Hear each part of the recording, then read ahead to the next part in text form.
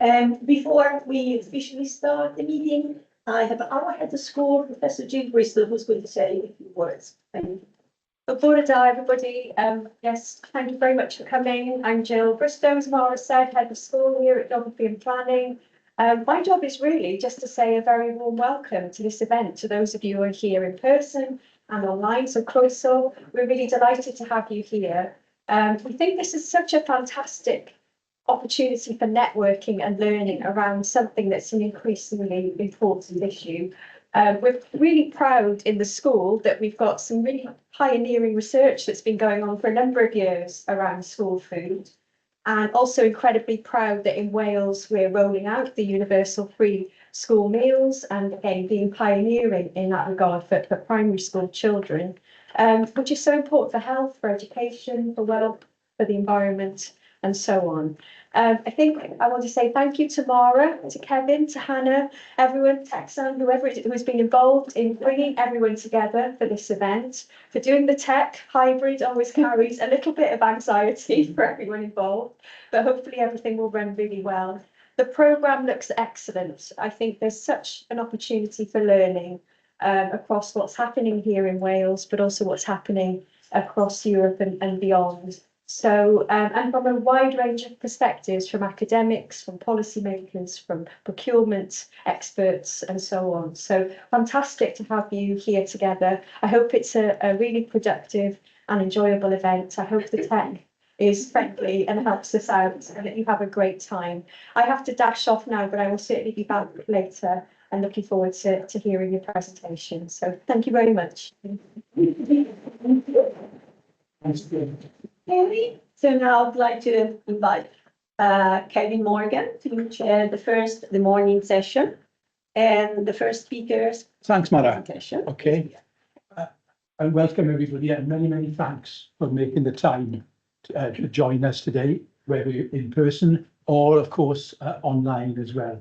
We're addressing some pretty important issues, and we've got both practitioner perspectives, which we'll be looking at this morning, as well as researcher perspectives later on as well. We've got a fabulous programme, as Jill and Mara have said.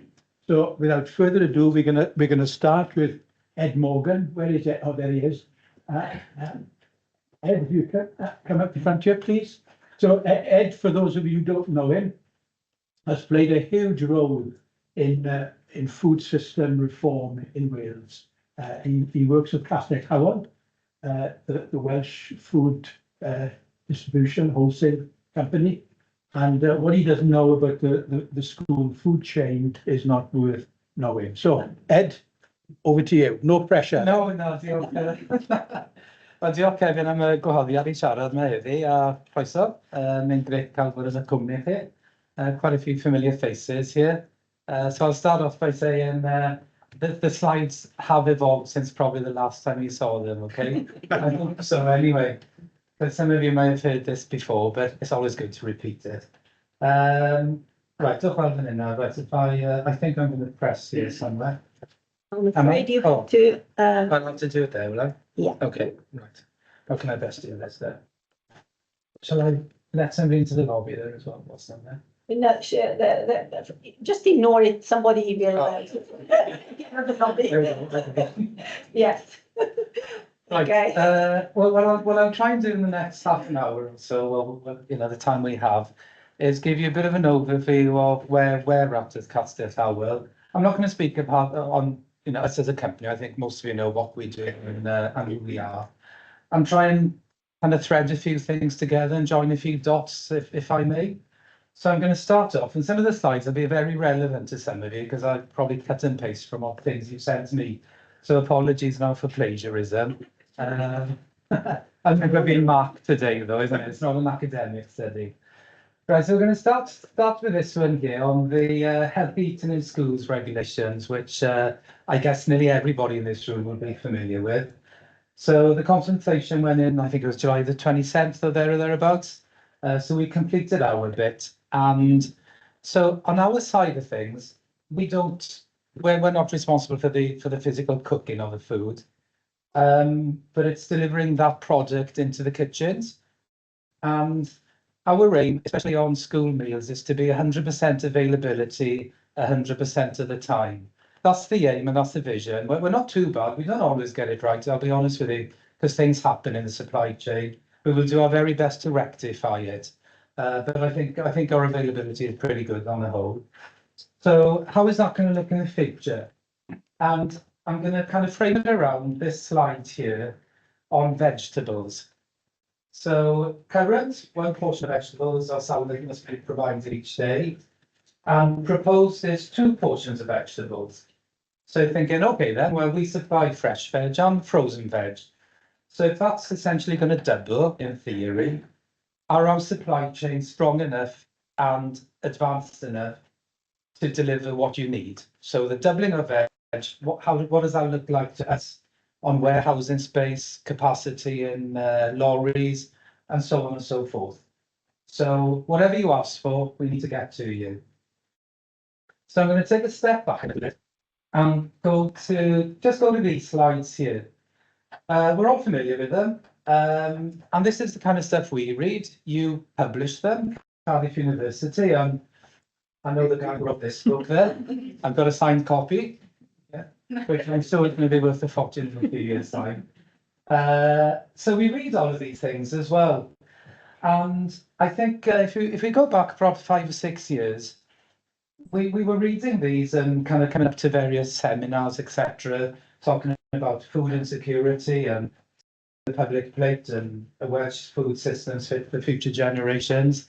And I think we need to recognise the supply chain has a responsibility to deliver this.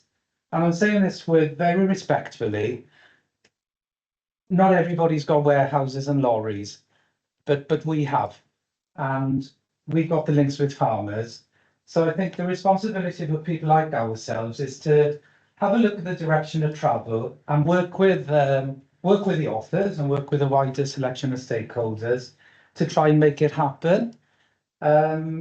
Because a lot of thought has gone into these reports and many others, and a lot of academic thought and information coming through from stakeholders and people who know what they're talking about. So I guess who are we to question this really? So we're more than happy to accept what's happening here and help deliver what the outcomes or the proposals are in these types of reports. So it's not only what we see here in Wales, this is the kind of thing we read. A lot of those are quite recent. Kevin's book was launched, I think, in January, it could be February this year, could have been December last year, come to think of it, I think it was January. So all of these are recent, we're not going back into the ages and grabbing things. So another one, July the 15th, for example, DEFRA, 10-point food strategy plan on a healthier food and greener supply chain. So that's where all of us sit in that supply chain, be it customers or distributors. And this is a particularly interesting one, which was published a couple of weeks ago. It's from the Institute of Grocery Distribution, and I think I've shared this with a couple of people in the room here. So this was a particularly interesting one because it's a trade body that we're not involved with, but these are speaking on our behalf. Grocery distribution, that's kind of what we do. And it's having a look at the risks. So I typed in there, oops, hang on. No, I'll do. This is yeah. I'm leaving the. Yeah, sorry. Let me say, technology is not with us all the time. Oh, that's fine, yeah. So if we look then at resilience in that supply chain, and I did a quick search, and it crops up in the first page, and it crops up throughout the report. On resilience is the ability of the UK food system to adapt and respond effectively to external trends. Building resilience is a commercial imperative. So what does that kind of mean and what does it look like? Oops. So their key macro findings here are imported horticulture is at greatest risk. We see this on a transactional basis. Dietary shifts with current sourcing could be a risk. So if things stay the same, to deliver the dietary changes you want could be a bit of a problem. And domestic capacity must be maintained. So if we just take these three together, imported horticulture, dietary shift, how can we deliver what you want for your plates, and domestic capacity. Right, so everything I said earlier, if this proposal is accepted next year and it comes into force, there's quite a few challenges on getting 2 portions of veg onto the public plate there. And again, that's not just us seeing it, it's academic papers and industry bodies, Institute of Grocery Distribution who look after us. Now, I'm going to go like the clappers back forward now, without missing where I am. Right, so with all of this in mind, so what are we going to do about it then? Right, so I'm going to focus now on a scheme that everybody, I guess, in the room have heard of. It's kind of that wedge veg in schools. And the truth is, when we started this back in, oh God, it was 4 years ago, here in Cardiff on courgettes, etc., I think a lot of it was a bit of a reaction to say, come on, let's just do something. And the truth is, as this project has evolved, it's a gift that genuinely keeps on giving. Had ourselves and Food Sense Wales and Farming Connect, had we envisaged the learning curve we'd been on in the past 4 years, we probably wouldn't have been able to write it down, and probably would have been a bit too scary to start. And I feel this, and we as a company feel this genuinely, to mitigate the challenges you saw in the previous slides. I'm not going to go back. That's okay. Otherwise we'll go Under on. control. Yeah, to kind of mitigate those challenges, the supply chain has to work collaboratively. And this has become even more important. The more we learn, the more we dig into it. We just saw Monday, especially in Carmarthenshire where I live, a deluge of rain, and there's been some problems with leaky roofs in schools in Rhondda and Natal, for example, and other areas. So Carmarthenshire, as you may have seen on the news and heard on Radio Wales today, if you were driving in listening to the leader of the council there, there's been floods in Carmarthenshire that didn't, in places that haven't flooded before. And some of it's due to kind of blocked drains and kind of twigs and branches in rivers. But nonetheless, that rain came down at a real rate. So we're living in climate change. I don't need to be an expert. You just look out the window and we can kind of work it out for ourselves. So how do we kind of onshore projects back here to Wales to try and mitigate what's happening in other parts of the world? What I didn't mention in the previous slide was Spain has been identified as a country which we're extremely at risk in terms of food supply. And you've seen the weather in Spain. There were floods in Valencia last year. It's gone massive heat waves, more rain, heat waves, rain. And we're really at risk from what's going on in Spain because we import tomatoes, lettuce, ironically broccoli, which I'll go on to speak about. A lot of the fresh broccoli that comes into us is from is Spanish. So we're at fault as Castell Towel and everybody in the supply chain. We've kind of got us into this position. So we need to find a way to reverse that and do it quite quickly. So what I suggest is critical is a kind of holistic collaborative approach. So the growers are key because without them growing, we got nothing. So I should have put the growers in bold as a matter of fact, because they are the most important people here. They genuinely are. The growers are the most important people. Growers and farmers, and sometimes we might kind of forget that. Washer packers, somebody who processes it, puts it in bags and makes sure the life is extended. Distribution, who is us, getting into warehouse, getting it out into our customers. The caterers, who are the majority, some of you here today. What, if anything, can you do differently?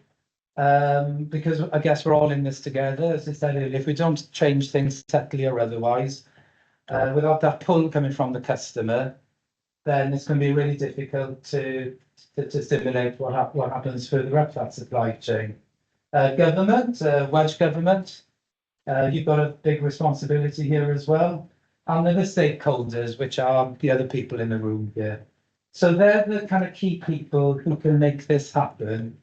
And we've kind of seen some of the actions from everybody here is kind of happening already. So we're not standing here discussing today things that we want to see happen. These things are happening, albeit at a kind of low volume, but it's happening. And I don't want to steal Alec's thunder, but head down to Brumenza Farm in Carmarthenshire. Did you have floods there then? No, it just washed past, did it? Yeah, it went out on the fields, I guess, because you're next to the river. Yeah, the bottom fields are flooded, but not very good. No way you grow. I thought it was a little bit higher.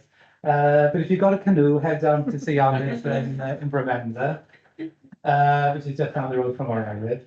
So all of this is kind of happening, and I'm a big advocate for learn by doing. And sometimes if you overthink stuff, nothing happens. I really believe sometimes you've got a good idea and a vision, and supported by all the documentation, go for it, and by and large, hope for the best. Oops. Oh, sorry. I think I've got one too many there. No. I'll have that. Yes. Right. So yes, thank you. So the Welsh Virgin schools quite ambitious, and this year we were forecasting 1 million portions of veg being delivered through the supply chain. Some of that is a substitution fresh for fresh, and some of it is a substitution frozen for fresh. So it's a bit of a mixed bag there. I think we were way too ambitious with 60 tonne. We're probably going to end up with something like 25 tonnes. And to be honest with you, 25 tonnes, the challenge is just on a very, very low number. I'm kind of glad it isn't 60 tonnes, otherwise I probably wouldn't be here today. I'd be kind of bagging or washing carrots to do or something. So, and that's kind of where we need that investment to get from 60, which is still hardly anything in the grand scheme of things, is going to be quite a challenge there. So if you go to the next slide. So this, I'm in reverse now. I got it there. Right. So this year, I guess Alex will speak about the volumes going through Brumenza. We're looking at least 11 tonnes of carrots. Well, the 9 tonnes of broccoli hasn't been such a bad year, really. So that's going to be around 10 tonnes of broccoli. Over 6,000 cucumbers and tomatoes and some other veg. Again, I'll reiterate that isn't a massive amount, but it's 11 tonnes more than we had 3 years ago. And thank you for everybody for taking part. So these are grown, the carrots are grown mainly for us anyway in the Bwlch-y-Wernion up in Lampeter with Patrick Holden and his family. The broccoli is in Techford, coincidentally again in Ceredigion by David, who's in the field there. David and Catherine, who were relocated from Crickhowell, they bought a farm in Ceredigion, just by Aberteifi, by Cardigan. We had some organic tomatoes from Owens in Pembrokeshire, and there's just a picture of veg ready for distribution. So the challenge we're going to face now, and this is kind of the crux of what I'm saying, is what investment do we need for that infrastructure?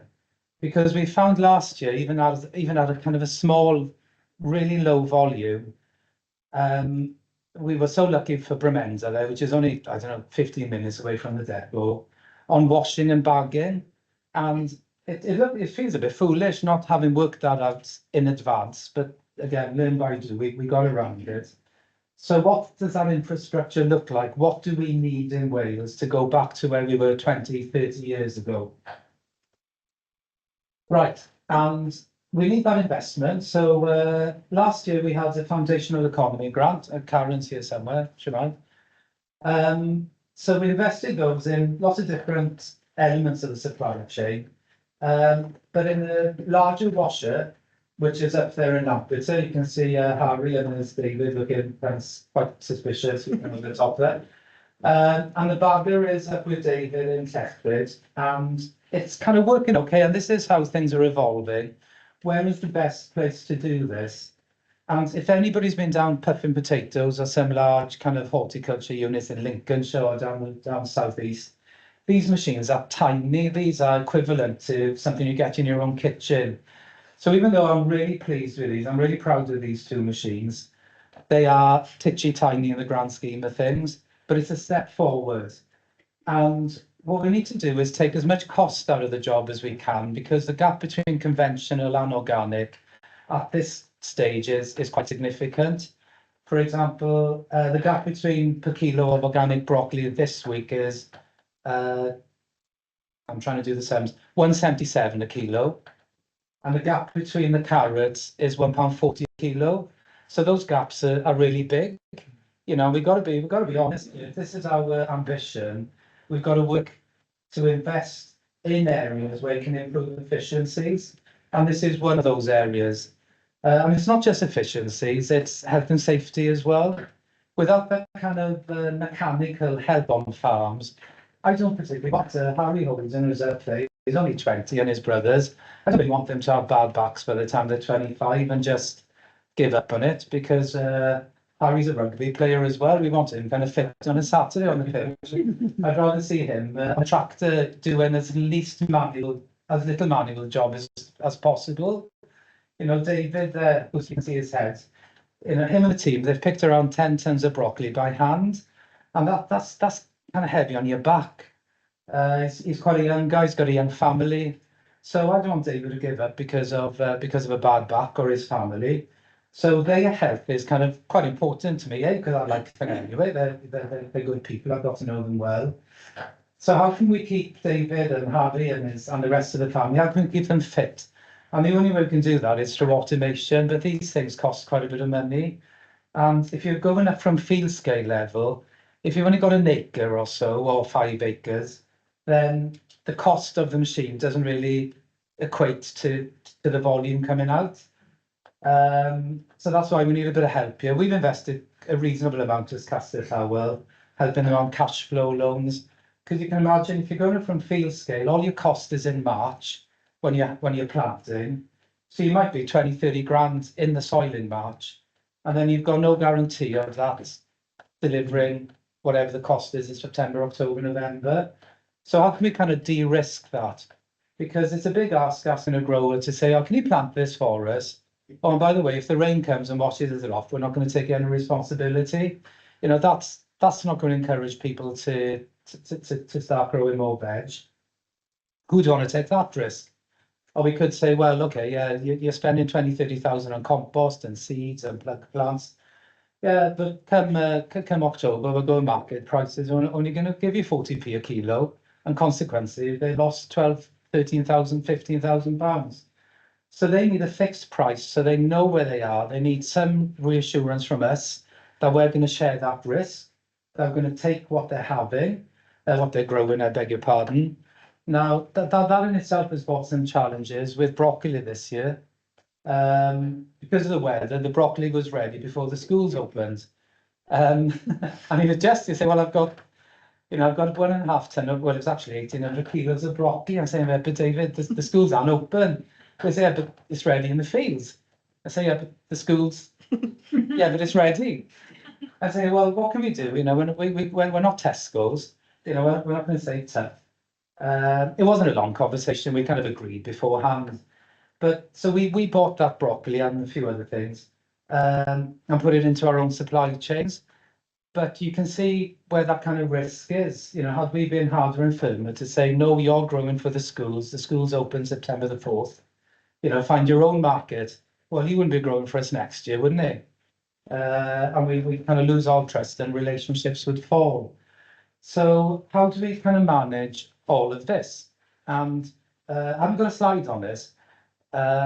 So one opportunity in the future is to extend the life of that broccoli. But to do that, we either need to freeze it down or put it in a multi-portion meal, which we've discussed before, so it can be reintroduced to the market further on. Because one thing we don't want to do is ask them to plough that broccoli back in, you know, because you're incurring food waste. If there's not enough food, then, oh, golly. So this is where we need the systems up and running, and with you guys working with us to say, well, okay, we can have a bit of flexibility. Oh, you're not going to open the schools in August, of course, you know, we wouldn't expect you to get the kids back in early. But if we can find a way of IQF-ing, individually quick frozen, those machines are, oh God, you know, those kind of nitrogen tenders, probably £100,000. You know, and if you divide 100,000 by a 10.5, or a 10.5 by 100,000, or which way, it's gonna, you know, that broccoli is going to cost something like £1,000 a kilo, isn't it? So we need that volume coming through as well. So we need to make sure our calculations and our sums are spot on there. But this is kind of where we're at, and I wouldn't be saying all of this if you hadn't given it a go, really. And thank you for public sector customers for coming on board and getting that pull coming through. And thank you for the grant as well. So these are the real challenges we face here. But I say challenges, it's quite exciting, really. You know, it's great. There's never a dull moment. And I think when you're involved in this is the best projects I've been involved in. I've been in the food industry all my life because it's so exciting and you feel you're doing something good. I'm kind of lucky because I've got the backing of the senior board in Castell Howell. So I just get on with it and wait for a phone call and ask, what have you done now, kind of thing. So as long as I get that backing from the senior board, I'm just going to crack on with it. But one thing I need to do internally is demonstrate how we're becoming a bit leaner and more efficient every year. You know, we can't go on investing indefinitely. Somewhere this has got to make commercial sense. We're not there yet, but with the right grants and a bit of help here and there, we can make that happen. And of course, broccoli is, no, there's no picture of broccoli there. Broccoli ticks the boxes on a lot of the nutrition. And in some of the work we've done, which I'm coming on to here now, this is something we've started to do. And given the right resources, we'd like to do more of it. And I've spoken to quite a few in this room here on whether we can do something in your local authority. Because one thing we don't want to be doing is asking growers to grow things and the children don't like it. I'm stepping into your territory a bit here now. So we've just done a couple of consumer engagement events. So these happen to be in Caerphilly, they're in Bargoed and up in Ysgol-y-Derry, which is quite close to Bargoed. We're in Swansea as well, but we'd like to do more. So we're putting the meals in front of the children, which contains the Welsh produce. Even though that says Welsh beef lasagna, we did have cauliflower cheese, broccoli cheese. Invited the parents in to see whether they liked it. So the children say good, very good, bad, or whatever they think. And we've had really positive responses. So I think that consumer engagement is critical. You see it with McDonald's, Subways, you know, the advertising is bang on. How can we work with yourselves to make it as attractive to the children as possible? Because everything that goes before, if the children don't like it, or it's very difficult to cook, or even if the parents don't like it, if the parents don't like it, then they're not going to tell the children, and all of a sudden it goes in the bin, and everything which we spoke about in the previous slides is just a waste of time and money. You know, we don't want to send lorries around the country for something that ends up in the bin and people don't like. It's big time. So this kind of engagement, we haven't got the resources to go around every school, but we've got the resources to go around some schools. And any successes here, we can feed back to the farmers because they love the idea that their produce is being eaten. They don't forget about it at the farm gate. You know, these guys are really invested in this. They want to make a difference. They've got to make a profit because if they don't, they can't make a difference. So that's kind of where we're at. And again, it's very fascinating. Right, coming to the last two slides now, and I'll whistle through these. This is kind of big picture stuff going on here now, and it's all very recent. This report here, World Economic Forum, putting food on the balance sheet, and they recognise that the investment going in to change the food supply chain globally now, not here in Wales, it needs trillions, but that money isn't going in, and they see that as a bit of a threat, and everything from it's a sort of economic challenges, riots, geopolitical tensions. Because there's enough evidence. If we haven't got food on our plates for, I don't know, 2 or 3 days, we'll be running around in the streets ransacking. That's kind of the reality of it. You know, bit of snow, what do you look at? Bread, milk, toilet roll, pasta, COVID. You know, that's human nature, isn't it? And we see it time and time again. Oh my God, there's snow coming. Right, let's get 20 loaves of bread. It's just in our nature, we go a bit nuts if there's something challenging in the food supply system. I rarely see people running out for iPhones or something if there's a problem with I don't know, iPhone covers. But with food, woof, and toilet paper, strangely, we're all over it. So this is my last slide now. So these are some of the key things that I've taken out of that report. And I guess this is kind of where we're evolving into, is that the food value chain, which we're involved in, most of us here, Supply chain partners offer more favourable financing terms to suppliers. And I guess this is the crux. Who's going to help these people grow and who's going to help the kids eat? And it ticks so many boxes when it comes to the future generations. It covers all 7 pillars. I'll finish with this. The study by Swansea University concluded that the organic broccoli, this was through the local firms back as well, coincidentally, so a lot comes back to the foundational economy team there, that it had an environmental impact. The environmental impact was between 50 and 60% less. So this kind of ticks all the boxes. It's great on biodiversity because it's organic. It generally ticks all the boxes, but we need a bit of cash in there to make it work. And it's not just us saying that; it's the World Economic Forum as well. So you've seen this slide before, saying diolch. I got there eventually. So diolch, that's a very quick overview. Thank you. Many thanks, Ed. We've got 10 minutes now for some Q&A, question, answer, comments, or whatever. I mean, Ed covered so much there, but two of the key things, I think, the takeaways for the rest of us in the food system. Number one, what comes through, I think, very, very clearly is a sense of shared destiny in the food chain, that there's such an interdependence between different parties. It really is a sense of shared destiny, you know. No single player can prosper on their own, you know. So it's a matter of thinking about the food system as a whole, as Ed was saying.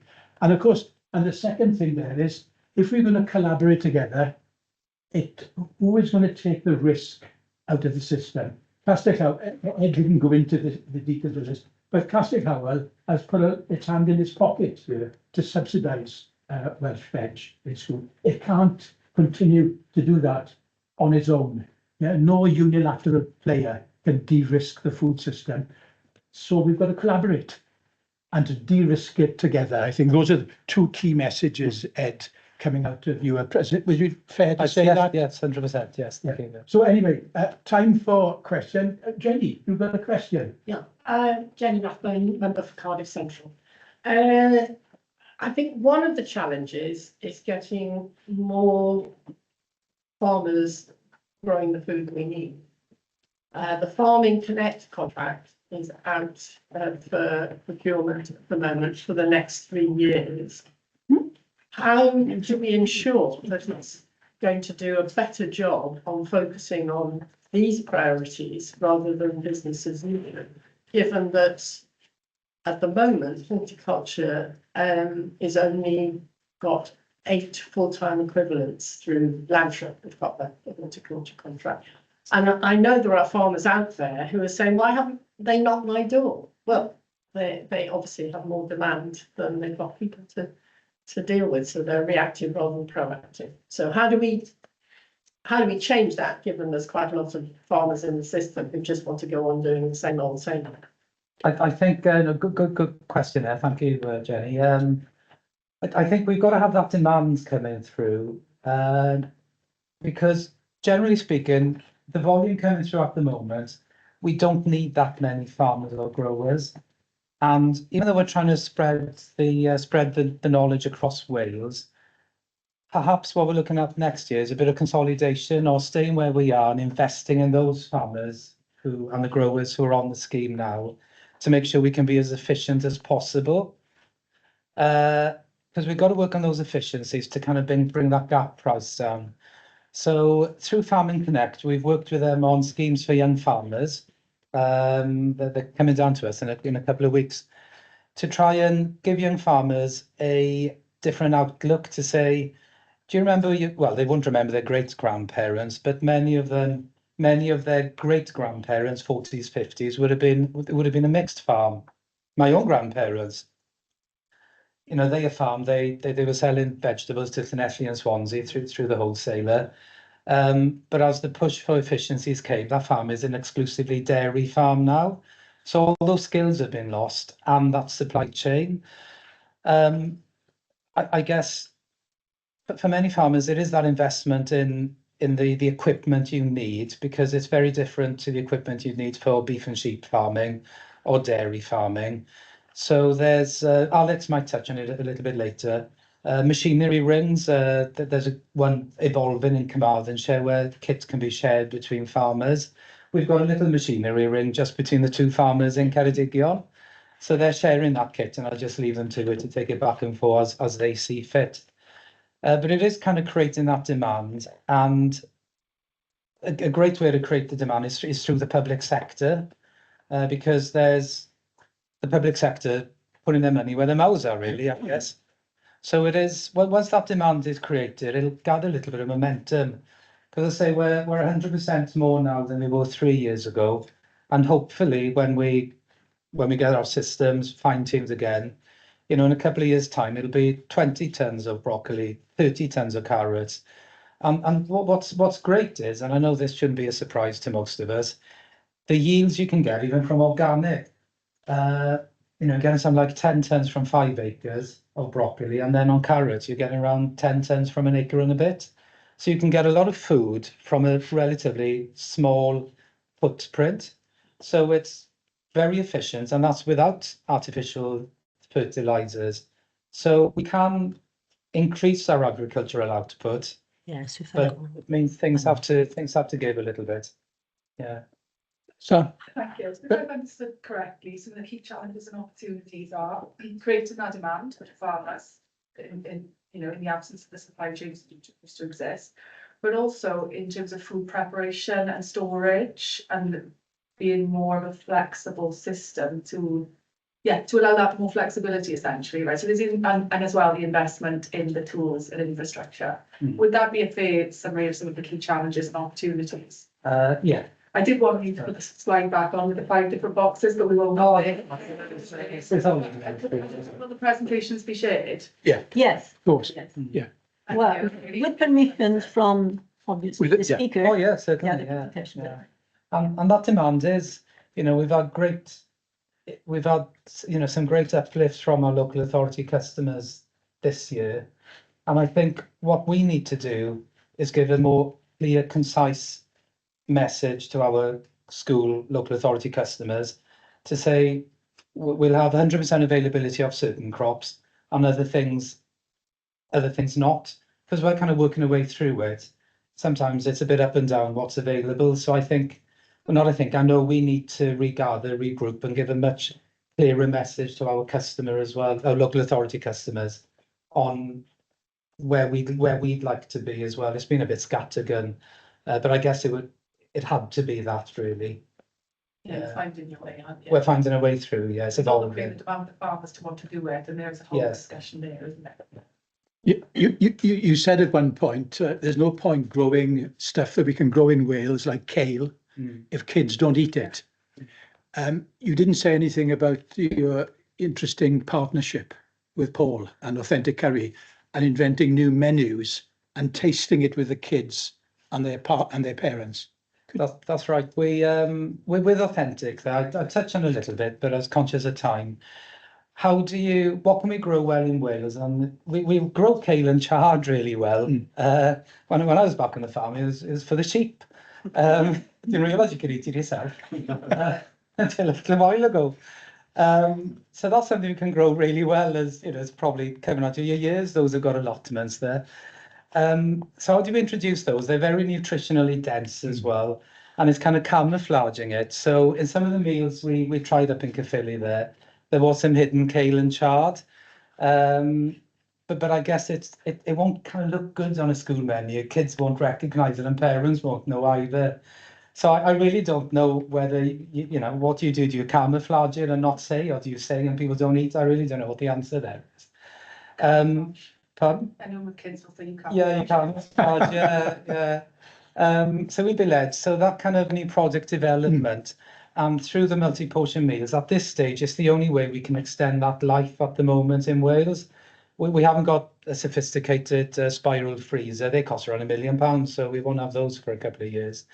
But that's kind of where the end user work there. Because we had, I'll finish with this, okay, if I can. Perhaps some of you have heard this. We did a bit of a trial on the meatballs, the lamb meatballs. So in Powys, they went really well. 3 schools there, Llyswen, Talgath and Hay and Wye, very rural communities. And they loved the lamb meatballs. Lamb and veg at Cael and Chardin. Came down to Caerphilly then, which is kind of semi-industrial or post-industrial. Not so, there's a bit, lamb, they're a bit wary of lamb there. And then Swansea and Penlan, which is really kind of in a city, if you like. Oh, it was really tough going there. So the distance between Swansea and, I don't know, Hay and Wye, what is it, 50 miles? So we're very conscious of those kind of nuances between local authorities and differences within local authorities here in Cardiff. There's different communities. And that was fascinating, the lamb meatball. And the reason for the difference? Cultural, because I think up in the part of Powys, very farming community, and the lamb, they couldn't get enough of them. And it was practically totally different in Swansea, which I wasn't surprised upon, but I wasn't surprised, but I was a little bit thinking, oh, you're going to love these. Ooh, lamb, no. So that's kind of the reality and those kind of subtle messages. So I'll just finish. We're working a little bit with Food and Drink Wales on trying to evolve the branding somewhat. The people behind Blas Cymru a couple of weeks ago to see, and there's been work already done with through Mentor Morn and Motherfin and those guys. So to tap in there so we can get the messaging right and we can add that value and be confident that at least the majority of kids are going to like it, hopefully, and it works well in the kitchen. Well, Ed, that's great. We'll all remember the story of the lamb meatballs. Yeah. Can we show our appreciation? Yeah, thank you. Yeah. Oh, sorry. One quick question. Sorry, I question that in English. I have a question about meat in the Welsh school meal model. Is it locally sourced too? Is it mainly beef, pork, fish? Is there any vegetarian option? And several research in France shows that reducing meat consumption, particularly beef, makes a significant difference from a financial and environmental cost. Do you have any suggestions of this kind for the future of Welsh school meal, for example? Well, I guess, without delving into each menu, because I'm not au fait with everything, I think the most popular meat would be poultry, I guess, yeah. I know. But what we are trying to do is Welsh meat is quite expensive. Beef and lamb is really expensive now. So what we've done with again, from the foundational economy, there's a lot coming through there. There's a lot happening last year with that, building local firms back, is to try and, where we can, move to Welsh meat, but introduce less Welsh meat, possibly less meat, as long as it ticks all the protein and iron and everything, but make sure it's kind of Welsh meat going in there, because it's very expensive. And that's the meatball. That's why we tried it out with the 3 areas to see on the acceptability, because Welsh lamb is by and large very extensive. Welsh beef is as well, or certain types of farming systems are quite extensive here in Wales. And so it's how can we get that back into the school menus, tick all the nutrition boxes, and yet be kind of commercially valuable. So it's a bit of a challenge, but we're getting there. And the great thing is, and what we should have done with the meatballs, the beef and the lamb, is start off with the children. We did it, how can I best say, ass backwards. We thought we had a great idea, well, which we did, but we should have tried a little bit with the children first and then gone back to the NPD. So lesson learned there anyway. There are vegetarian options available. Yeah. Oh yes, yeah. Broccoli and carrots, there's loads of it, honestly. Yeah. Okay, Ed, please, over to you. So we're now moving from production to procurement before we have a word, right? And there's no one better to deal with procurement But say that, Kevin. Then Richard, simply because Richard was working in a local authority called Caerphilly, and now he's in Monmouthshire. But Caerphilly has a contract, as you'll probably explain, for sourcing on behalf of many local authorities certainly in South and West Wales. Yes. I guess. Okay, Rhys, over to you. Yeah, very much. Yeah, I'm at a bit of a crossroads, and when Kevin invited me along, he was like, "I'm not quite sure I want to come along." I'm not doing it anymore. So, but yes, I was with Philly, led on the Welsh Public Sector Collaborative Food Group, which was 22 public sector bodies, I think it was, all needing food in different ways. So there was housing associations, there was schools, there was social services, and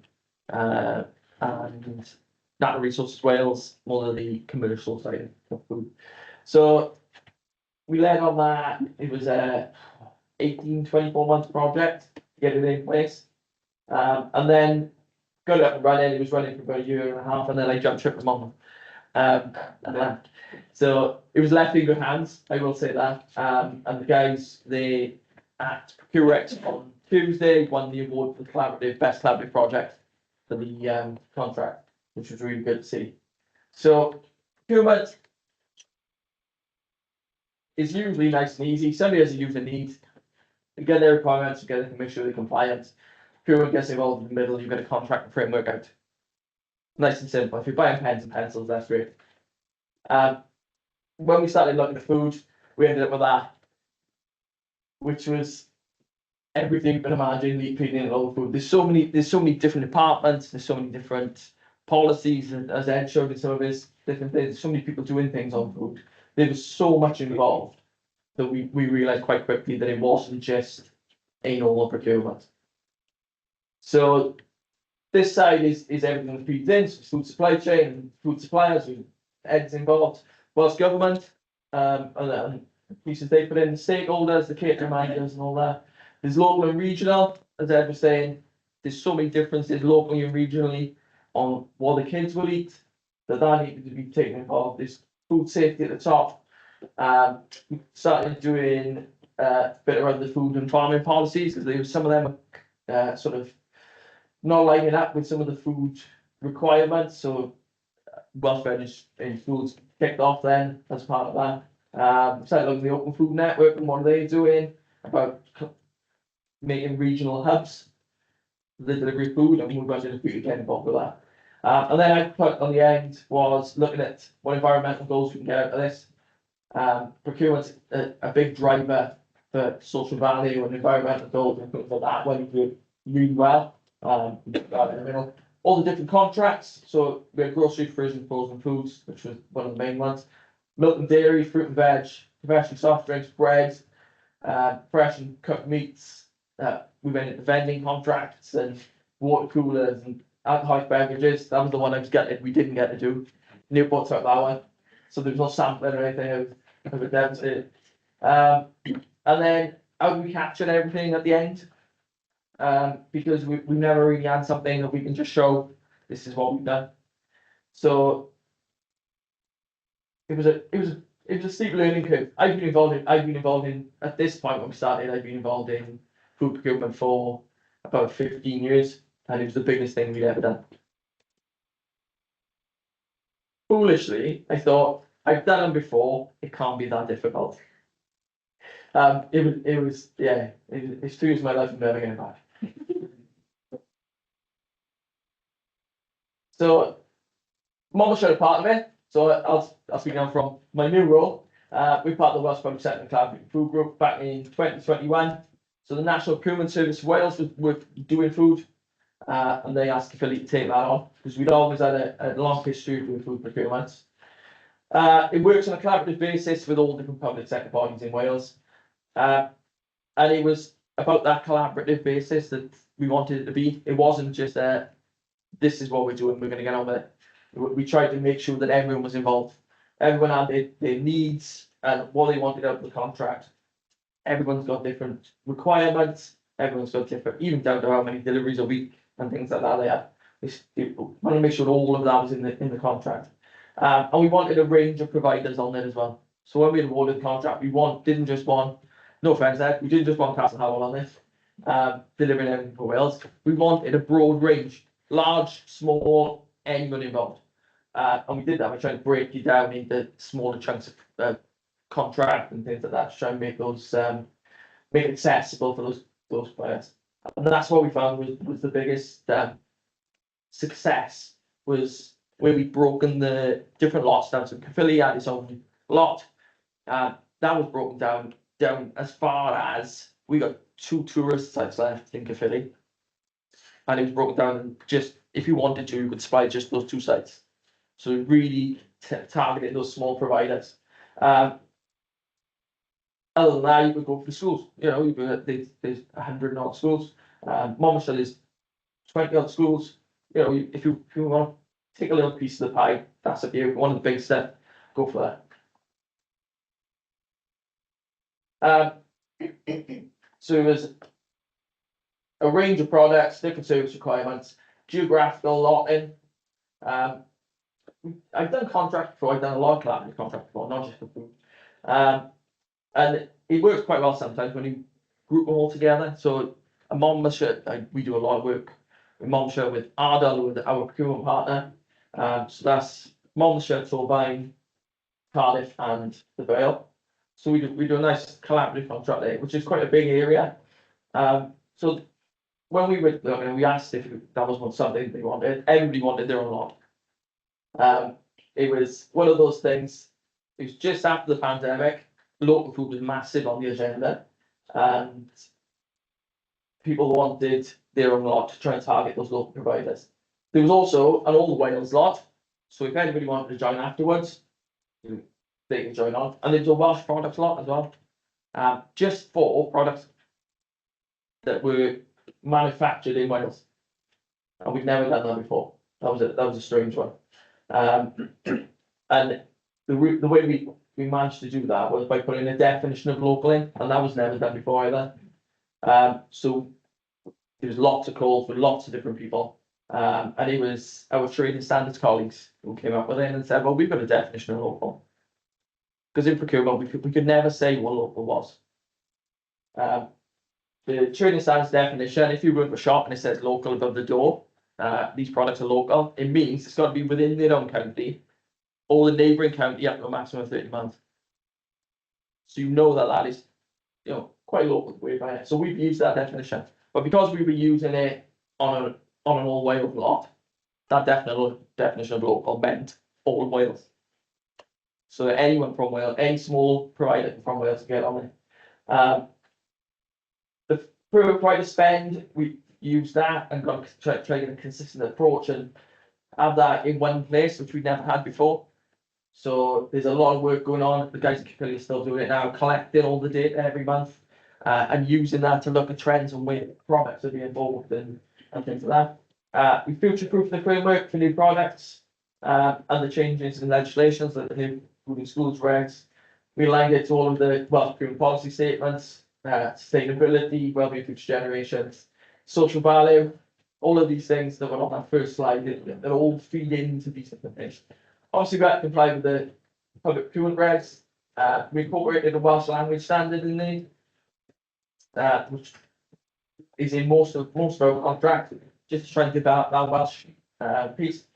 And that element, like I said, the guys at Philly, I know, are still doing it now. We still have meetings with them regularly. They're doing that contractor relationship management. They have regular meetings. They're every month, they're every quarter, they're every year then for different elements of the contract. And they do the same then with all the people who are buying off the contract as well. So it's really is a big piece of work, and I won't underestimate how big that was.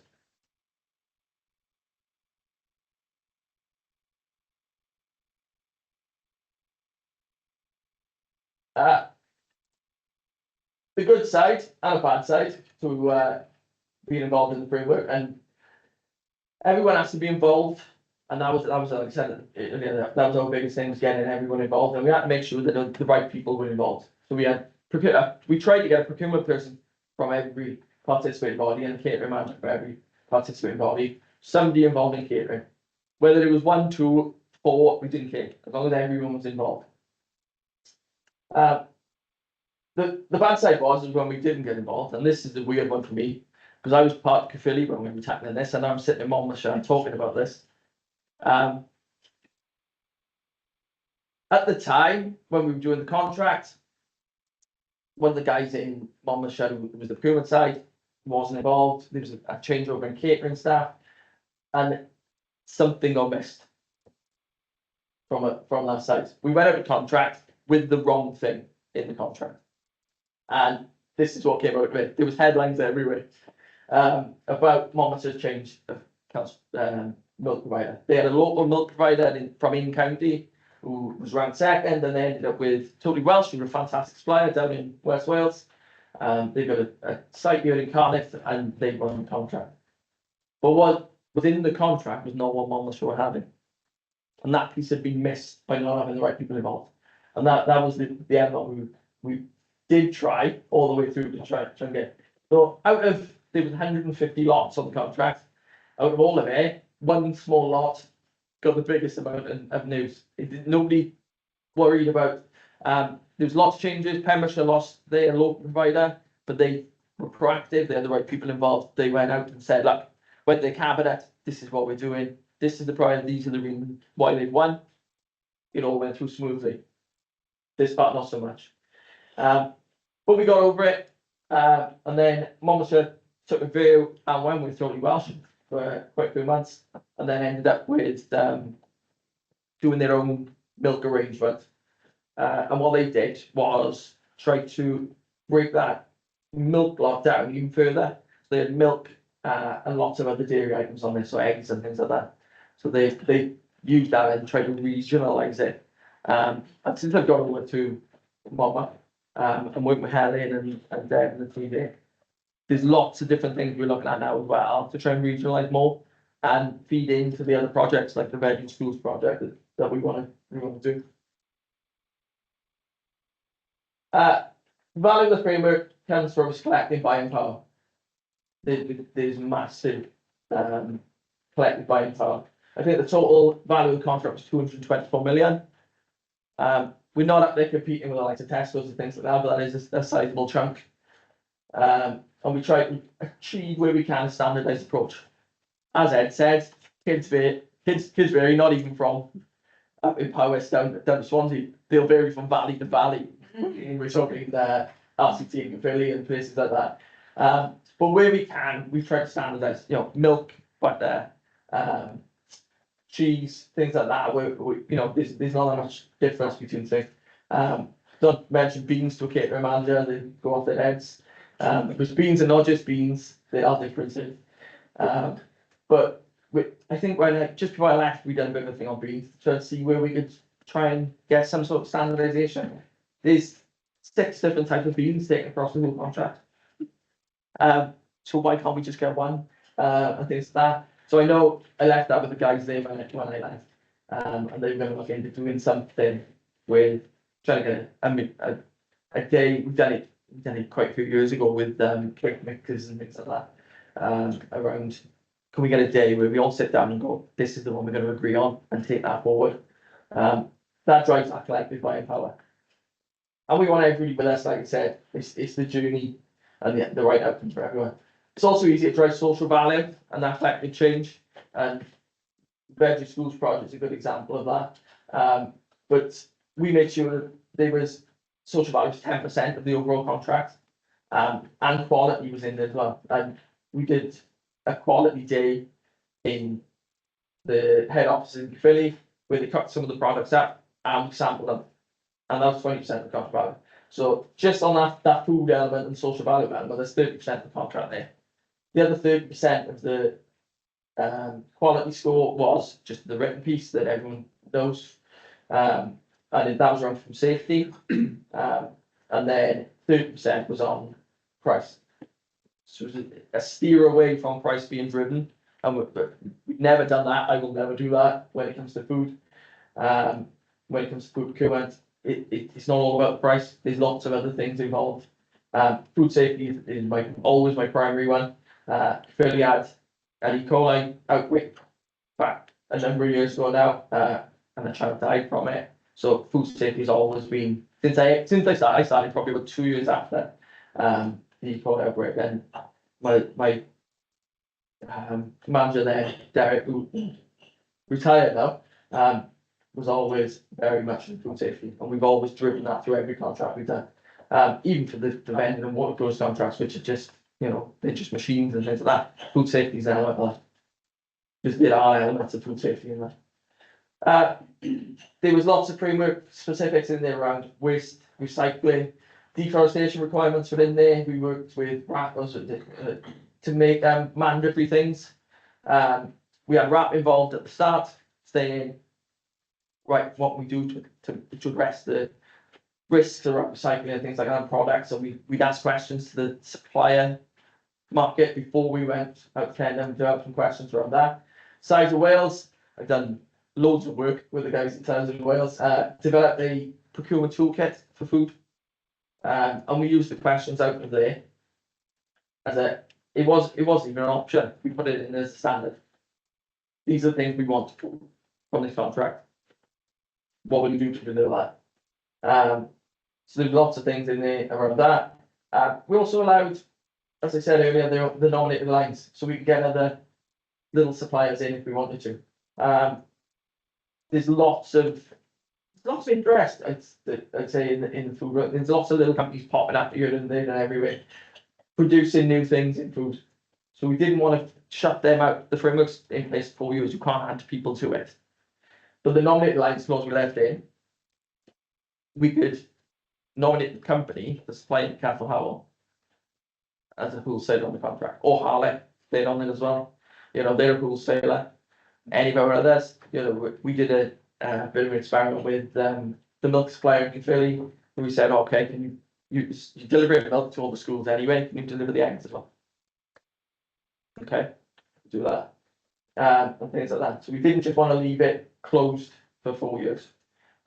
We did look at DPS, which is a dynamic purchasing system, which was a different way of contracting. They've been done over the border in the Bath North East Somerset region. It was trialled and seemed to go quite well, and then tailed off. And when we looked at it, we couldn't quite figure out how. A framework is you haven't got to use a framework. It's an open thing. A contract is a contract. You have to buy from that company. A framework's a bit more open. You can buy from a number of companies on a framework. A TPS is even more open. You could add and take away the companies that were on there, and you could buy off them or not buy off them. But we couldn't figure out how we got the collective buying power out of the DPS because it was so open. You needed a little bit of that framework sort of core to try and drive those collective buying powers. Key challenges, it was resource intensive and continues to be. I started off, it was just me doing it. We ended up with 5 members of the team running the procurement and all of the paperwork and everything that goes on it. And it's a lot of work to deal with the supply side. Like I said, we have regular meetings with them all the time, and the catering managers. We have regular meetings with catering managers, and it leans into those soft skills in procurement that not all of the officers have. It's very much sort of man management and trying to bring everybody with you. The biggest challenge for speaking to caterers when buying food off the contract and going back to what I was saying about the seasonality and things like that is the food nutritional guidelines. And I know Helen and Lisa will probably talk about it later about those nutritional guidelines the school's got to adhere to. Don't allow that flexibility to change quickly because there's so much legislation there. There is a lack of the food supply chain in Wales. You know, I banged on about it for long enough, and everyone there you go. We don't know who's out there in Wales. There isn't a defined list of all those little suppliers that are out there in Wales, so we don't really know. And I suppose it links in well what you said, is trying to bring those farmers on board. You have to go out and find them and find them to work with and things like that. If there was a place we could go, you know, and say, oh, well, we can provide this, and this for you if you want to. We can engage easier.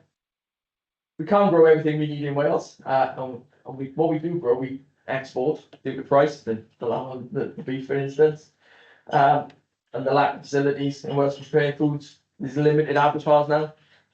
We found that as part of the contract. We found it as part of the milk contract we did 10 years ago probably. One of the milk providers in Cardiff was shipping their milk to Southampton to bring it back to sell it as Welsh milk, which was the craziest thing I've ever heard. Is it that we don't have the infrastructure yet? Is it possible? It could be possible, yeah. Yeah, the limited veg processing plants. Ed's already made a start. She's Ed. But we've been talking about it in Monmouthshire, you know. The conversation the other week was, could we take dirty veg into the kitchen, you know? And no, that's a risk because of X, Y, and Z. So how do we get those veg processing plants? Dairies, we've got one new dairy open in the whole of Wales, which is the guys in Puffin Product who opened their dairy down in West Wales. Other than that, there isn't another dairy on the mass production scale. The dairy that's opened don't provide the foods in the size of the bottles we need in schools, the little ones. They're not doing that, they just provide it in supermarkets, they just provide the big goods. So there's opportunities there. But it's linking in with the guys like Castle Howell, the Future Generation Sleep, and all of those ghettos that are running. I'll leave those on there. They're just links we've done, stuff that we've done with Jay Lynch and Ed and different things about bits about embedding social value in procurement for food and things like that, food, things like that. My details, and that's it.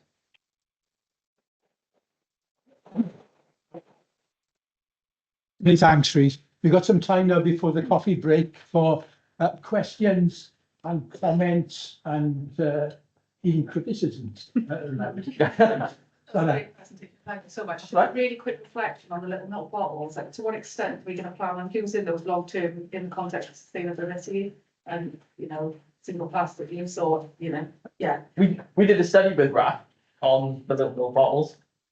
On one of the schools we had in Pitt wanted to change to glass milk bottles. So they wanted the glass milk bottles, they did. And then it was like, right, okay. We went over to and said, okay, glass, you know, risk in the kitchen. That was the first thing our catering manager went, no, it's not coming in my kitchen. Because there was glass. So that was fine. So right, what if we put it outside in a fridge? Yeah, okay, try that. Went to the provider, no, we can't do it. Well, we could do it for one school, that's great.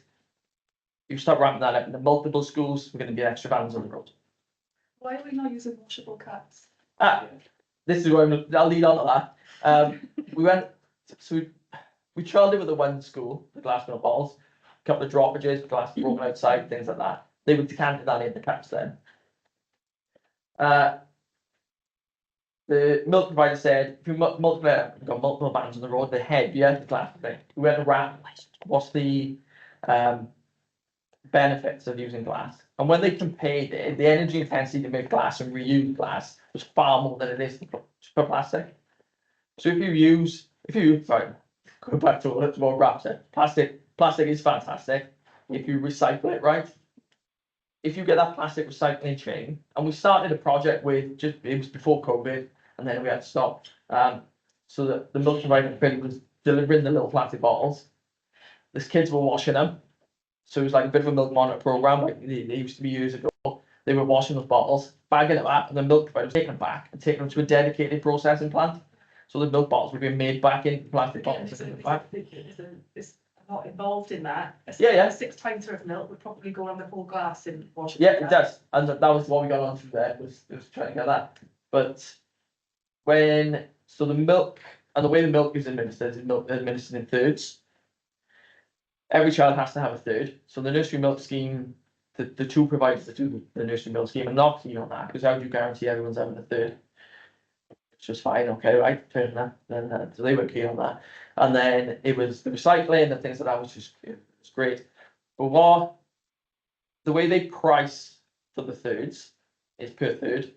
So it's 30 pence a third, for instance. That doesn't equate to a 4 pinter or a 6 pinter.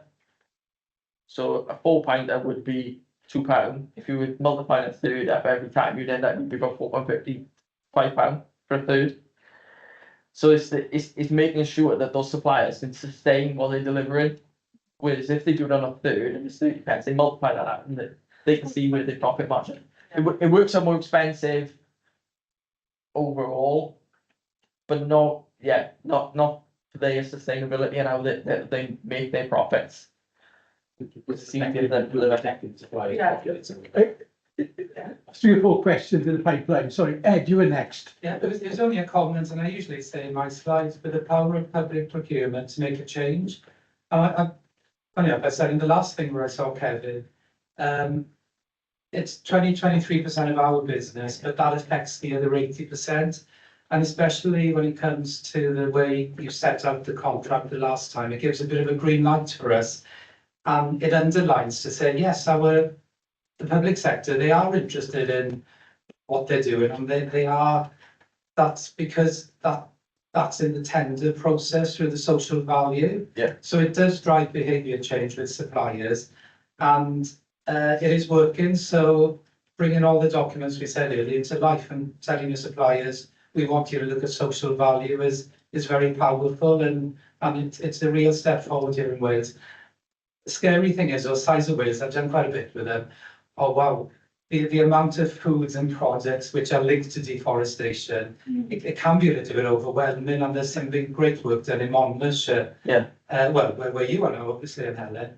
And I think, oh my word, it's kind of scary as well.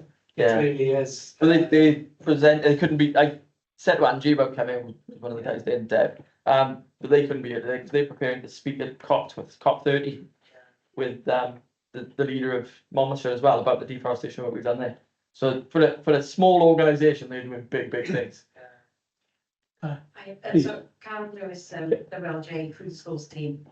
Just not the question is answer your question. Just to say that some authorities have phased thirds out and they've gone to the jokes, you know, Yeah. to Monmouthshire is doing it on glass bottles, yeah. you know, because there's limited schools. Well, they're not using, they're just using reusable cups. Yeah. Yeah. Aspects with the amount of milk that you need. Yeah, so it has happened, it's been driven from demand from the authorities. Because it's thousands of different plastic bottles or glass bottles a day, isn't it? And Yeah. that's, you know, Yeah, so so I can see Kevin wants to move on from that. I'm just trying to moderate all the other hands. Alex, please. Yeah, just had a question. You mentioned the value of quality on the tender being 10%. Social value was social 10, value of 10%, yeah. Sampling was 20, and then quality overall was 70% of the contract. So how does that social value translate into product? It was difficult because we realised quite quickly we wanted social value, and the social value, like Ed said, is a big driver in Wales and in Welsh procurement. And that was put in there right from the start. 10% was the minimum we were having. What we had to do, because of the framework, I said, if it's a contract, you know you're going with one supplier, and you can drive that. This is the social value. We be very specific around what you want. Challenge we had was you had Castle Howell providing, and then we had a high street fruit and veg producer bidding for the contract as well. It's about making it proportionate to what we were doing. So we left it quite open, and left the company say what they would do around products, social value, and other things they would deliver social value, education in schools. We had to leave it quite open, and then with the caveat of whatever you put in there, we will work with you on to develop further. So we started as a bit of a baseline. It wasn't, this is what you're going to do for social value, that'll be it. It was, that's your minimum you're going to do. We'll push you to do more. And if it included products and quality and things like that, Castle Howell put in a lot of stuff around the veg and schools project that they were doing to drive that. And that was one of the key things. They took quite a big proportion of the contract based around, they scored really well on that social value element. Thanks. Just to, I suppose one of the challenges we face is it's the same in construction. If you want sustainability embedded through social value, it has to be embedded in the price of the product. Yeah. Which costs you. Yeah. Rhys, we've got a question online. Oh. So Hannah's going to read it out, I hope. Yeah, Yep. Question from David Williams. Can you comment on how contracts can be written to allow for a steady income for vegetable growers? Oh, good question. we allow for price, there's always an element there of price variation and things like that. So we do that, but it's more around, I'd say it links in with the social value stuff and the projects we're doing. You know, we know that the organic vegetables and things like that come through the Veg and Schools project are more. And with the milk contract we did, because of that local element, we'd always said we don't mind paying that a little bit more because it's a local producer and things like that. So it's just being that that open sort of dialogue with the suppliers of, you know, well, these are the things we look for, and this is specking it out up front. And like Ed said, is that if it's set out up front and people are aware of what you need or what you're willing to do or what you want to push the suppliers to do, it brings that element of price in as well. So you can sort of do both. Was that it, Rhys? Yeah. Yeah, please.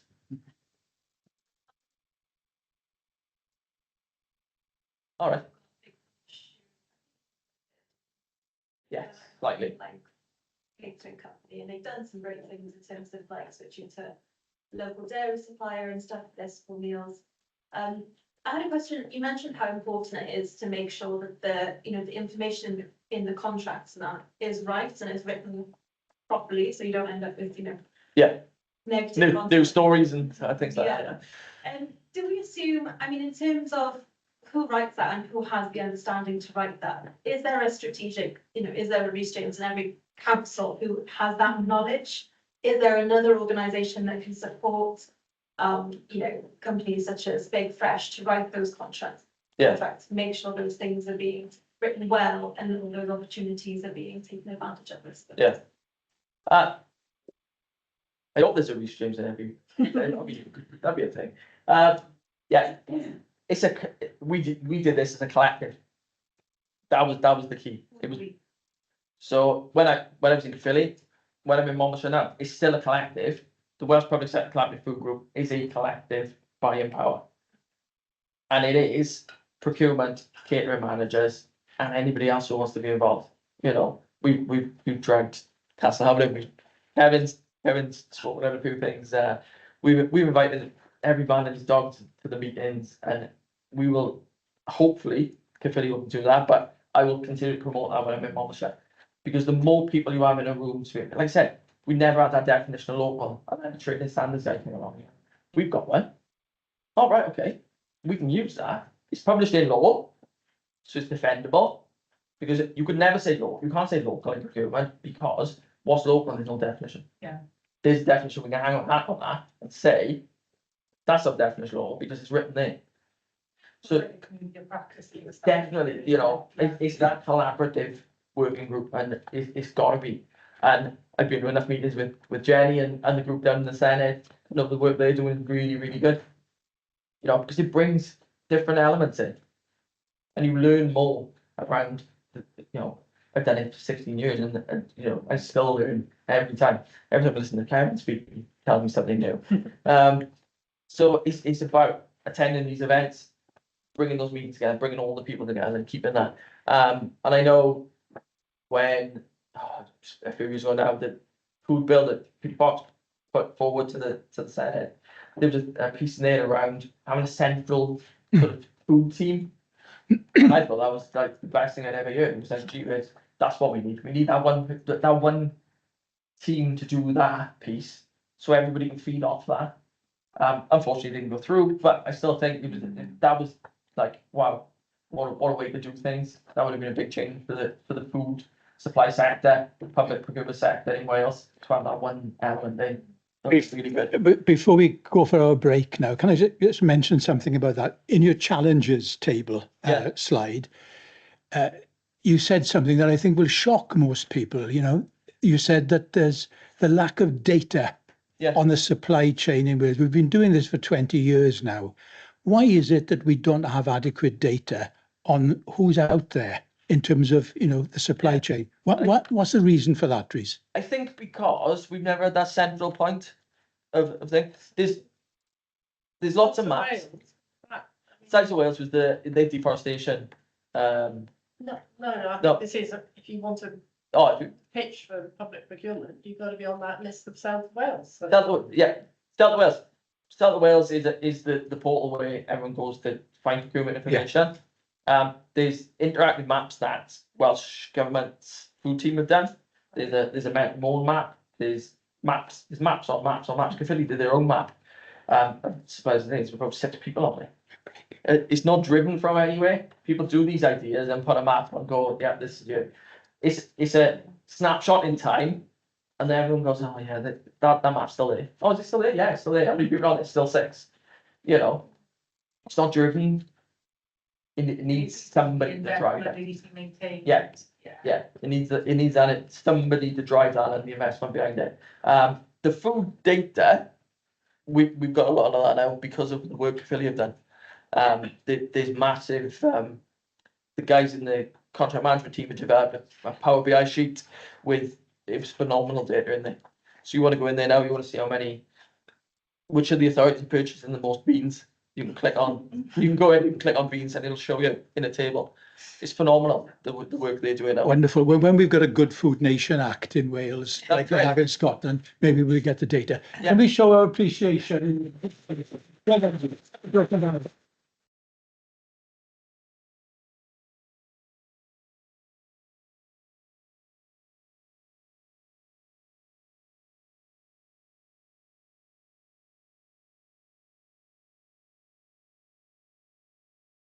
Schools, to make sure that the level of cleaning is up to our required standards. I have a team of 24 staff, various disciplines. Obviously, you've got those staff supporting the operational side, admin, the cleaning auditor. We have our own designated training team of 4 members of staff who train all our internal staff, other departments in the authority, and we can offer external training. We've got our own dietetic support. I've been able to secure funding for 3 posts, so that 4 grant posts are funded from the UPFSM admin grant. Next Sorry. Next slide, please. So in terms of the rollout, we commenced in September 22. It was a phased approach, starting with our youngest learners. UPFSM was rolled out with 2 funding sources, both revenue and capital. The unit rate initially in revenue was £2.90. Following a unit rate review was increased to £3.20. We can't operate within that amount in RCT based on total cost. So we subsidise every UPFSM meal daily, which puts a lot of financial pressure on the council when we're trying to make cuts, millions of pounds worth of cuts. We've had increases in staffing costs, pay awards, NI changes, and obviously food prices are continually increasing, as well as energy. Capital funding, this is probably what I'm most passionate about. It only came with 2 years worth of funding, capital, which I still can't quite understand, because for any capital scheme, you would have funding prior, during, and possibly after as mop-up. So I would expect there to be at least 3 or 4 years worth of capital funding. RCT received just under 4.9 million in our 2-year allocation. We used that to buy kit, relocate kitchens within schools into bigger facilities. We did an extension, we did remodeling, refurbishments, a big combination of capital works, really difficult to deliver within 2 years because the nature of the works, a lot of them can only be done in the 6 weeks holidays. The funding was allocated on the basis, as I believe Welsh Government confirmed, pupil numbers and school numbers. So it didn't take into account things like the age of our kitchens, the size of them, the electrical load, the ability to extend. Some of our schools are Victorian. We don't have extra space to make those changes. But we did the best that we could with the money we had. But I did have to submit additional capital bids. So we submitted a bid in October 23 for 2.8 million, which we were awarded. A further bid went in June 24 for 3 million. We were awarded half of that, 1.5 million. And then I submitted a bid in February 25 of this year for 3.3 million that was rejected because I was told there was no more money left. But we did get 590,000 for kit. So we're now left with roughly a dozen capital schemes that are still outstanding. So it's making it very difficult to deliver UPSM in those schools. We still got dining centres, so we're having to transport food in from neighbouring schools, which is not ideal because it doesn't transport well. But at any time that any funding comes up from Welsh Government, then we'll most happily spend a few. Medically prescribed diets, so those children with maybe an allergy, an intolerance, or maybe more complex health needs such as celiac or type 1 diabetes. We got children in our special schools because we fresh cook in our special that need to be peg fed or texture modified. Before UPFSM rolled out, we were up to about 300 meals a day for medically prescribed. We're now at 650. So the number is increasing, the complexity is increasing, and then the cost, or even buying in things like gluten-free products, are much more expensive. We've had to establish our own dietetic support because it was very limited, the support we could get from the local health board. Thankfully, he's not here today, but not thankfully, but Gareth in WLGA, thankfully for me, he identified as an authority, we would have received Appetite for Life funding many years ago. So luckily for me, I did a bit of delving with my accountancy colleagues, and I was able to get some funded reallocated back to me because it was in our RSG, and I was able to appoint a full-time dietitian. That within most probably weeks of her starting, if not months, it became apparent it was too much work for one person. So luckily at the time, we had a vacant post in our structure, which I could disestablish and create another dietetic post. So we now have 2 full-time dietitians working for us, doing an excellent job. They've gone on top of medically prescribed diets. They've rolled out our new primary menu. They're working on a secondary menu at the moment with Larder Cymru and various organisations. So, we're really getting on top of things there. The only area that we still got to address are reasonable adjustments. So I asked the dietitians this week, we estimate we most probably got 500 to 600 pupils in our special schools that need reasonable adjustments. So that's going to be a lot of time and effort meeting with those parents and carers and coming up with what they are and documenting them. So I've just managed to secure 18 months worth of funding in the council for a dietetic support officer that would purely support those special schools going forward. Yeah, That's okay, just for our participants. Like whole school approach. Wouldn't it be nice if we had that? That's what we're lacking in RCT quite a lot. We really need all school staff on board in terms of UPFSM and healthy eating. We have experienced quite a lot of issues with schools, like last year, trying to formalise like pre-ordering arrangements because it's people-led in RCT.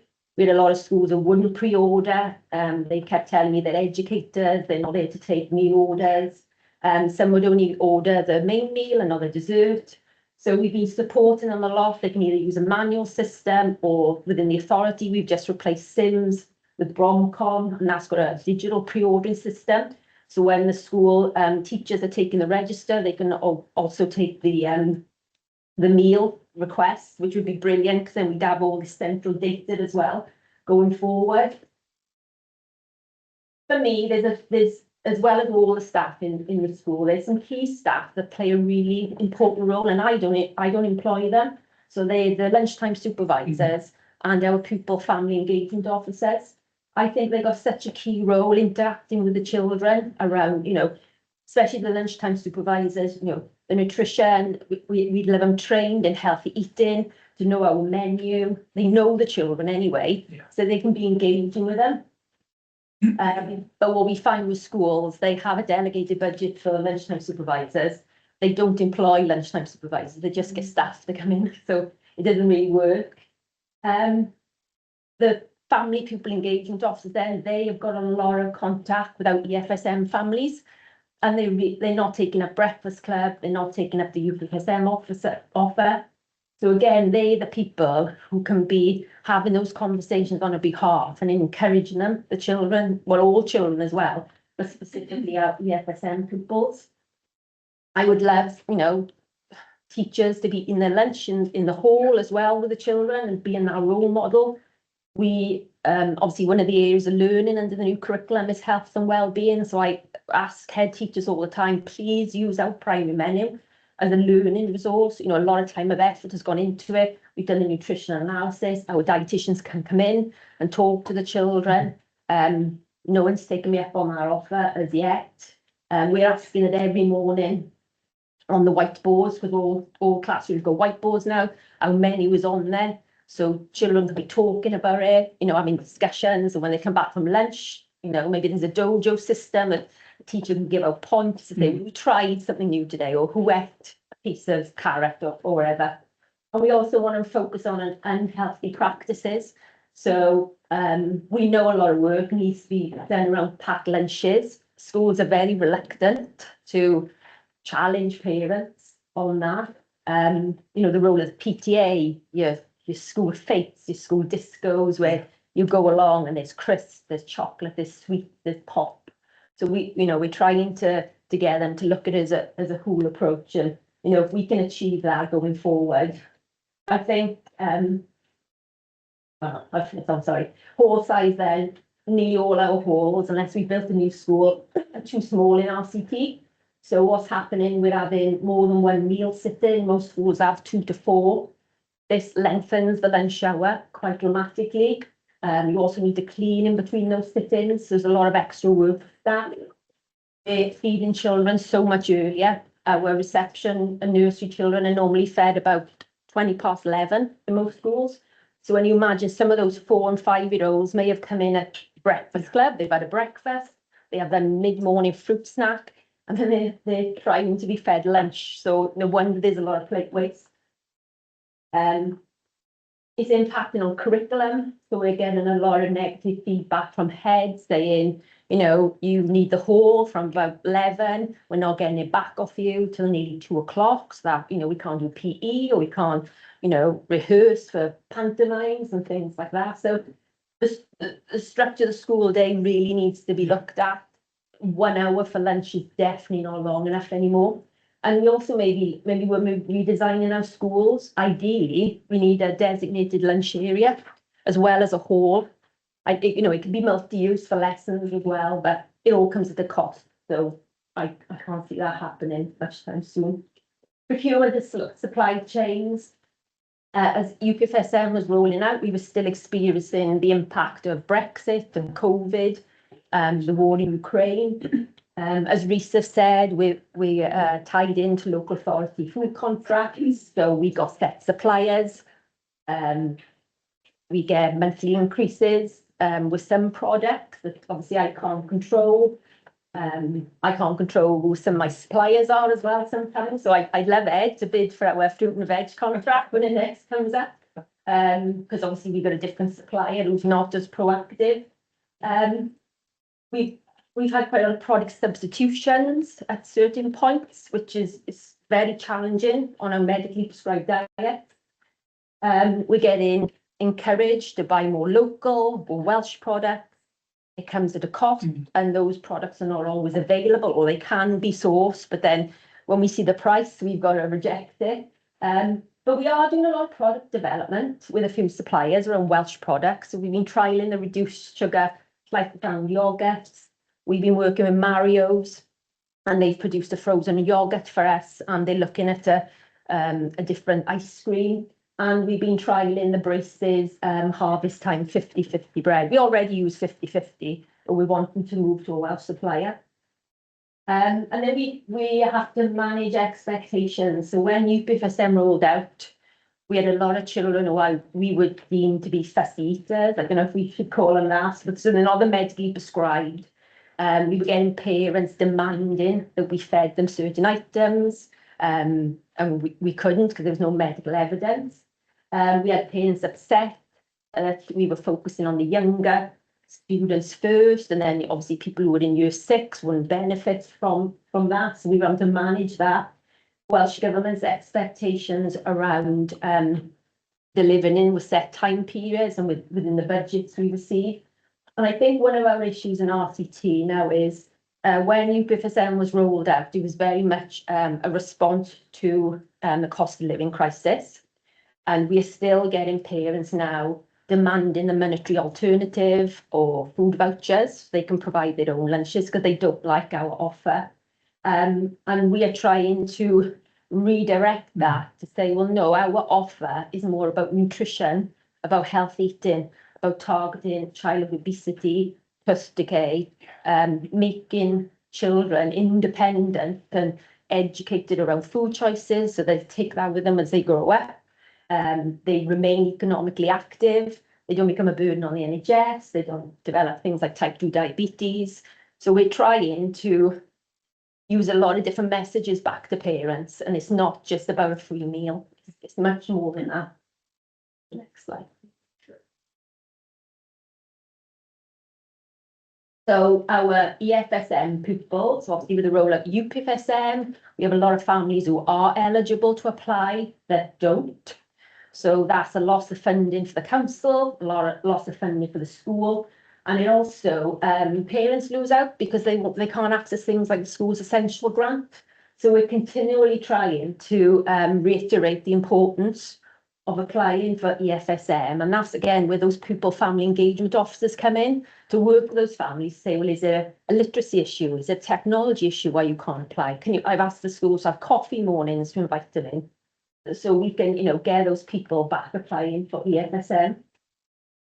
We've got a few new agendas that are causing a few issues. So we've got the net zero carbon. So when we're building new schools now, the grant conditions stipulate that they need to be net zero carbon. So I've had a few heated discussions with school designers where we're looking at the kitchens and I'm like, oh yes, I'd love 2 20 grid ovens, and like, you can't have that. It's like, but yeah, we need it. And they're like, if you can't have it because of the conditions. So we're already ending up with facilities that are not going to be 100% suitable for the delivery of UPFSM. Again, we're going to be lengthening the lunch hour because we haven't always got a kit exactly as we want it. We're doing a lot of work now with corporate states around those specs and what we will expect going forward when we design these new schools. We had the new waste regs come in, so there's a very big focus on waste minimisation.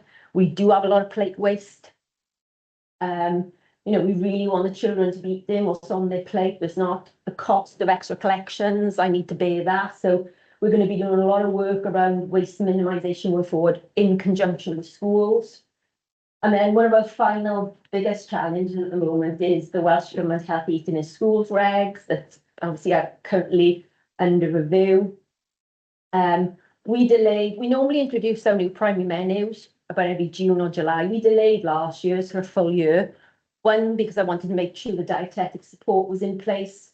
And if we were going to be looking at the new primary menu, I wanted to make sure it was compliant with existing food and drink standards and potentially the new ones that were going to come through. We had a very generous offer in RCT on a daily basis. We were offering a hot main meal, hot vegetarian, jacket potatoes with 3 fillings and rolls, wraps and sandwiches. So as you can imagine, there's a lot of food to be prepping every day. After much discussion, we looked at what other authorities were doing. We looked at the nutritional benefit of the rolls, wraps and sandwiches, and we made the difficult decision that we were going to remove cold options. That would have an impact on people like our bakery, who supplying bread, Peter's, who was supplying the ham. But we felt that was the right decision for RCT. So we took a bit of a double whammy. So with our new menu, we played the full offer. We already offer the 2 veg. We've moved to 50-50. We were already offering 50-50 bread, but we've changed our rice and our pasta. All our desserts are fruit-based. We still offer jacket potatoes, but we offer them with 4 fillings now. So it's still a generous offer. And we've made those changes. It's come at a cost because we have reduced our palm oil. So we've removed lots of products and used alternatives that are more expensive. We've introduced more Welsh products that came at a cost. We're working on our certificate compliance, working really closely with WLGA because we've always been compliant with food and drink standards, but we hadn't been doing our nutritional analysis. We've invested in new software called Nutmeg. And yeah, we've had thereabouts on we can't. We just need to make 2 little tweaks or something between weeks and we'll finally get our certificate. There was an impact on us making the changes, and in us RT quite consistent anyway, because in March it was 66%, it dropped to 62% in April. In May, the month we made the changes, it went up to 64%. And then in June and July, it was 60 and 61%, which we would expect in that drop off, because we knew a lot of children would find it difficult to transition from a cold to a hot option. And we that were having a packed lunch. When UPFSM come out, they just had our packed lunch. So literally it was like Greg's in some schools making sandwiches every morning. So we knew there was going to be a lot of negativity, but we're working with that, and our rate is 59% in September, and obviously it's at 60% in October. So we are doing a lot of work with schools. We have offered every single school in RCT the opportunity of a taste testing session, which is at the cost of the authority. So they go in at the end of the day, our dietitians and members from our team and our mobile cooks, they cook up the whole menu. We invite in the pupils, parents, carers, aunties, uncles, whoever wants to come, teachers, governors, our governor support officers, because we want them to be pushing out the message as well. The children get a little passport with green, amber and red stickers, so they can trial, if they can identify what they like.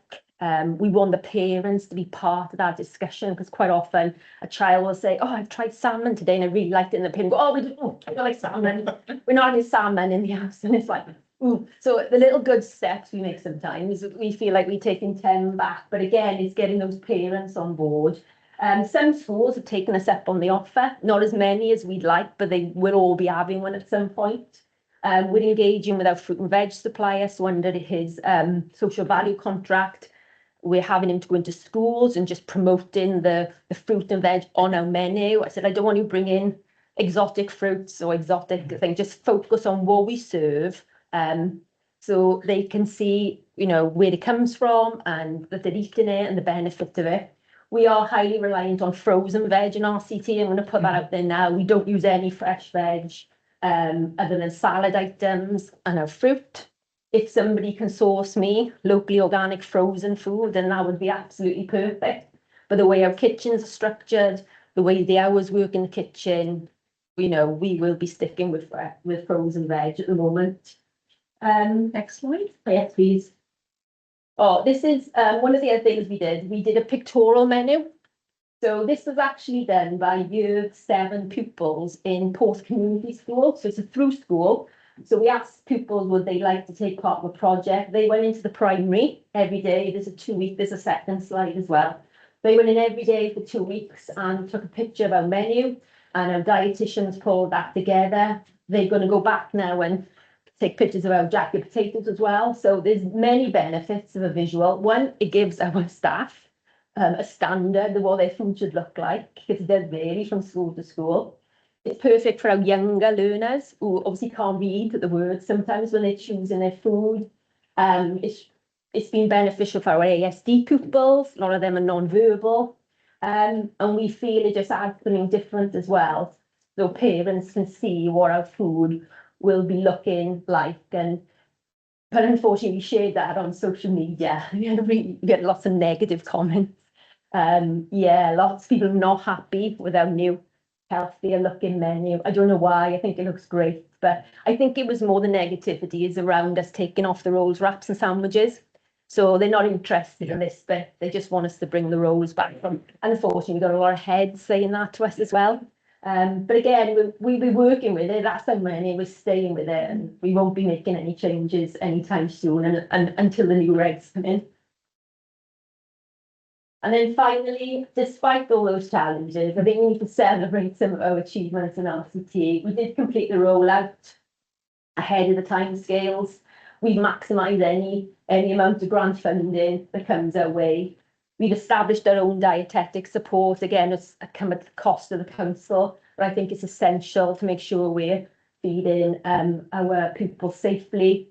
We've launched our new primary menu. We've done a huge amount of support and advice guidance. We've done pupil-friendly flyers for pupils and parents. We've done some training for chair governors. We're updating our website. And like I say, we've had tremendous support from WLJ, you know, from the start, to be honest. We weren't doing things correctly at some point. So we work with them and making major improvements. We work with Size of Wales. They are currently reviewing our menu and they're going to be identifying our deforestation friendly meals because we have stripped out a lot of palm oil. We got the local health and dietetic, they come into our head teachers federation meeting next month for primary, as well as RISE presenting. They're going to be doing a joint presentation with our dietitians. I should say Welsh Veg in the school. So we worked with them for our food and fun that we did in the summer, and we'll be looking to engage them next year. So we are making some little improvements around using fresh veg, but the scale of RCT is not at the point that we can consider that on our main menu. And yeah, we are offering a free, nutritious, healthy meal to all pupils in RCT. And we do reiterate it's an offer in RCT. So we'd like you to take up our offer. If you don't, you will have to bring a packed lunch. And if you do need support on packed lunch, we've got a sustainable food officer in the council who's done a lot of work and have put on a website loads of organisations that can offer community food support to those parents if they choose to bring a packed lunch. So we're trying to support them as well, because we're still very conscious that it is, some people can't afford to provide a packed lunch. And that's it. So it's just some contact details there for myself or the team if anyone needs anything. So that was brilliant, absolutely brilliant. Many thanks. You know, understand that the context of this. This is a municipality trying to serve good food in one of the poorest areas of Western Europe. You know, let's think about that for a moment. One of the very poorest, and not just in terms of income, but in terms of a culture of diet, of we think poor diet. And oftentimes we often say, you know, what is most unique about the South Wales Valleys isn't relatively high unemployment, because other northeast of England shares that. What's unique about the valleys in European terms is long-term limiting illness. That's the statistic that differentiates our own coalfield region more than any other index, you know. And I think we can all agree that the most important inequality in the world is the inequality around mortality and morbidity. Yeah, people die earlier than they should or live less healthy lives. So, and diet is right at the heart of this noxious cocktail of poverty and ill health. And you've done a fantastic job, Lisa. So hats off to you. So we've got some time now, 5 to 10 minutes for questions, please. Thank you, this is very interesting. So from what I understood, the teachers and also the supervisors don't talk much about food with the children. Why? Wait, how do you explain it? What could we do to involve teachers and this lunchtime supervisors more? So we are looking to source some funding in the council to provide training to lunchtime super. Like I said, I don't employ them in catering, they're employed by the school. Yeah. But we're working in conjunction, hopefully being able to offer them, you know, our dietitians can go in and educate them on just the principles of healthy eating and having those engaging conversations with the schools. I'm sure some schools or most schools should be covering health and well-being because it is an area of learning, but we want them to be using our menu. So they're actually discussing our menu on a daily basis. So it does happen, but I don't know to what extent and how consistent the messages go out in schools. You know, it depends on the head, it depends on maybe this class teacher. So yeah, it varies from school to school, but we are looking to source some funding. Because as you can imagine, with all those schools, there's a lot of lunchtime supervisors out there. Some of them only work an hour, so they just come in for the hour. They just want to do their bit and go. But really be adding so much more to that process. Sarah? Yeah, so one thing I wanted to mention is that, well, another thing that's unique about the values is the sense of community and the opportunities that that brings for lots of reasons. I just want a reflection, Lisa, that we can all take a lesson from Lisa in terms of applying funding and getting funding to further our cause, right?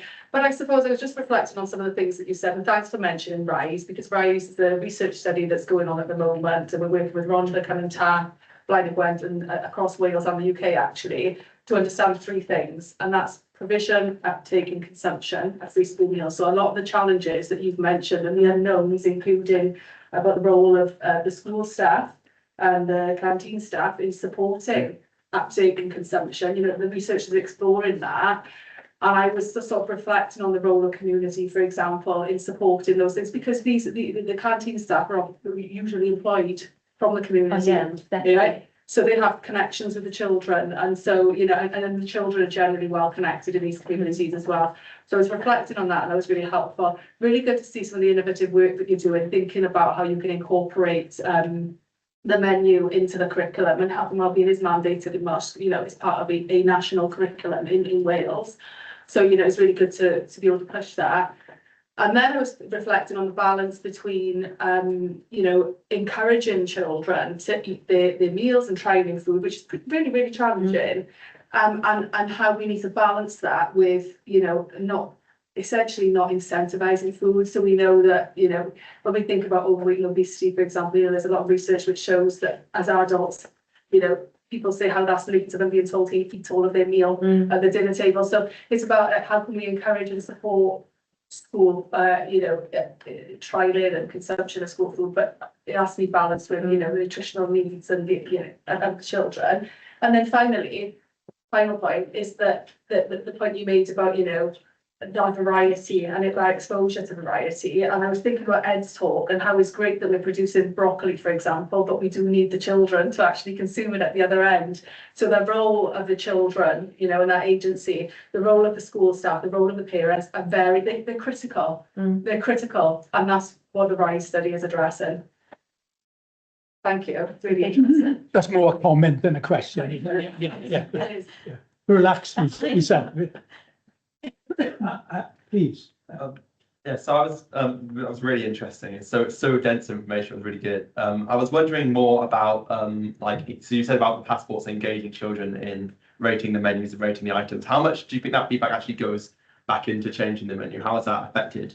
Well, our dietitians lead on the taste testing session, so all the feedback we get is documented, and we did that when we changed our menu this time. Maybe not so much with pupils, but we engage a lot with the cooks. They are the eyes and ears of the children. You know, they give the comments back to the cooks quite a lot. So going forward, we will be taking on board. But to be honest, every single school you go to will be something different. Yeah. Some schools love a cooked dinner. So we always keep the cooked dinner. We began requests for pasta. We brought pasta on. Some schools absolutely dislike the pasta options. So it's from school to school and region. So it's very difficult. But we will take everything on board. But at the end of the day, we're never going to satisfy 13,500 pupils. So we're trying to put a menu out that ticks the boxes nutritionally, looks good, has a wide variety of choices. And we will take on board and try and make those tweaks, but obviously under the nutrition analysis, to make massive changes just creates another monster for itself. So we will take on board, and we did make some changes in September from when we rolled out in May. So we knew our vegetable curry wasn't very popular, and tuna pasta was on the same day, so we've introduced tomato pasta on that day as well. We knew salmon might not be popular for some children, so there's a different fish on a Friday as well as a vegetarian option. So we've tried to take on board that. So just to follow up to that, so you said also about the like children order. How does that work with the ordering their food in the week? Is it like they order on a Monday and then they? No, daily. Daily. Because we know they change their mind. They change their mind from 9:30 to 11:30, and that causes problems because we haven't got an abundance of other food to give them. You know, it's very much constrained now budgetary wise. So yeah. Alex, Thank you. Yeah, just a quick one. You mentioned plate waste a couple of times. Is that something you're measuring?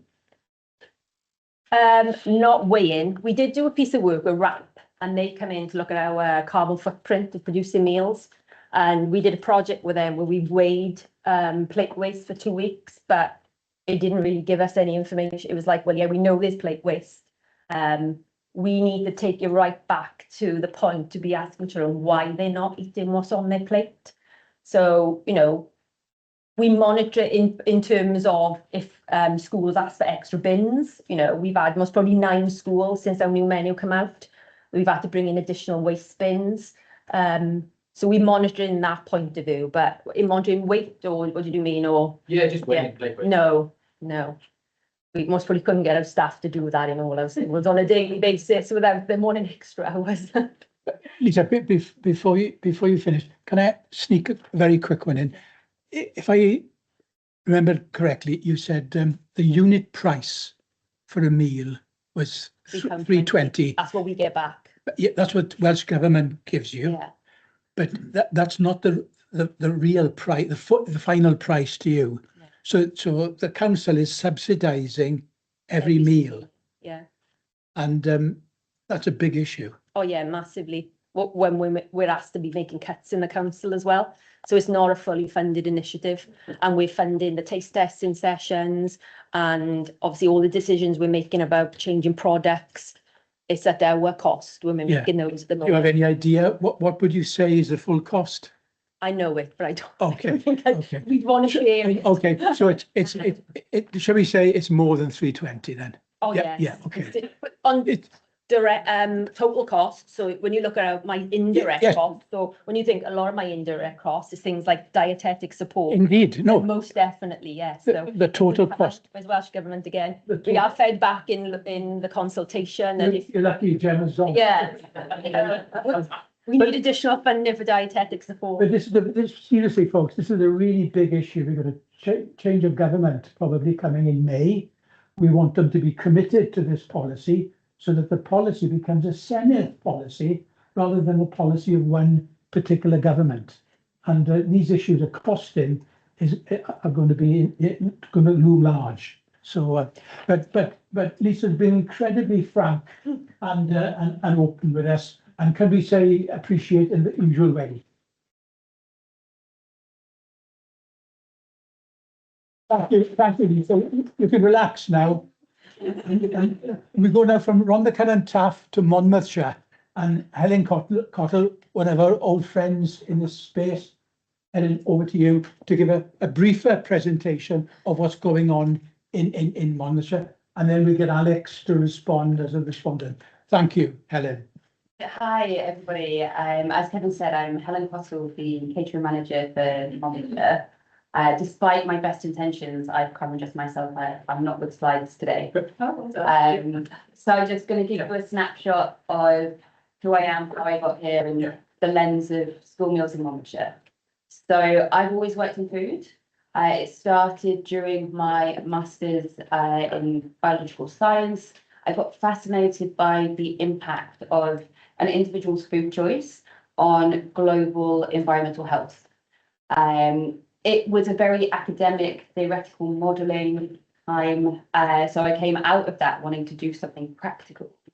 So I started working at a vegetarian kitchen at a city farm, and just really loved that position in society that I had to take locally grown vegetables, provide them to a demographic that really needed access to fresh food. From there, I just became more ambitious and inspired, and I moved to London, started working in a really visionary vegan restaurant at the time. Vegan food was really uncommon. So I learned a lot along the way. I went to Ottolenghi for some training, and it was while I was there that a head chef of another Ottolenghi restaurant in the group moved to a primary school kitchen. And so essentially they took the Ottolenghi restaurant model and started serving it to primary school children in Hackney. So a couple of years later, I was the first chef that Chefs and Schools placed into a school. From an Ottolenghi restaurant going into a primary school kitchen, a charity called Chefs and Schools was formed. So a question from the room about what's Ottolenghi in terms of it's become a concept in food really, but ultimately it's traced back to Yotam Ottolenghi and his business partners set up a Middle Eastern style deli And it's been replicated. There are others around the city. They're now in Waitrose. They've really expanded, but the focus is veg packed with flavour. Like, it was an amazing experience for me in terms of just the complete spectrum that you can have using vegetables at the centre of the meal, but in such the cooking style, the flavour that's laid into it, just really put vegetable cooking at the forefront of what I do. So it was just amazing for me to go and work in a school to deliver that quality of food, but it also came with like absolutely immense challenges of just completely changing the system. It was a baptism of fire for me coming to public sector. In terms of, I mean, one of our cooks in Monmouthshire actually terms it being mummified in red tape. So I'll come on to that. Essentially, I left London. I was a head chef and school food educator, and I landed in Monmouthshire in November 23. So Monmouthshire as an authority had already rolled out UPFSM to all primary school children. Monmouthshire completed it ahead of time by 1 year. So I don't know a huge amount about what was going on before I was there, but what I can tell is that Monmouthshire were incredibly organised, you know, in terms of they needed to scale up their operation, in terms of staff needed to be recruited, there were some kitchen renovations done. But I think because Monmouthshire were already on this journey, it wasn't such a huge change for them. The week that I started, the final school opened its kitchen. For a strange reason, a relatively new build school hadn't been built with a kitchen, so food had been transported. But by November 23, we're in 28 primary schools and not any secondary. So the scale of our operation is smaller than some of the other authorities that we've heard from.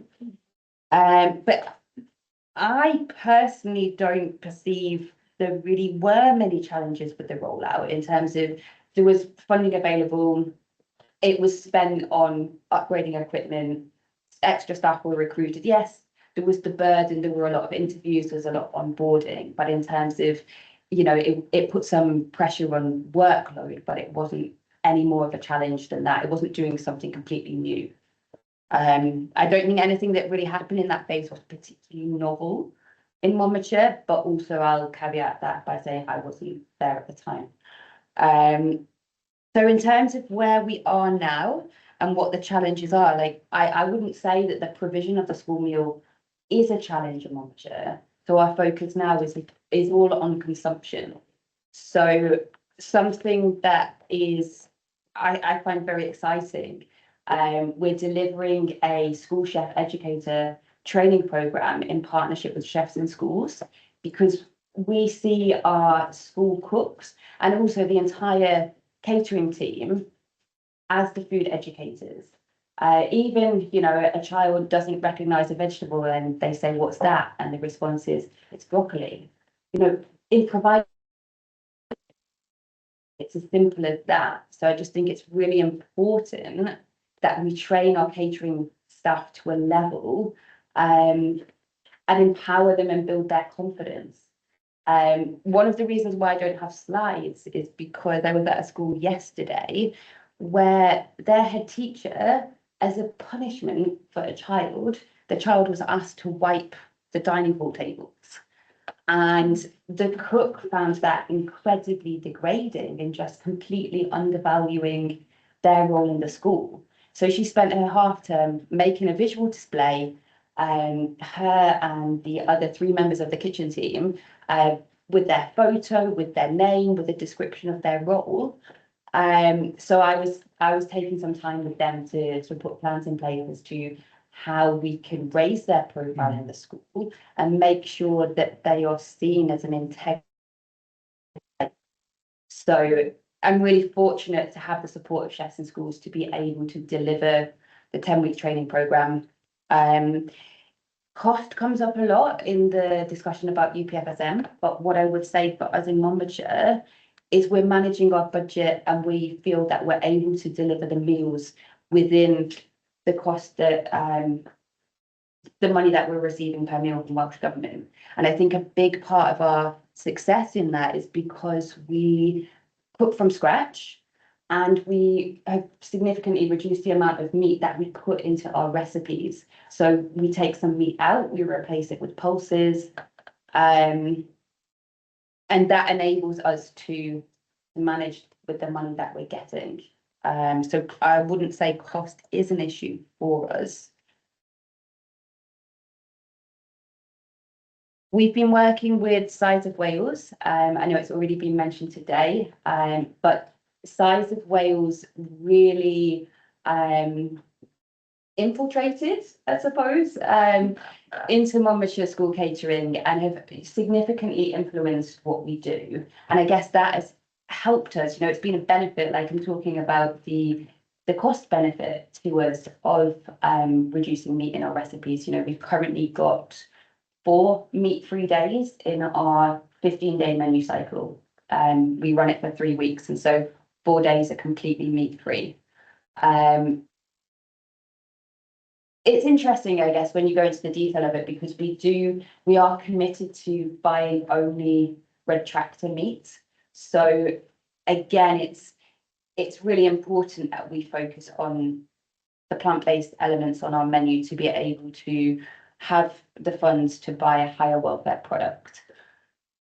I'd like to ask a question. Yeah, please jump in. If there's someone doing an economics or cost benefit analysis or just some sort of basic economic evaluation of cost and fee, then I know you're using the ethical, buying more ethical meat, but yeah, that'd be really interesting. And the other thing I'm thinking is in terms of how you're encouraging consumption, that would be something that I'd be really interested in talking about. No, not at all. It's a good link into the food education work that we do. So as well as empowering our catering teams, we've also been running a project known as Hello Void of the Food Stories, and it's giving children an opportunity to have sensory exploration of the food. They also combine it with storytelling, which I think is a really important element because it gives the children the language to describe their preferences, their likes and their dislikes. And it also, the storytelling sort of relaxes them and opens them up. They go on a journey over the 2 days that the project is delivered, and there's a classroom cooking session, so the children get to cook dishes from the school menu as a class, and it finishes up with a tasting. So at school finish time, parents, when they come to pick up the children, can taste the dish that the class have cooked together, and they go home with a meal kit and recipe card, so they can recreate what is being done in school to help bridge that gap. I mean, it isn't all rosy in terms of the picture is mixed. Some of our schools, one in particular is a complete outlier, and there aren't obvious stats on why that's our lowest uptake school, and it's much more of a behavioural issue. And so it's really interesting to hear from Public Wales earlier in the week about the concept being applied to the study of the UPFSM in terms of the behavioural science element to have a change of culture. And it's definitely something I'm up against as certainly in the there are now some pioneering cooks in Monmouthshire doing things differently with the food because they've had specialist training. They've been trained to be school chef educators. They're taking the vegetables that go into the tomato sauce out into the dining hall and showing the children what they're eating. So we're no longer hiding the veg. And Ed, when you were talking about the kale earlier, reminds me of one of my earlier jobs in the kitchen. I was a kale masseuse. It was the Visionary Vegan Cafe. Yeah, we used to, if you massage the kale really well, we're using Himalayan salt, lemon juice, put some ground almond on it.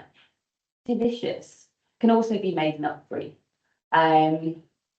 So I think it's just really important to make sure that we develop those craft skills in the cooks, but we also give them the opportunity to be creative. Because I think going back to that concept of being mummified in red tape, it's a real challenge in Wales to be flexible because of the, you know, the nutritional analysis that we have. But we need to be able to pivot, because if we want to use more seasonal, locally grown products, if we want to cook food that children in a local school want to eat, we need to break free of this system where every school does the same. So we just need to be able to pivot.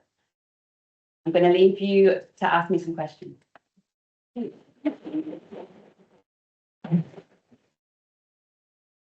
Fabulous. Who's going to kick off? Alex, please. Do you know what your percentage take up of meals is? I do know, but it's not something that I would outwardly. Just to be clear, following Alex's question, just to be clear, you know, we're talking about a service that's under siege. You know, many private sector companies got their eyes on Wales. They want to cherry pick our secondary schools and so on and so forth. So it's understandable that our catering teams are nervous and apprehensive about divulging some data. And the two pieces of data that is treated like should be in Fort Knox. Number one is, as we saw with Lisa, is the real cost, the full cost of delivering a meal. Number one. And the second piece of data that's treated as a state secret is the real levels of take-up. You know, sometimes you can have an average figure. As you said, you showed an average figure for RCT, but we know within that average, excuse me, it combines two enormous variations. And normally, you know, the paradox here is that oftentimes we find that the lowest take-up is in the areas of highest need. You know, there's a paradox there where you think poverty is highest, some people would assume take-up would be high. But it's the inverse, it's the opposite of that. And this is a real challenge for us on the RISE project that Sarah is leading. But those two pieces of data, I didn't want to embarrass Lisa or Helen about this. It's generally the case. It's hard to divulge those two pieces of data. Just for us all to know and understand that. Sorry, Helen. No, but thank you for clarifying on that point. And I also feel that uptake isn't the full picture. You know, it really is about consumption. You know, uptake could be really high, but it could be that 90% of the children that are having a meal are just eating the inside of a jacket potato and not anything else. So I think I'm trying to move away from reporting only on uptake because it misses out so many of the nuances of the data. Any other questions, folks, please? I'm curious about the meat-free days. Like, how is uptake with that in terms of was there much backlash to having no meat in the food by the children or by the parents or anyone else? So it was before my time that they were initially introduced. So it's difficult for me to comment on the pushback. But I think it's about having a meal choice that is accessible. So it's not, the meat isn't missed as such. And I think it's become normalised to an extent through the work of Sides of Wales. They've really raised the profile and done a lot of education within schools. They've also been doing cooking sessions. I know one of our primary schools recently did a whole school cook along of the now going to COP30 deforestation dish of the chickpea korma. So I think that's helped to it's helped for the children to realise the importance. I think messaging we're hearing from the young people is how important sustainability to them is much more of a hook than health. I know we were talking about this a few weeks ago. So supplement the school food with that education piece about the impact of that meal choice on global environmental health. It helps the young people to accept it. Ed, There's no other comment to share, but you mentioned the elections next May, and it was brought up here about contract labourers. We knocked our work came down to the depot on Monday, and with a bit of an entourage of thank memory. And we've kind of laid it on thick to him. I had some of the slides earlier, that to make this happen positive in the supply chain, you've got to be supporting the local authority caterers, because if contract caterers do come in en masse in Wales, we will achieve our objectives, and certainly there'll be repercussions on the children as well. And it was a struck a chord with him, because he's from Ynysmôn and they've got contract caterers in there. Who knows what they're really thinking, but it seems to strike a chord, and let's just, I don't know, let's see what happens in May. But I'm hoping if everybody keeps drumming that message through to them from their own angle, support the local authority caterers, whether you're obviously caterers or people like us, WLGA, then hopefully the landscape will remain the same, and even perhaps there might be a few more quick chucked in the box for you as well. Yeah, I hope. Anyway. yeah, let's hope so. Yeah. Question? It was more just off the back of the point of the meat-free days.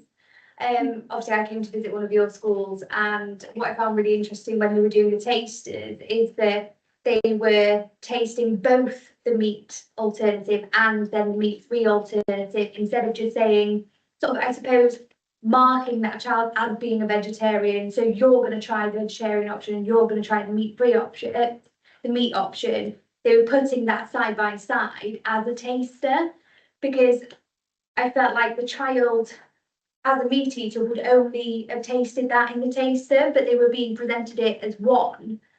So I think it bridges that gap and allows them to try the alternatives, which then potentially would have had a difference on the uptake, because they're not looking at the perception that a meal has to include that meat. Do you know what I mean? Yeah, and I think it's good to talk about those sessions, because it was really a pilot phase, and that concept is something that we're rolling out on a larger scale, because it's difficult to do tastings outside of the lunch service. So we're enabling our catering staff to do them working in partnership with the school, and they're bringing in a class a little bit early for lunch, and they're all given a taster. Of both options, though, it's interesting that it's not just that one that they're going to be used to. It was allowing them to taste both sides of it, and I tasted it and it was fabulous. But then they also the other one, which you will get excited when I say the words cheesy leeks, which was developed on St David's Day, but then has become an actual part of the menu now. But the story that was then told about the leek and about it being St David's Day, and then the kids got really, really super excited when that is now a part of their meal, going back to that sort of storytelling, I suppose. Yeah, absolutely, and it takes time as well. You need to stick with it and reinforce the messaging. But yeah, if you can relate it and give an explanation as to why you're doing things in a way that makes sense for the children, it helps get them on board. I just remember the enthusiasm of those boys during the group of like year 6 boys, and they were so excited that cheesy leeks were there, and they were like, tried it, it's amazing. And it was like a domino effect. As soon as one table had it, was like, oh, try it. It was the power of the influencer. Yeah. Oh yeah, absolutely. It's voice in the room. Question from Mara. Thank you very much. I really enjoyed the presentation. Thinking about what Lisa was saying before, that there is an issue of difficulties in engaging actually the teacher to try the school meals. And we know from other experiences, for example, in Italy, but also in other Southern European countries, the teachers actually sit at the table with the children and they communicate something about the food as well. Have you tried to have the teacher do some tasting of your food, or try to engage them in, sharing the meal with the kids? It's a really important point. Thank you for raising it, because that was a big part of the success or the continued success of the Chefs in Schools model. It relies on the adult supervision and support, because the child alone, Lisa, I love the visual menu, really great. And you're talking about the pushback you got on social media, because when you present plates that look like that for children that are not, they don't relate to that as edible, you need adult supervision to enable the child to have the confidence to eat it. So a big missing part of the puzzle for us too in modelling, and relating back to my school visit yesterday, myself and the cook spoke to the head about it, and absolutely not really was the answer, in that he, speaking on behalf of the adults in the school, basically said nobody would want to do that. Instead, I didn't want essentially we'd arranged to meet with the school leadership, but they had been unavailable. So I went to the catering team anyway, and I said, don't let that throw cold water on your plans. You're the light here, you do it. I appreciate how challenging their job is, because I had it myself for many years, but there is time. They're a team of 4. Even if they just sit down, each of them, one child each day, then modeling that good behavior. And so the hope is that that will translate. And also with the food, the way they're cooking it is changing, the way it looks. And so I think it will become more appetizing for the adults to eat it. So hopefully we can get the intergenerational roundtable that we need. Sarah? So we know from some of the early research, there's really good practice within schools in terms of encouraging. In some schools, teachers do sit with children.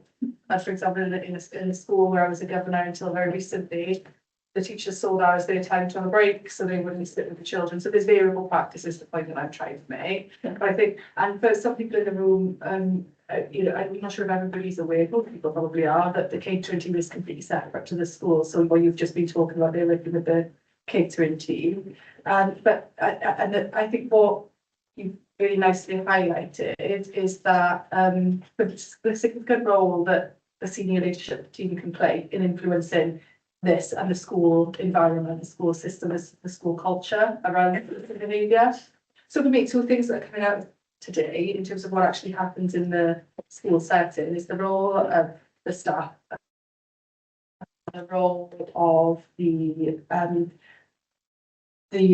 children and their friends. You just mentioned influencers. So we know in public health there are other initiatives such as stop smoking cessation programs that influencers have a massive role in determining whether their peers smoke or not. So I would, 2 key sort of social influences here that we're thinking about that can have a really big impact on consumption.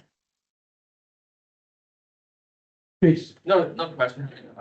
Just a comment and linking in what you said about lunchtime and things like that, and previous meetings we've had, and the Senate group had it last time when we spoke about to the Education Minister about that rural school approach and having that and driving that. And there's an opportunity at the moment with the curriculum in Wales being changed and having that flexibility to do different things. But it's getting that across the schools and driving that, because I don't think they value the role that food can have on the children. I don't think they can use it as much as they could. You hear schools cutting lunchtime 30 minutes and 45 minutes. That's not enough time. If you want to do these things, they've got to go longer. They can't bring it shorter and do things like that. It's the old cattle market thing, getting them in, feeding them off. There was a school built in Caerphilly when I was there, which didn't have enough seats to sit the amount of people that were in the school. And it's like, really, why that shouldn't be happening? You shouldn't be doing these things. You've got to use the food to drive that education as well. And I think that's the whole thing of bringing that uptake with all of the teachers and the kids and the educators. At that point, can we invite Alex, who's going to be summarising everything Alex, don't show a big hand, by the way, for Helen.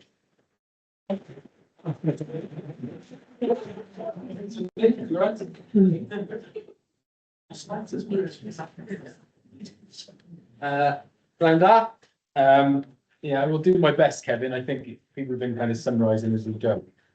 I'm Alex Cook. I'm Food Systems Development Manager for Marlborough County Council, lead on strategy development and projects. I know Ed has named up me a bit in the start around the farm stuff and some of the menu development work, but I find it quite striking the difference between Lisa's presentation with the challenges, and I'll be open and honest, is the amount of challenge that you face can be quite demoralising for us that work in the sector.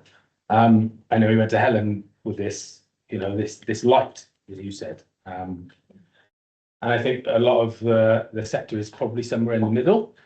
But I would, I suppose I would like to say that there's so much activity in Wales, and we are very lucky compared to other parts of the UK.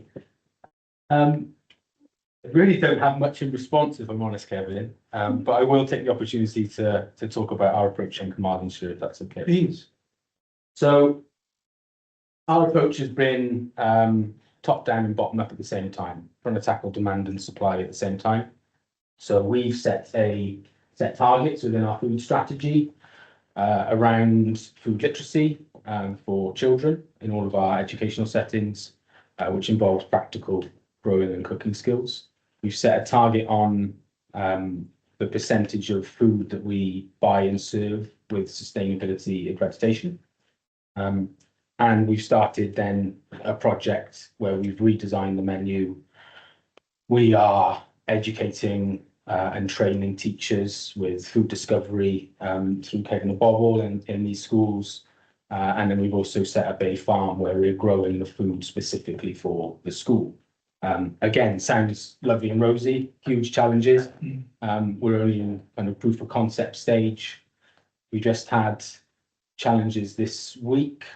We only have 4 meat-free days. We only have 1 meat-free day per week under the new menu.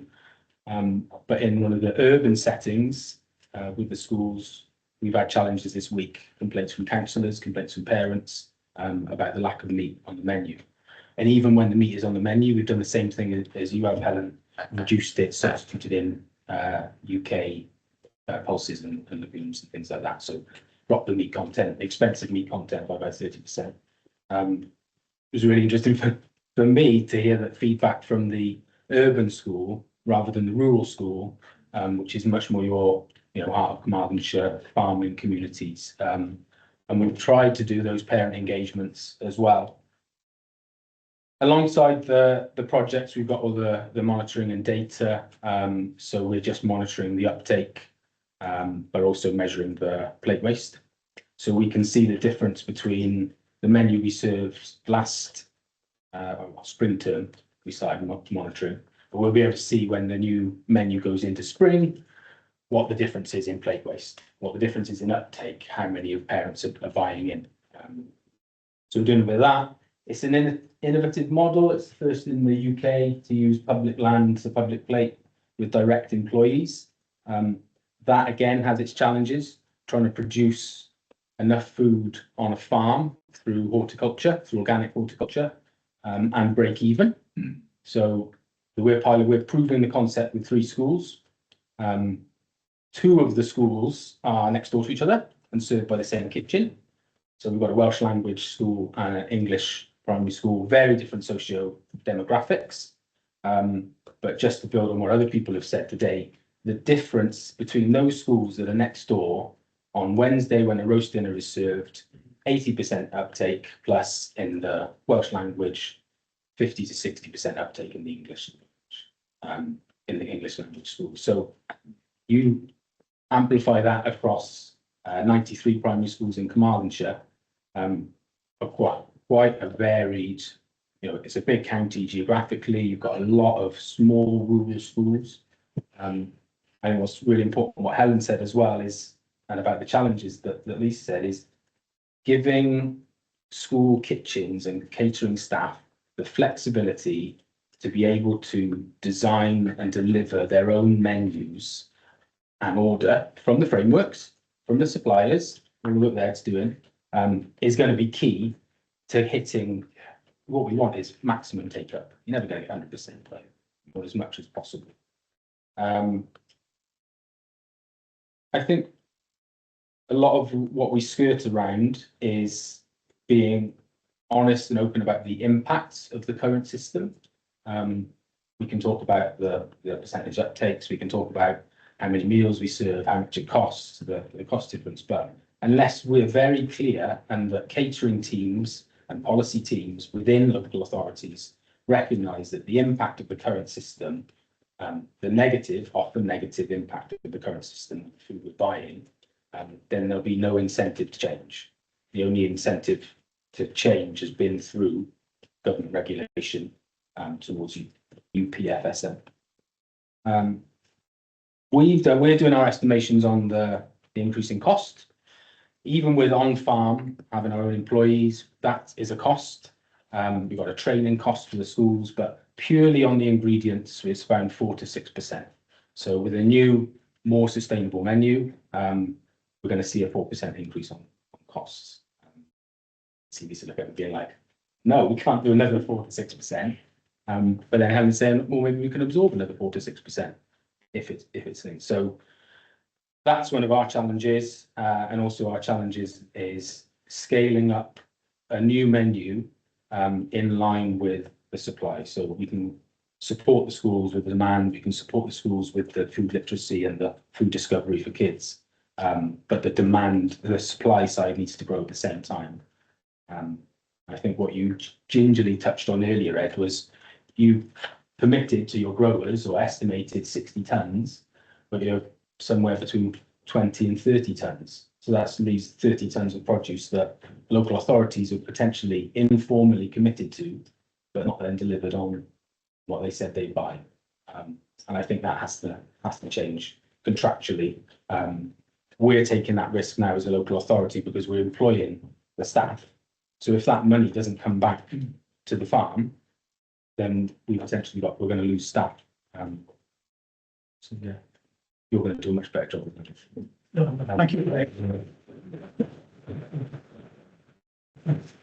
So just before we break for lunch, folks, I just wanted to remind everybody, you know, what a unique opportunity we've had this morning. One of the things that Sarah's project RISE is going to do is to create what we call a community of practice, where, you know, professionals, caterers, procurement people come together to share knowledge, you know, on a semi-confidential basis, because, you know, let's be frank, it's difficult to talk openly about the figures because people feel threatened, as I said earlier. But to share knowledge about how to reduce costs at a time when menu are becoming more challenging is one of the great challenges facing us all. I remember when I was engaging with the Swedes in Malmo, you know, two of the things that impressed me most, they decided that they would go organic in a cost neutral way, which I thought was impossible, but they nearly got there. And they got there by doing two things: radically redesigning the menu, so reducing meat, and secondly, radically reducing waste.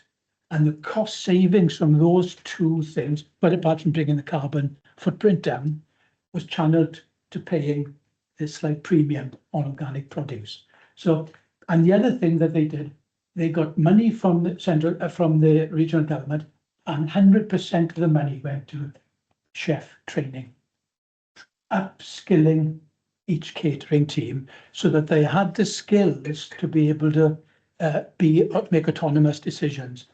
I hope and believe that we can bring good professionals together like we have today. For example, Lisa and Helen talking openly about the catering challenges, for example, Ed talking about the supply chain, Reese talking about the procurement challenges, where we begin to share information and we begin to spread good practice. And this is what we are hoping to do with a new community of practice as a result of the RISE project. So I don't know whether anyone's got any comment or question. Thank you, Ed. Sorry, I can Ed, please. Yeah, well, one thing we are looking at to kind of reduce that gap between organic and conventional. We're not entirely sure how it's going to look yet, but measuring the carbon credits and biodiversity credits which are on the farm and trying to monetize those so they can be sold to other people in the supply chain to offset some of the costs. Now, whether that's a pipe dream, I'm not too sure, because companies like ourselves, through procurement and many other things, you know, we're asked to reduce our scope 3, which is what's happening in our supply chain. Well, if we can demonstrate through our supply chain, and buy those credits off the farms, but likewise, public service boards and local authorities as well. I've had some kind of conversation with the team in the NHS, and because there's nothing certain, you know, they're not entirely sure. But there's more than one way, as opposed to just passing it on a direct cost on an invoice. And just conservatively, we're thinking if local authorities had just could give us a grant or give the farmers a grant or whatever, it's not a massive amount at this moment in time. So it comes out to another pot and it doesn't affect the invoice price going into schools, which, as we know, is going to be can be prohibited. So we are working on, we're trying to think outside the box the best we can, but we're kind of learning as we're going on. Well, I also would want to ask a question to, you know, everybody.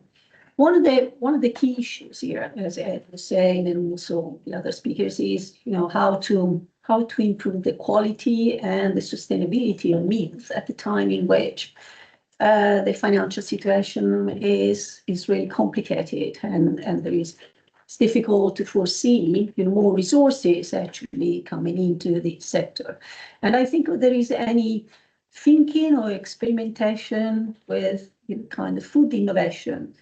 So reducing meat on the menu can be, you know, a strategy that comes with difficulties sometimes in, you know, in terms of acceptance by the children and the parents. But what about alternative proteins, or, you know, these kind of plant-based products?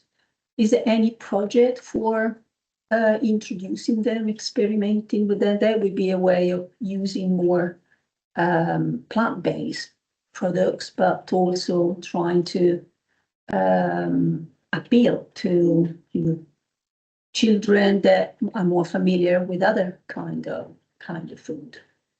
Well, can I say, when the Malmo catering team first introduced their plant-rich menus, they had terrific pushback from parents and from local politicians who accused the catering team of feeding their children protein-free food.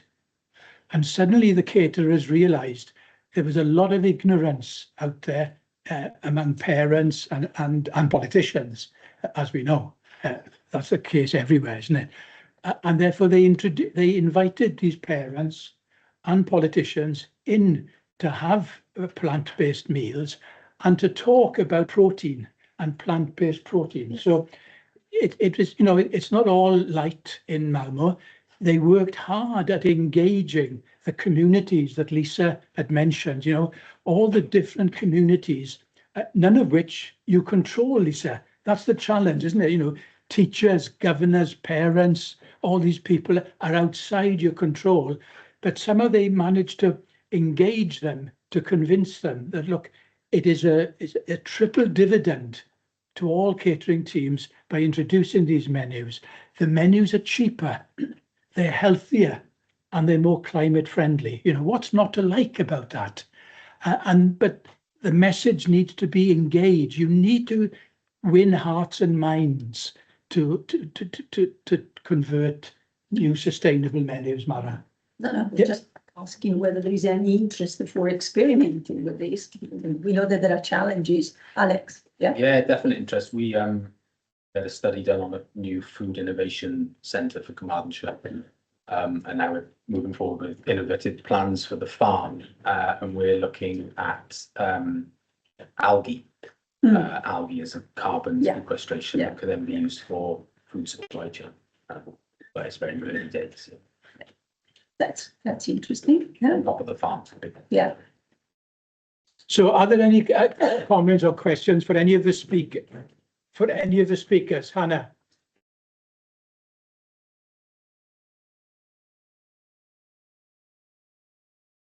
Louise, would you mind? Please come here, so also our participant online. No pressure, Louise. Also, our participants online can see, and Anna, can I ask you to manage the questions online? Because Yeah. Thank you. Yeah, I've lots of great things happening across food partnerships and local authorities all across Wales, really. But in the Vale, we've been participating in the Welsh Veg in Schools scheme that's been mentioned quite a few times now for a number of years. And one of the issues that is a real challenge with the scheme is that engagement with pupils and making sure that they understand why that's important, that they're getting veg, from local producers. They're, it's produced down the road, it's to organic certification, it's amazing, but they're quite often none the wiser. They're just eating their school meals as normal. So we've been getting a bit, we got some funding to do some engagement. So getting the growers that are growing the food to come into the schools to then talk to their kids, do some food growing activities with them, building in, linking to the menu, linking to some of the resources that have been produced from some research that Hannah's been doing as well. And really kind of trying to take that whole school approach as well.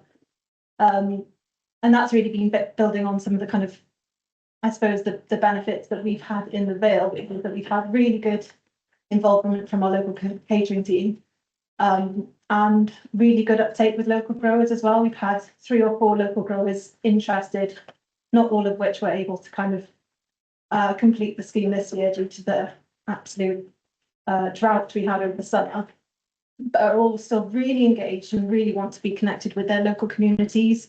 And what better way to do that than through the schools themselves that they're providing into. So we haven't started the scheme yet. It's kind of kicking off in the next couple of months, but yeah, it'll be something that we'd really like to share more widely, because I think that connection with the people who are growing the food themselves and the children who are eating them is such a thing that we can kind of build on in Wales. Any questions for Louise? Anna? Oh, please, can you read it out, Anna? Yes, please. But if there's any questions, you can talk, it's unrelated. Okay. I've got a comment about the Welsh Veg in Schools scheme, just to say that the children who've been trying the broccoli, the cauliflower, the purple sprouting broccoli, the feedback's been great. They really prefer. Also we did an offshoot of the Welsh Veg in Schools. We piloted the supply of local apples, which an amazing, huge hit.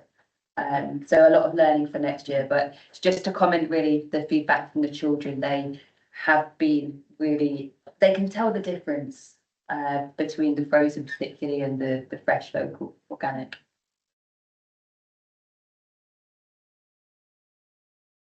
Okay, Anna, you said we have a question online? It's the response from Louise Gillam in I think in response to your question, Mara. So in Torvine, they've swapped all our beef mince recipes over to 60-40 beef and corn mince, significantly lowering the saturated fat and increasing by lowering carbon emissions.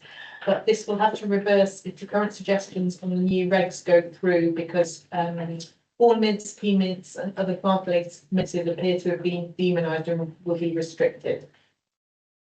Okay, thank you.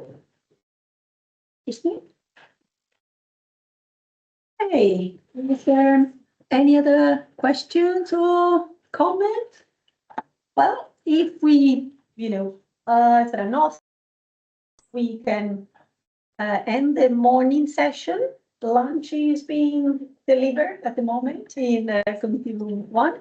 And we're going to stop the Teams meeting. We have a break for about an hour, and we'll reconvene in the afternoon with some insights about what's going on the other side of the pond, on the other side of the channel, some experience from school meals in other European countries. And Christine and Eloise will tell us something specific about France as well.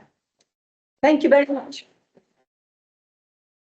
You are. Croeso yn ôl, founder, welcome back everybody, good afternoon, Hannah dwi'n gweithio yn y Prifysgol, dwi'n darlithydd Da iaith, ond dwi'n moyn swydd newydd achos dwi'n allai ddim yn dweud daearyddiaeth. So I am. So welcome back, everybody. I'm Hannah. I work in the university as a lecturer in geography, but I would like to change my job because saying geography in Welsh is too difficult. So I'm going to change my subject. So this afternoon we're switching focus to some experiences from other countries. So moving out of Wales. And we've got some lovely guests with us for the afternoon who've obviously been sitting in and joining in already as well. And they're now going to talk a little bit about their experiences from France. And Mara's going to contribute some insights from Italy as well. Yeah. So we're going to start with Christine. Over to you. Thank you. Thank you very much for having me here today. So I'm Christine Tichit. I am a demographer and sociologist, research fellow in Paris. I am working at INRAE, which is a French institution, the National Institute for Agronomic and Environmental Research. Sorry for my English speaking. But, well, I am mainly working on eating socialization during childhood. And my work deals me to work on school meal, but it's not my main work, but it's part of my work. So today we are coming with Elodie, which is a PhD student working with me, and she is really working. Her PhD is really on this school meal topic. So I can add that I have coordinated for 5 years a research program in France, which was Cantine Égalité, Equalities and Canteen, and which was the main aim was to mutualize research in France and in Europe and elsewhere on school meal, because I realized that few people were really working on this topic, but have visiting this topic in their research on food or on school or on environmental questions. So we decided to put together all these pieces of different work. That was the continuality project. And from this project led us to work together with Mara and other colleagues in Europe, and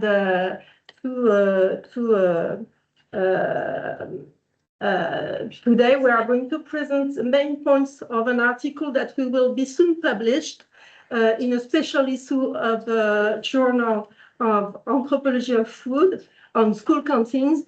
We who come from this continuity research program. It's okay, you can follow me with my English? Yes? Okay.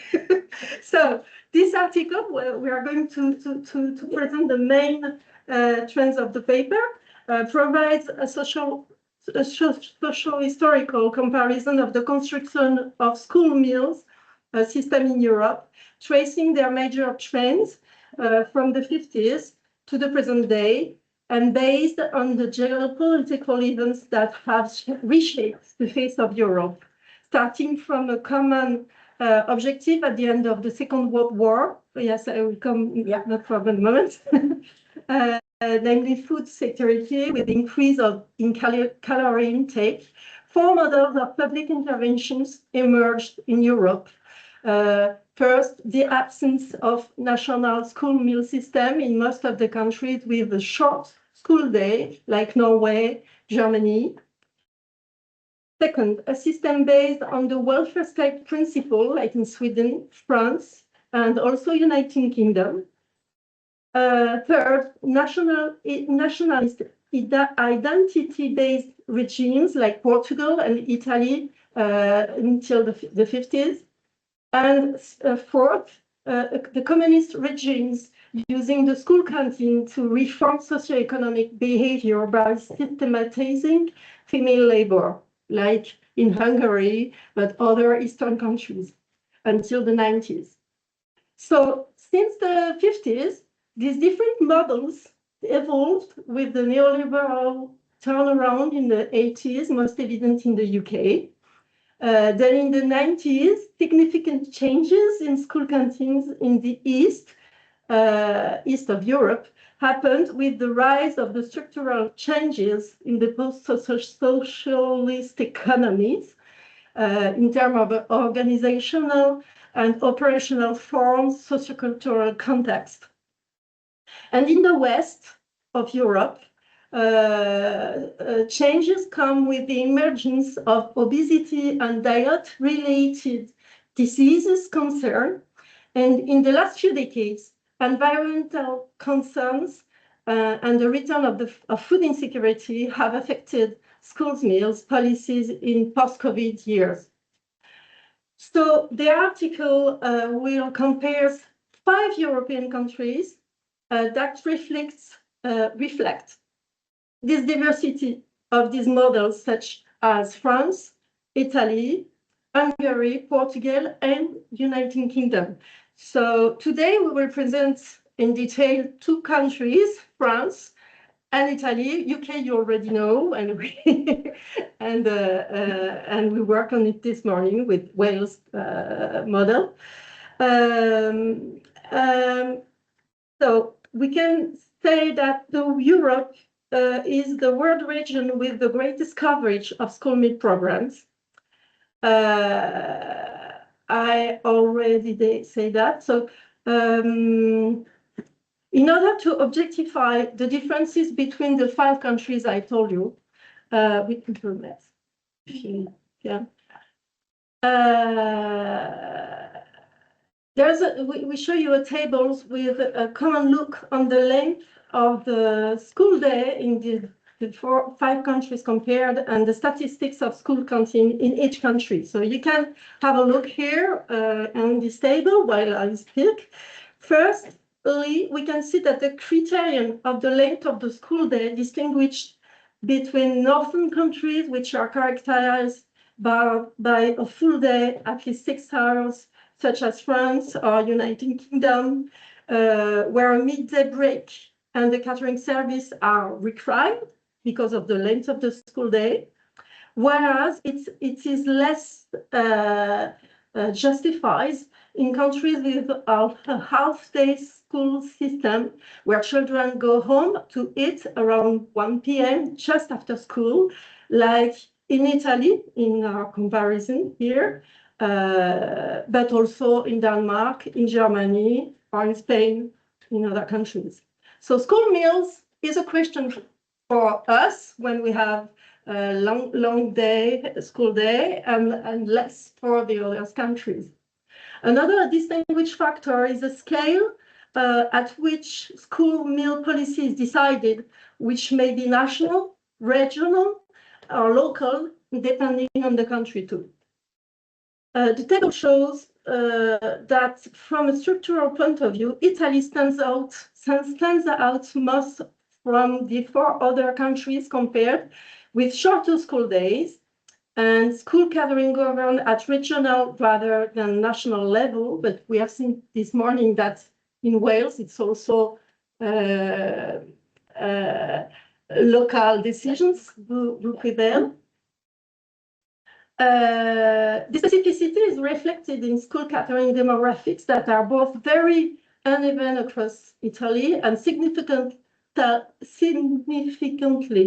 lower than in the 4 other countries studied, where more than half of pupils have access to school canteens in primary school, with de facto more intense budgetary constraints. Canteen attendance rates reach up to 80% in France, with 93% of school having a canteen, a refectory, a room to eat, as in rate other European countries such as Sweden. However, the United Kingdom also stands out for having a less standardized model than Hungary, France, and Portugal, where the catering offer remains very homogeneous nationally and faces little, if any, competition from alternative offers like vending machine, cafeterias, or how do you say, lunch pack? Yeah. Yes, or lunch box to come from home. And it's a last point for the comparison. We can have in mind that it's easier to provide fruits, for example, and vegetables, food in Italy, Portugal, south of France, than here, for example, and then Nordic countries. And it's because it's now naturally growing around and the season is longer. So local vegetable food all the year is more possible here than there. So this is also a difference between our different countries. Okay, now we're going to focus on the French case. To summarize the French school canteen model, we can just say that it's egalitarian, standardized, national, and very structured. I'm going to show how. And school canteen attendance, I must say that school canteen attendance is massive, but socially structured, with higher attendance among the middle class than among the working class pupils. The very beginnings of the public school canteens in France date back to the 19th century, not only in France, but also in UK and all these, most of these European countries. But in the French case, there is 4 turning points in the French school meal policy. The first, oh yes, you can see these numbers, figures, to 24,000 school canteens in France. It's a lot. Billions of meals per year and 6 million of pupils from kindergarten to high school who are attending a school meal. So there is 4 turning points. One in the 50s, an hygienist turning point, more technical in the 70s, a nutritional one in the 2000s, not only in France, but also in Europe, and the sustainability one later in the 2000s. So I'm going to come back rapidly on the 4.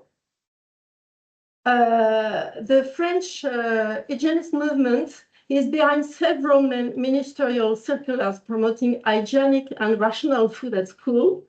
A specific room dedicated to the school meal is compulsory in new schools since the 30s in France and became widespread during the reconstruction phase after the Second World War, where 93% of French schools have a refectory now. The rational food movement highlights typical school intake, such as daily glass of milk in the 50s, 1954 precisely, while banishing other type of food, for example, wine at school, which was still on the table till the 50s. The school meal replaces the meal that the children used to bring from home, and the family chooses whether the child eats at school or at home, but the school menu becomes exclusive with no alternative on the school site. And this is typical French, I think, in the comparison. A second turning point is the technical one in the 70s. It comes next in the material organization of school meal. Until the 60s, the dinner lady was the major figure of school meal in France, in charge of shopping, cooking, maintaining the refectory, providing home cooking. But from the 70s, catering industry, progressively replaced the ladies, and based on the system of public central kitchen, preparing dishes in large quantities at the city scale for thousands of pupils daily delivered with a cold or hot distribution system to satellite kitchens. It deals to the standardization of the menus at national scales with 3 main or 4, sometimes 4 courses based on dishes more elaborate and cooked in sauce that reheats well and requires technical skills, evoking the world of gastronomy with a new staff of trained male workers, while ladies were then reduced to reheating and serving the meal in satellite kitchens. more than this gender gap, it deals to the separation of the cooking and the eating area in school. Another turning point is the nutritional turning point in the 2000s, like in UK, Portugal, and Italy. There is a national nutrition and health program in 2001, 2006, 2012 in response to obesity concerns with new guidelines on the nutritional composition and the quantity served. There was exclusion of the traditional school distribution of milk and snacks and breakfast at school from the 2000s, and banned the vending machines at school from the 2001. The menu was still 3 courses, but with the main course with meat or fish, plus starchy and vegetable-based side, plus dairy products, plus water, only water, no milk, no wine, of course, plus bread, limiting salt, sugar, and sauce. Here you can see a typical menu that we have with the picture that from January 2005, and we can see here a private shop with you on Auvergnat menu, which is beef, and now vegetarian steak option is typically since the 2020 is systematic in France, but and cabbage gratin without cheese, just cabbage. You can see on the photo, and typical Auvergnat cheese, fromage d'Auvergne, which is Saint-Nectaire, and fruit with a choice of pear, apple, or orange. Okay, the figure with this turning point, the figure of the qualified dietitians appears as a guarantor of compliance with the new standards and for the balanced diet of the menu, changing the ways of working for staff. A perverse effect is the capture of this changement, is the capture of public contracts by large private catering companies offering turnkey school meals adapted to the new requirements. They now control 40% of the school catering market, while till the 2000, it was mostly public central kitchen who were cooking for the kids.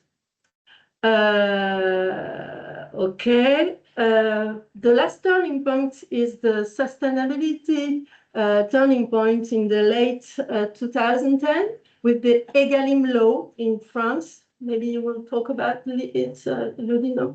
Yeah, perfect. And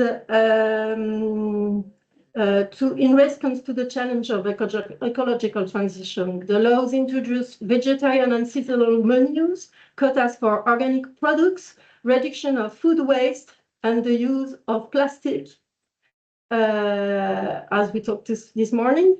And there was also the halal demand controversy during this period. The protein diversification coming with the introduction of vegetarian alternative also solved this problem. Until the 2000s, pork-free menus could be served in school to answer to religious requirements.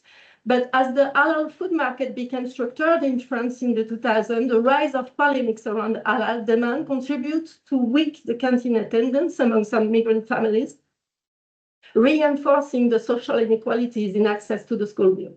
Offering halal or kosher school meals in the French context runs against the ethos of the French Republican secularism, which prioritizes the common spirit of the nation over particularism. And vegetarian option is also an official way to answer to this problem. Well, just to finish, inequalities and crises that have arisen since COVID epidemic have reopened the initial historic question of food insecurity in France and in other European countries.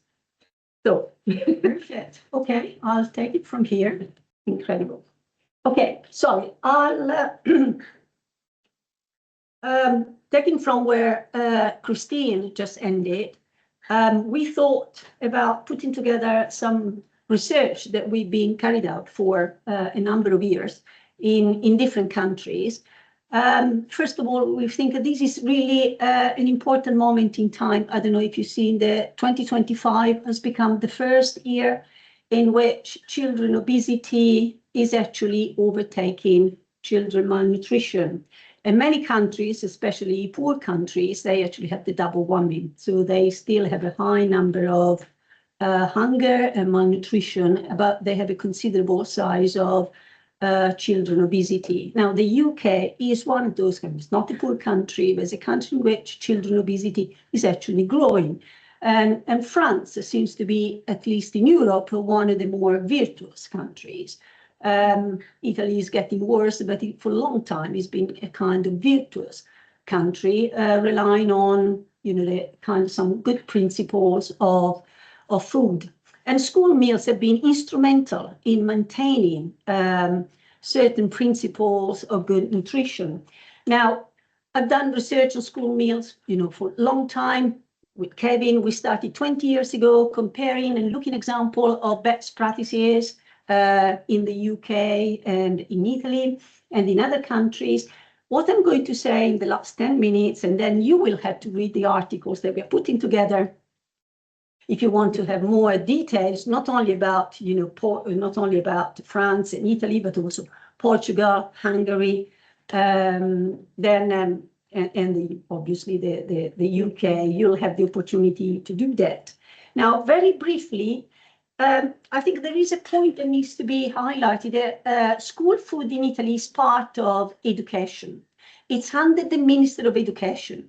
It's considered at the same level as history, geography, Italian language, or mathematics. So it's under that kind of department, which has a huge implications in terms of how the school meals are actually organized and funded. And this is, I think, is a big difference between Italy and many other countries.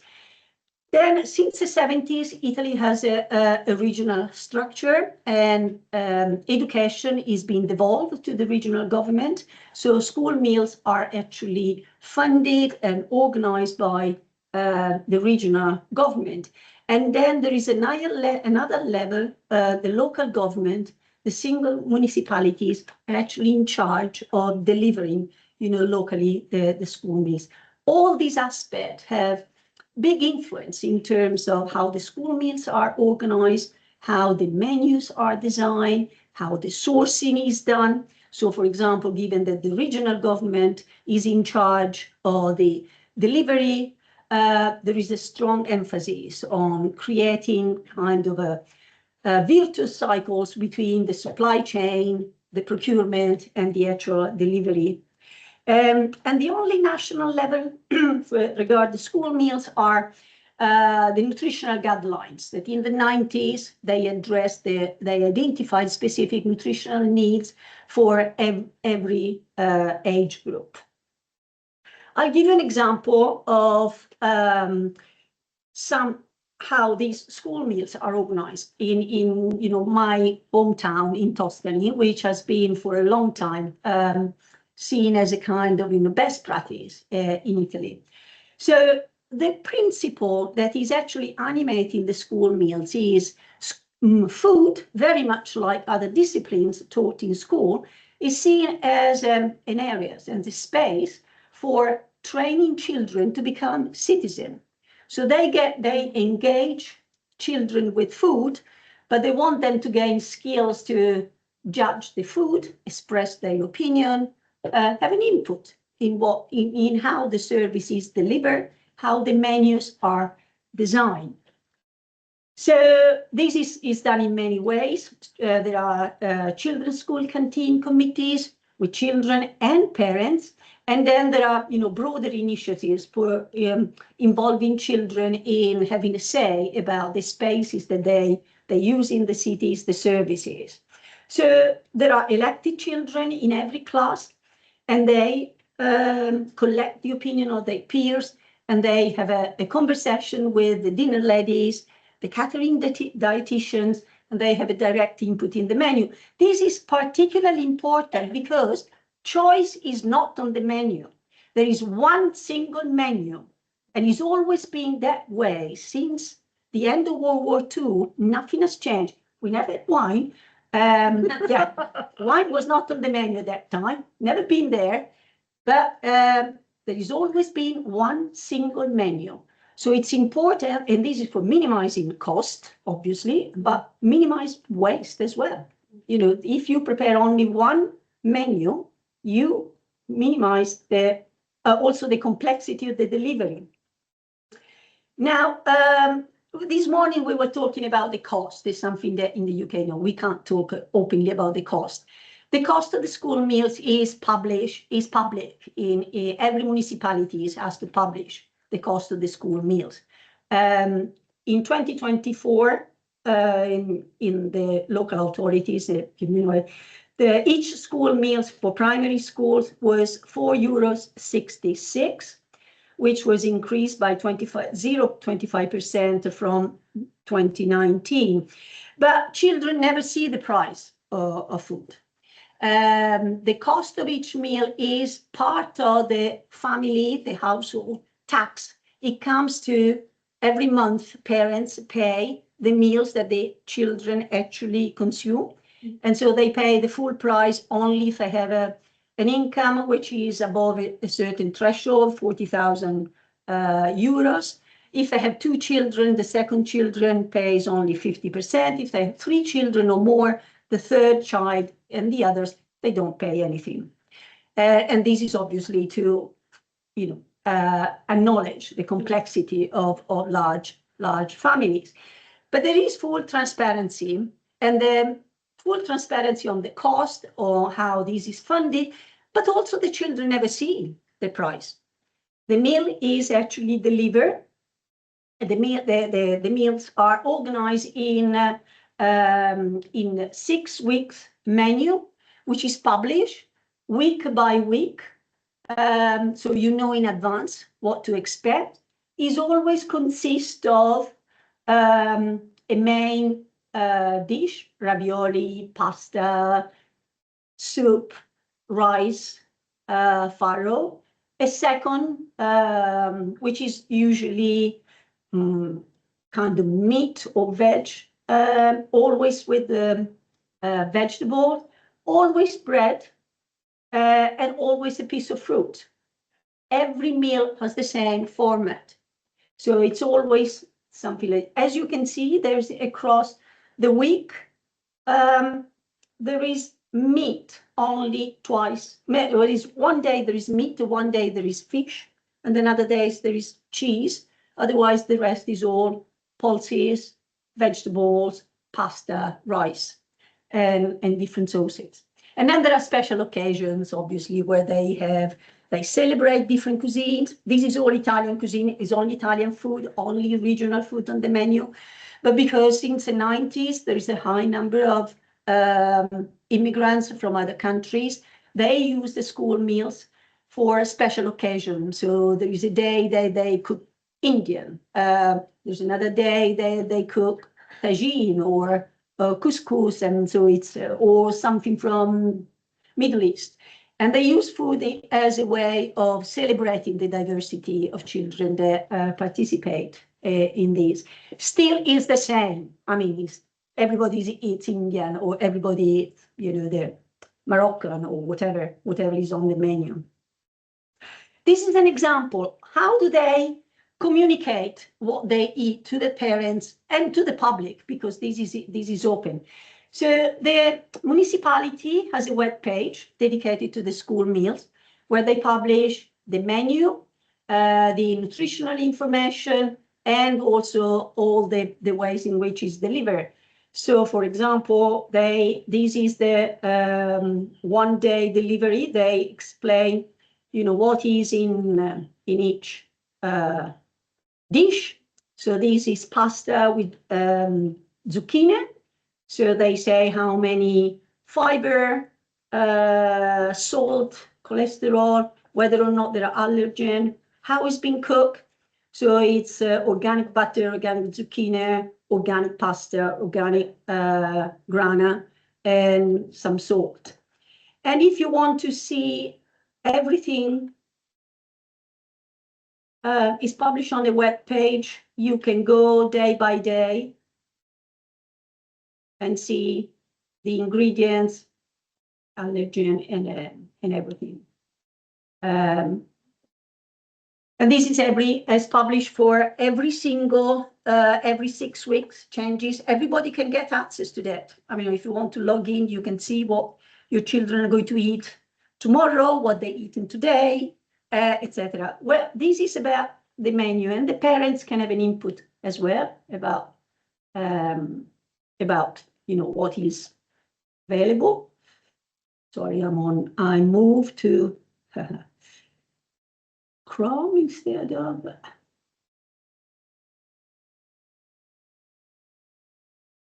And then this is the space where the meals are delivered. So there is a central kitchen for the municipalities, which is delivering about 4,000 meals a day. This one is being built about 15 years ago and is very, let's say, inspired by sustainability principles to minimize waste, to recycle organic, to separate waste. And actually, if you look at the cooking center, there are the pasta cookers here. They are special. Pasta is a central piece of every meal.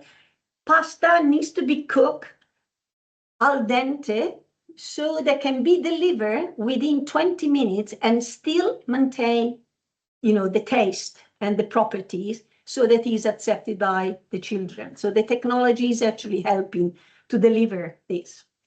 The products are all sourced. Most of them are organic, sourced regionally. And the children, this is how is actually organized. This is primary children. They go from the class.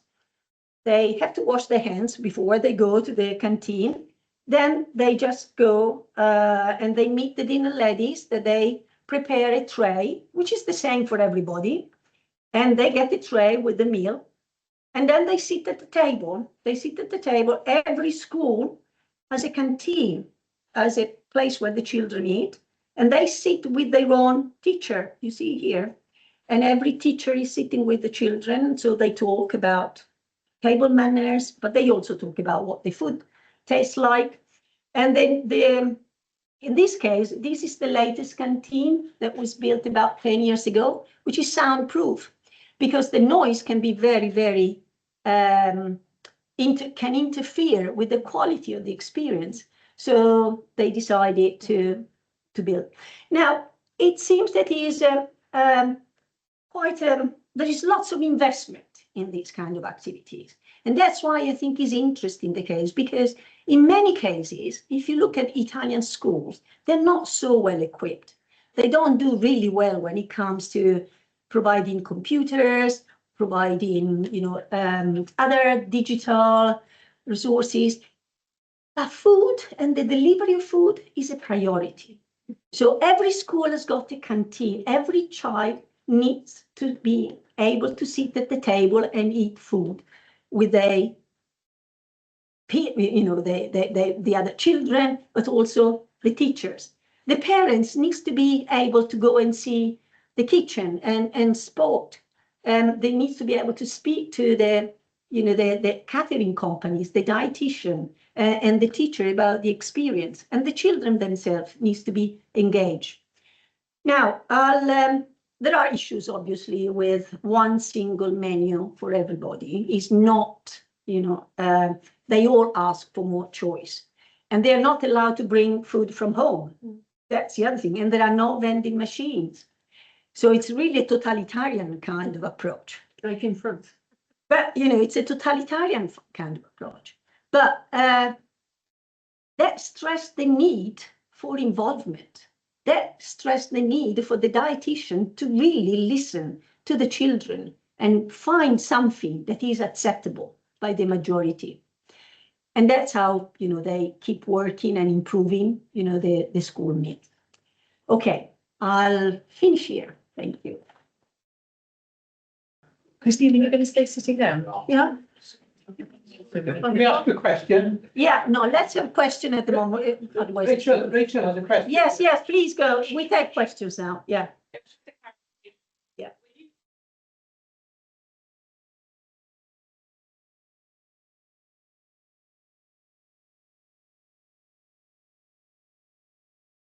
So, well, as Christine said earlier on, Italy doesn't have many schools that have long days. So the school meals are for the creches, kindergartens, primary schools, and junior high school, some of them. There is nothing for all the children. They only have shorter days at school, or sometimes they come back in the afternoon, but they have lunch at home. Junior high would go up to what age? Junior, 13. 30. 13, 14, yeah. Is there a second, another presentation? Okay. 466 per meal for a full paying meal. Yes. In 24 would be around £3, £3.50. Well, nearly £4 now. Nearly £4. Nearly £4. I mean, it depends on the exchange rate, but roughly £4. Roughly £4 for the full paying child. Yeah. Yeah. Yeah. Yeah. Okay, you should move on. Yeah. Okay. And I think we're going to now hear about the children's perspective from the research in France. I'm going to present a collective research. Mara asked me to present also the methodology because it's specific, it's a participatory research, not only on school meal, but school meal is part of the questions. So I'm going to present briefly this survey and the methodology to help you to understand what kind of results we can have with that. And then I present results on school. So, well, we can go. So the name of the study is Coralim. It's the INRAE, my institution, and the CNRS. So it's okay? Yeah. So Coralim is a survey to work on body and food socialization in childhood. Mara, can you share? So body in French is corps, like corps, alim, and food is alimentation. So you can see corps, alim, corps, et alimentation, food and body and food. Okay, so Hannah, sorry, I don't know what you said. The slides aren't shared with the Teams meeting, so they can't see online. Okay, so it's the survey is a repeated survey each year since 2010, so 15 years, since 15 years now, in elementary and secondary school. And you're going to see there is several, it's a mixed method survey, so we have different approach. One part is the web survey in school with all levels of class from 10 to 15 years old. And we have five waves of Coralim survey, web survey since 2000 and since till this year. So there is a cumulative sample since the beginning, and now we have more than 1,000 students involved in the survey. And it's also a participatory research, sorry, with year 7 pupils, where they are 10, 11 years old. And it means that students are involved in the data collection, the analysis of data, and the promotion of results. They contribute to research seminars, presenting their own conference, their own results in conference, and they produce an annual mini article, a paper, 4 pages. And it's very important to support, to have the support of the pedagogic team of the schools behind us to allow us to access to the school and the students. Okay, so here is the timeline of the survey since the beginning. You can see all the web surveys with the school renewal every 4 years. It's a repeated study, not a longitudinal one. We don't follow the students. They are changing each year. That's why we can have this cumulative approach with the sample. And between this big quantitative, individual collection of data, we have some participatory period of survey on canteen, on journaling, for example, is about the family food journal, and the sport, also sporalim, sport in English, yes. Yes, we have PhD students on this topic also in the quarantine. And it's also about mixed method tools. So we have the web survey, you get it 4 times. We have group interviews with students in year 7 since 2012. So we work every week or every 2 weeks with 25, more than 20, between 20 25, depends on the year, student per year, with several workshops, several group interviews, and sometimes pupils also conduct their own group interviews with oldest children who were involved the year before in the survey, or sometimes with school adults. I will show you. There is also observation tools in this survey with year 7 pupils, always 20 students per year, weekly Coraline workshop at schools, school playgrounds are observed, physical education classes, school canteen, field work with pupils. All these are occasions to see and to confront the discourses we have in the group interviews and the facts. What they say about the school meal, for example, when they are together, what we have in the individual interviews by internet, and what we see when we are at school in the canteen, so we can confront all these informations. There is also individual interviews, sometimes with parents, sometimes with pupils, and with former pupils since 2020, because now some of them are adults, because the survey exists since 2010. And there is also discussions with teachers, school managers, supervisors, catering staff, and we can see that all these approach, we mixed all these approach, all these source of information to work on the different topics of the survey. So school meal, for example. Okay, I've done that. It's okay to take time. So the Caroline Canteen survey, the question was, what are the social framework governing students' relationship to the canteen? So here are the questions and the number of students involved here. So the question about lunch situation during the school week, where do you eat at noon when you go to school? Do you like to eat school meal? I love it. It's quite acceptable. It bothers me. I ate it. A checklist of canteen situation, eating alone, take this time to meet up with friends or mates, saying that I have no time to eat. Few students say that in French because they have almost between half an hour and an hour to eat. So they can stay, they can negotiate to stay more if they need.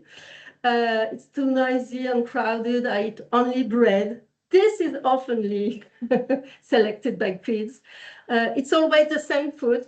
It's very interesting to see that people who say that when they're in group discussion and they talk about monotony at home, we can see that it's relative. Well, it's not a good word in English, no. And eat dishes that they don't have at home. So here are the results on pupils' opinion on school canteen from the web survey. So you can see that hating and disturbing, going to here we can see the opinions according to the parents' region of origin, which across the social background of the parents. The French families in our sample here are the wealthiest of the sample, and the Chinese and African one in the sample are the poorest. So we can see that children who enjoy the canteen tend to be the working class, from working class and migrant families. And the most critical children tend to be from middle class and have French-born parents. So that's the first results on this question. Then I told you about the participatory part of the survey. So what was it? In 2022, for example, the step of the survey was first to evaluate each canteen menu for the week with a scale of notation from 0 to 10.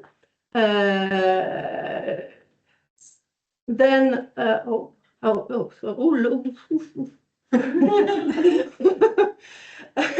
other workshop was on identifying the canteen types of jobs and professionals.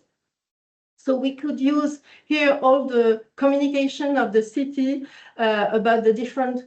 It was very interesting to discover that with the kids, because they discovered that there were so many people behind their meals, while they only know the staff in front of them at the shelf. So it was very interesting. I would say that the first reaction of the kids with these professions, when we ask, well, would you like to do this kind of jobs? Well, no, absolutely not. It's too hard. So they really know that it's hard. They can see it, they can feel it, and it's clear for them. Well, they have to choose professionals to interview and to set up an interview guide with us. And they finally have interviews with teachers, the only 2 teachers in the whole school we were eating at, eating school meal, because the others don't want to. They have a priori on it. 2 managers of the school, 1 chief, the chief, and cookers. And they also observed the content guardian visit it, and they had to analyze all the answers and to produce the results in a mini article, as you can see, like each year. So the first results of this survey with the kids, here are the figures of Paris. Well, it's the northeast part of Paris in a disadvantaged area of Paris.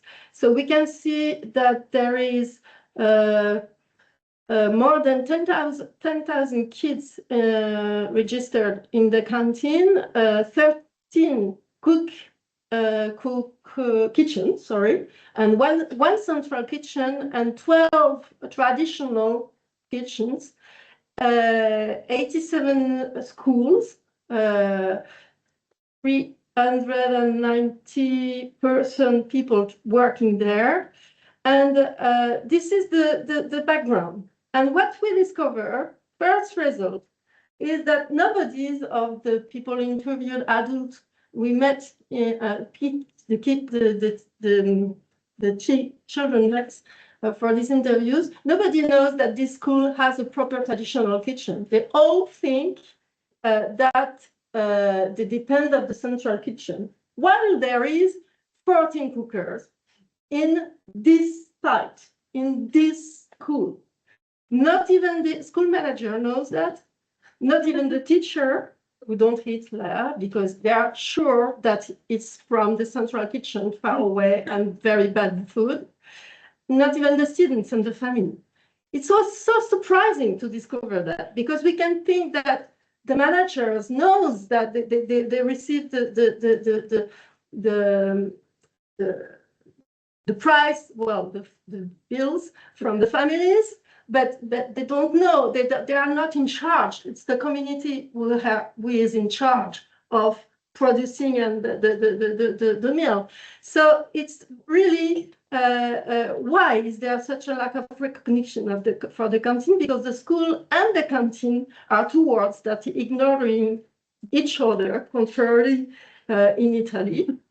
And if there is many nutritional information in school about many contents, the fact that it's organic, for example, there's no real communication about cooking modalities and local initiatives using the canteen as a place for nutritional communication, but never as an intervention target. So it's completely unknown.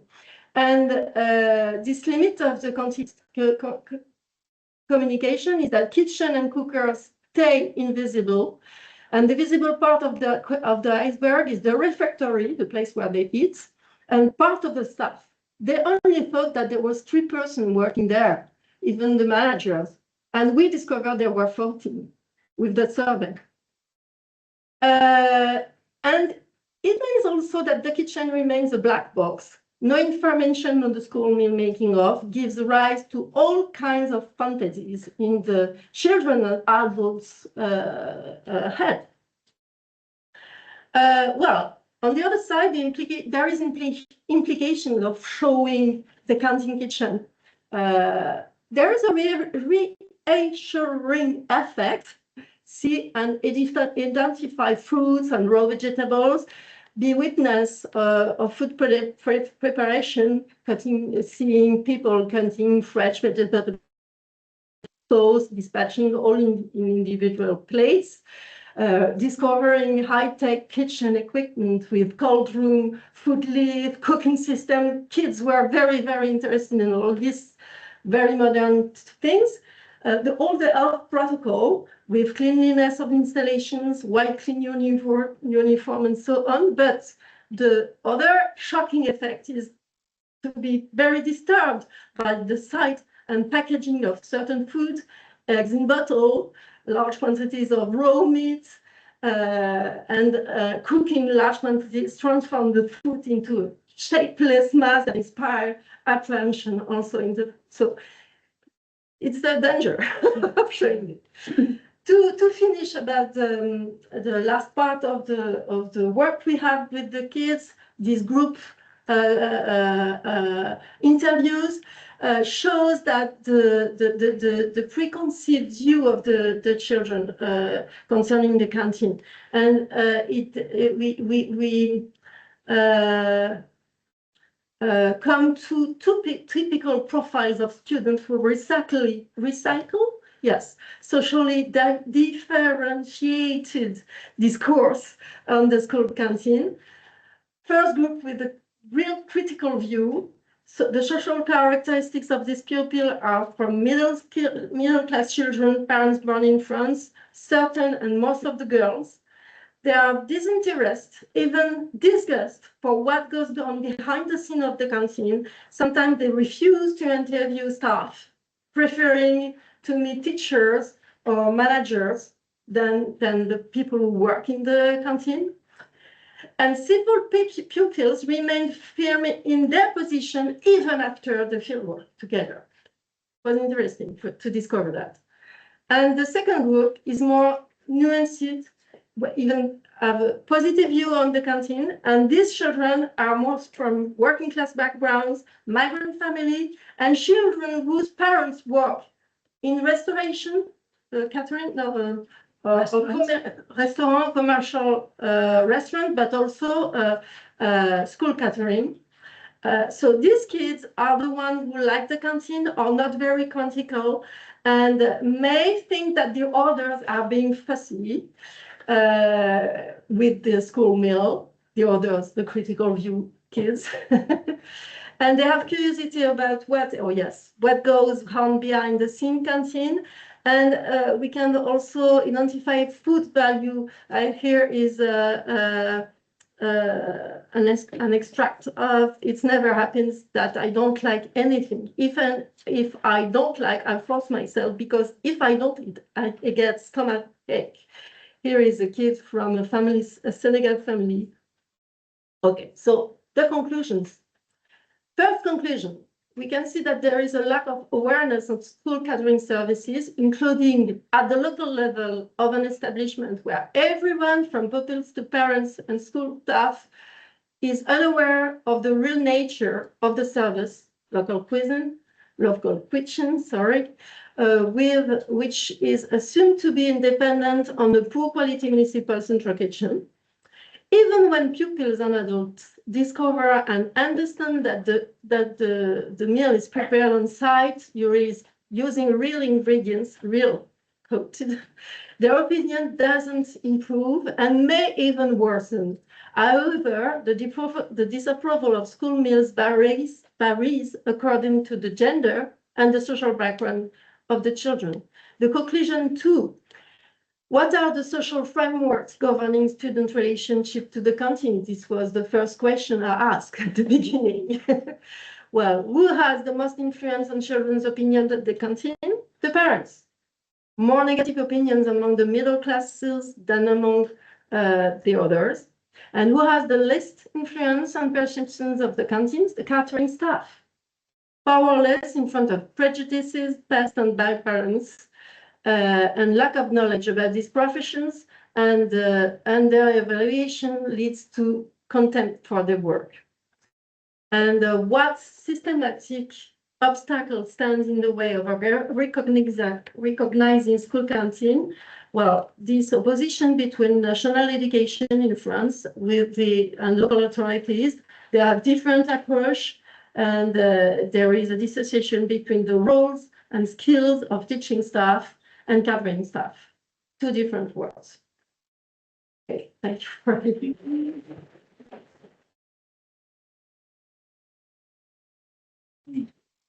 Okay, so if we have a quick question while we're getting the next presentation set up. Yeah, go Alex. Yeah, it's a little bit off topic, but what's the wage gap like between the catering staff and the teaching staff? What's the what between the catering and Difference in pay for teaching staff and catering staff? the pay? Yeah. It's very different. And not only the pay, but the diploma, well, this is the question. I understand. No? Yeah. So in the French system, the teacher, we are here in public schools, so the teachers are recruited at national level with a very difficult exam, a national exam. So they have at least a master degree, and well, it's a corporation.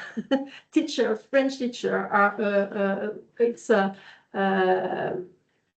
yes, it's kind of corporation. On the other side, the catering staff is on site, who are cooking, really cooking for the kids. Well, it depends. Here we are in a Parisian case. You will see it can be different elsewhere, in a rural area, for example. But here, most of them are without diploma, migrant women, only women, and they have no. While the teachers are civil servants, they are not. Some of them are. They are local civil servants from the municipality. It's not absolutely not the same wage. I don't know exactly, but I think it's the SMIC. Our SMIC, it's the lowest salary wage, and moreover, they are. Most of them are part-time workers, so they have half of a SMIC. SMIC is the lowest wage, and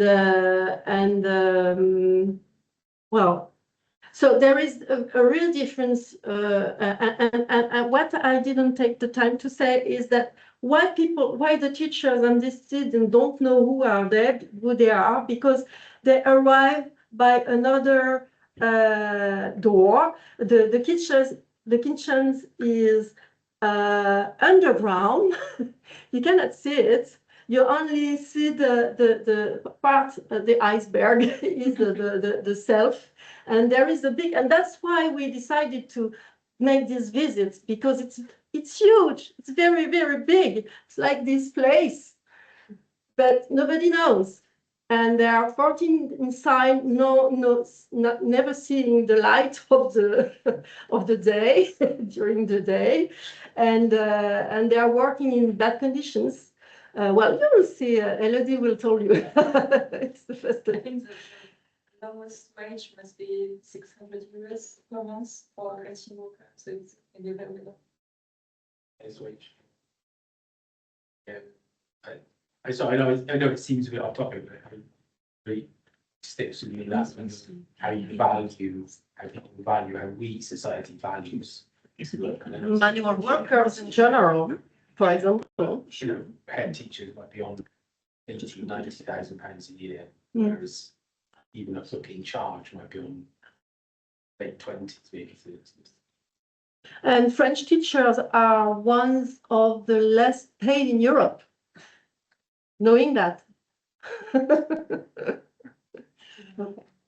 Okay, now we started. Okay. Now to introduce Elodie, who's going to tell us another aspect of the experience from France. And just to mention, there was a question that came in online that we can pick up after your presentation was up. Hello, thank you so much for the invitation. I hope it's going to be useful, interesting to you. And that this morning's presentations were very, very useful for me, so I hope so. Okay, can you... Did it change? Yep. Okay. Oops, too many. Yes, maybe. Okay, so I'll just start with a quick anecdote. It seems to move, I don't know if this is number 2 or number 3. It's 3. Is Yes, this number perfect. 2? Okay.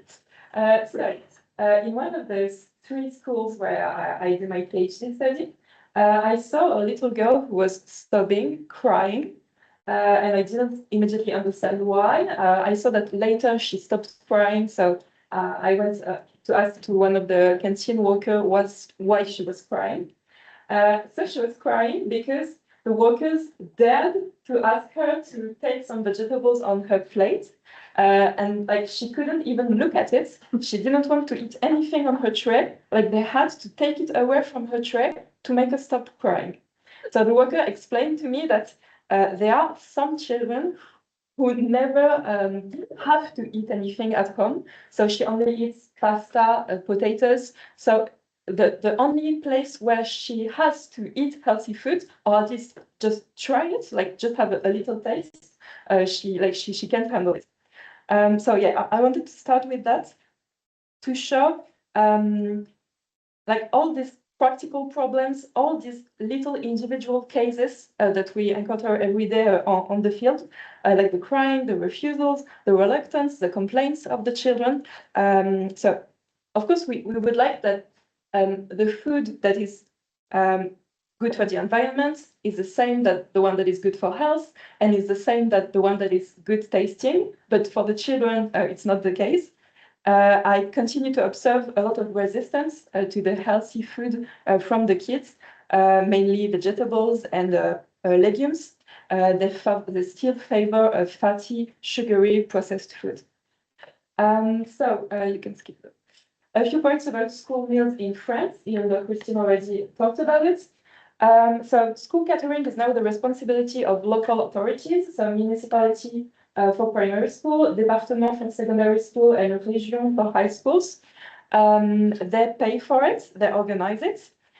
Setting up a school canteen is optional, but most public schools have one. It can be run either directly by the local authority or outsourced, or both, like a combination of both. For most children in France, school catering is the first and the main place where they learn about food outside of the family, because nearly 80% of children from 7 to 10 eat at school at least once a week. So it's a big institution, but it's not a unanimously positively received institution. For example, pupils prefer to eat at home. As soon as they are able to go home alone in secondary schools, we see that the attendance rate drops. And in a survey about secondary school pupils, they showed that nearly 90% of pupils who eat at school said that they only ate there because they had no choice or because their parents forced them to. So 90% wouldn't go to the canteen if they had a choice. Okay, you can put the next one, thank you. So since October 2023, I have been conducting a qualitative study in 3 primary school canteens. You can put the next one. One in a working class district in Paris, so the same one as Christine. One in a rural school in the Auvergne-Rhône-Alpes region, and one in a very upper class neighborhood of Lyon. So one is directly run by the municipality, by parent association and the municipality, and one is jointly run by the municipality and the private company Elior. Okay, and you can put the next one. So I observed the working days of the kitchen and service staff, like from the beginning, the opening of the kitchen to the final task. I also conducted interviews with the educational teams at the schools, with the local authority managers, and working as part of the Coraline team. I also did group interviews with children. They were 11 years old. And I also reviewed around 20 years of issues of the main professional journal for collective catering in France. Okay. So to clarify the vocabulary I'll use, I will speak of canteen workers to refer to the staff who prepare the food, serve the food, clean the dining hall and the kitchen, wash the dishes. And I will speak of supervisors to refer to the adults who supervise the children during break time, after school, and in the canteen. But supervisors have no role in the kitchen. They don't make anything. So we're going to see which public policies were implemented in France, why the children still seem to resist these policies, and like the explanation and the possible solutions in the canteen workers' perspective. Okay, so the first canteen in France dates back from the 1840s, 1870s. They're spread throughout the country with the introduction of compulsory schooling, but it was always at the goodwill of mayors, of charitable institutions, of teachers, so everyone did their thing. So it was not until 1975 that an interministerial decree was issued. It didn't do anything, it just defined what the school canteens were. To the point where the French historian Nourrisson speaks of an historical lack of commitment on the part of the central government. It's quite surprising in France, but there really wasn't a commitment from the central government at first. Okay. More generally, health education emerged in French public policies in the mid-70s, along with the first prevention campaigns using audiovisual media, with the aim of reducing risky behavior. And regarding school catering, recommendations were published in the 2000s, most of them relating primarily to hygiene at first. So French food programs such as the PNR, the National Food Program, the PNNS, the National Nutrition and Health Program, they identify school catering as a powerful lever for achieving a lot of policy aims, like educating children, reducing inequalities, promoting the French culinary heritage, reducing childhood obesity. So there are a lot of things that the canteen is supposed to achieve. Okay, you can put the next one. So there was a decree in September 2011 with the first obligatory nutritional rules. So it's a frequency of certain food. For example, red meat, fresh fruit have to be served every 4 meals or 5 meals or 6 meals. There was also an environmental law that was very interesting in 2007 because it's the first one that introduced the idea of organic food in canteens. And then later on, both environmental and nutritional aspects went together in policies. So the EGalim law introduced a minimum requirement of 50% sustainable and high quality products. So that can be high environmental value farming, fair trade, farm produce, like it's a lot of labels that go to this sustainable label, and 20% of organic food. And then the Climate Act required at least one vegetarian meal per week in every canteen in France, and 60% of meat and fish products have to be sustainable and high quality.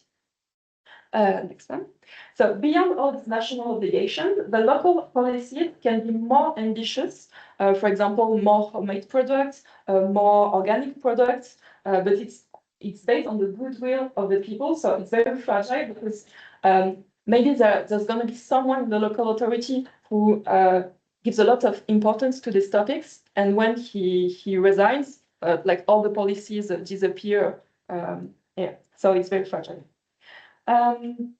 Okay, in my case, the schools I saw are quite like good examples that they go beyond what they have to do. Next one. So I have three. In Paris, for example, they don't do 20% organic, they do 75% organic. They don't do 50% sustainable, they are trying to do 100% sustainable, only sustainable food. They don't use every label that EGalim allows. For example, they think that the label of origin, for example, a pear that only comes in this region, for them it's not a sustainability thing, whereas in EGalim it's considered sustainable. So there's a dietitian who develops the menus, who organizes workshops with the children. The food in the school I study is prepared on site. The menus are clearly displayed with numerous quality labels, like every little color thing, like this is organic, like it's all quality labels. Okay, the next one. In Lyon, there are 2 vegetarian meals per week. They banned some food, for example, soya. And they're required seasonal products in their contract specifications with Elior. So here you can see one of the many posters about animal welfare, about sustainability that they put everywhere in the dining hall. You can also see the menu and all these quality labels. So it's printed, but it's also written by hand by the workers every day. Okay, the next one. So you can see the labels a little bit better. This is homemade, this is organic. There's a lot of vegetarian, like there's quality labels everywhere. Next. And they also put labels in front of every food, like written and photographed, to make sure that the children know what they eat. So it's a bad example for bananas, but you get the idea. Okay. In my rural area school, the meals are almost always made in the kitchen. There's a lot of effort about teaching the children about food. There is a vegetable garden that has been planted in the school. There is a lot of effort to have real relationships with the local producers, so they go see the farms and everything. You can see here that the children have options. For example, they can have a salad without sauce, without dressing, or with dressing. A lot when they are hungry, just a little bit if they are not hungry and they just want a taste. So it's everything. And this is the menu plan that they're using to respect the 2011 law. So you can see that, for example, they only have starchy desserts every few days. They have to have fruit. It's very.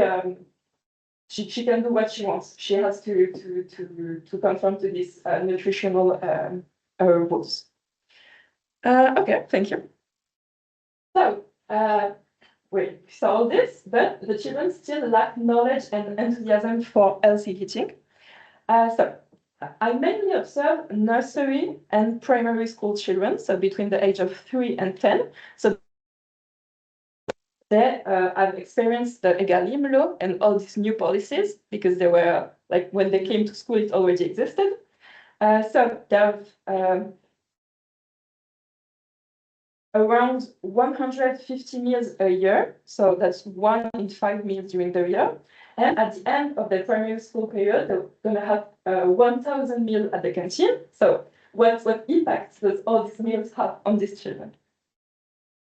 Okay, so a lack of familiarity with healthy food.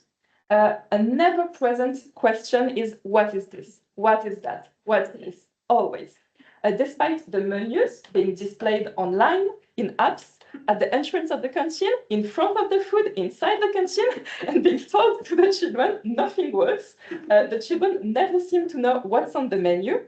A boy, something, what is this? A fish, don't you ever read the menu?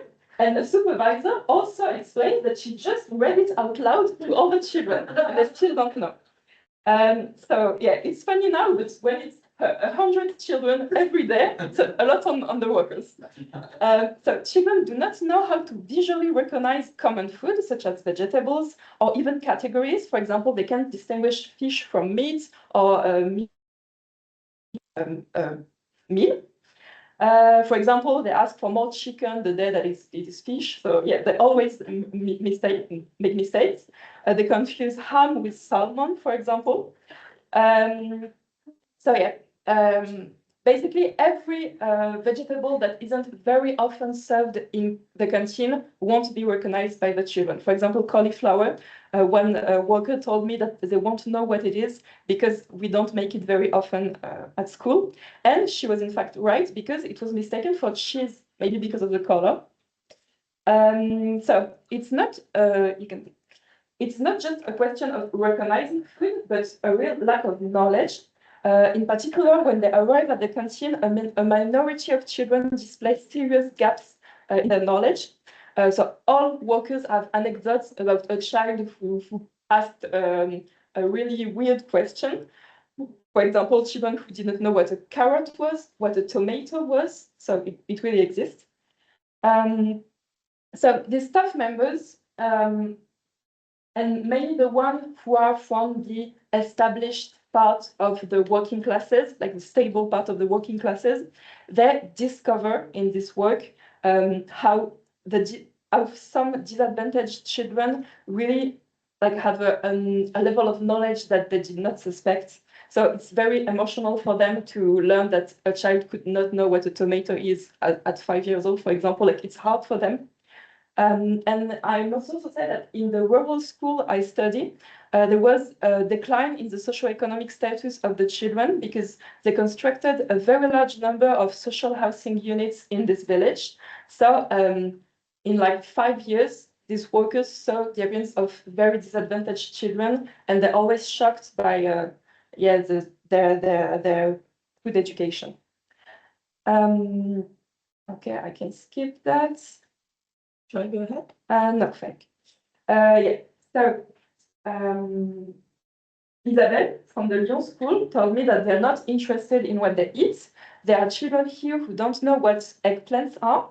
And she explained to me that the 7 years old, has to draw fishes, as in the animal, and they draw rectangles with a knife, like the fish that serve fish fingers.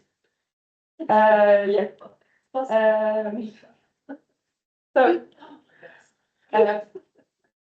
I mean, we can understand that the children in Lyon, for example, have skepticism towards the meal because it's reheated, it's made in the central kitchen, it's not always very nice, there's a lot of sauce. So we can understand sometimes why they don't recognize what they're eating. But it can be a little bit more surprising when, for example, the rural school, like the chef always made homemade things, local things, seasonal things, and we still see this lack of knowledge and this lack of enthusiasm in the rural school. So it's not just a question of a central kitchen or on-site kitchen. Okay. So the children also reluctant to eat healthy food. They always prefer processed food, at least a lot of children do. For example, this extract may make you shudder. So a girl in the canteen said it was better last year. We had ravioli, so ravioli like the processed one that comes in a can, and often pizza. Now we never get ravioli, we only get rubbish to eat. So a quality mark for her would be to eat this kind of ravioli and not homemade food. Children asked me if I could do something for them to have better quality meals. So I asked, what is a better quality meal? And they answered they should stop serving vegetables. Like that will make them quality. So we therefore see a very strong opposition in the kids' perceptions and tastes between industrial food that is good, tasty, and homemade food that is more healthy and therefore necessarily not tasty. Okay, the next one. A girl explained to me that she has only been eating cheese and bread since she arrived at this canteen a few years ago. And she said it's good to have healthy food, but it's pointless if nobody eats it. So the preference of the children for ultra-processed products rather than simple dishes made from raw ingredients can be seen, for example, in the work we did with Coraline to ask the children what they thought about the food. For example, the cooked vegetables always received a very low rating. Some vegetarian meals receive good rating, but it's only when they look like some industrially processed food. For example, cheese toasty is okay for the children, but Oriental vegetarian stew, not. So vegetarian is okay when it's a pizza, when it's a burger, but not when it's vegetables and pasta, for example. Okay, we may link that with the festive family tradition that my colleague Elisa worked on. She said that the meals that are the most joyful for the children are the sushi that they're going to eat with their parents, the pizzas, the day where they're going to go to McDonald's.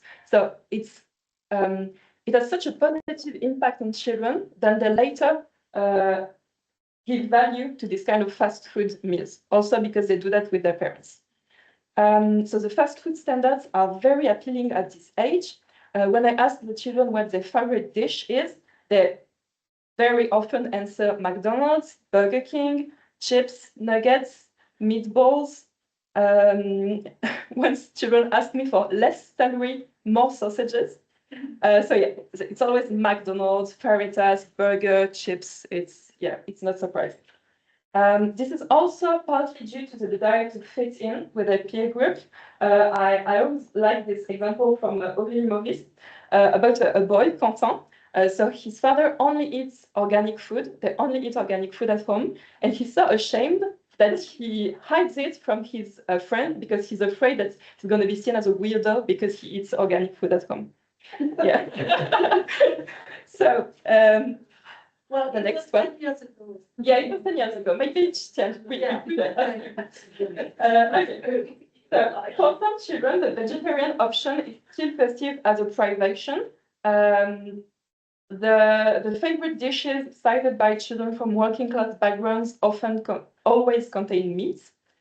For example, when I walked past a group of boys, I could hear the conversation, and they said really loudly that they wanted burgers. So I went to them and I told them that they were going to be burgers like 2 days later. So they were very happy. But one stayed suspicious and asked me real ones. So real ones means with meat.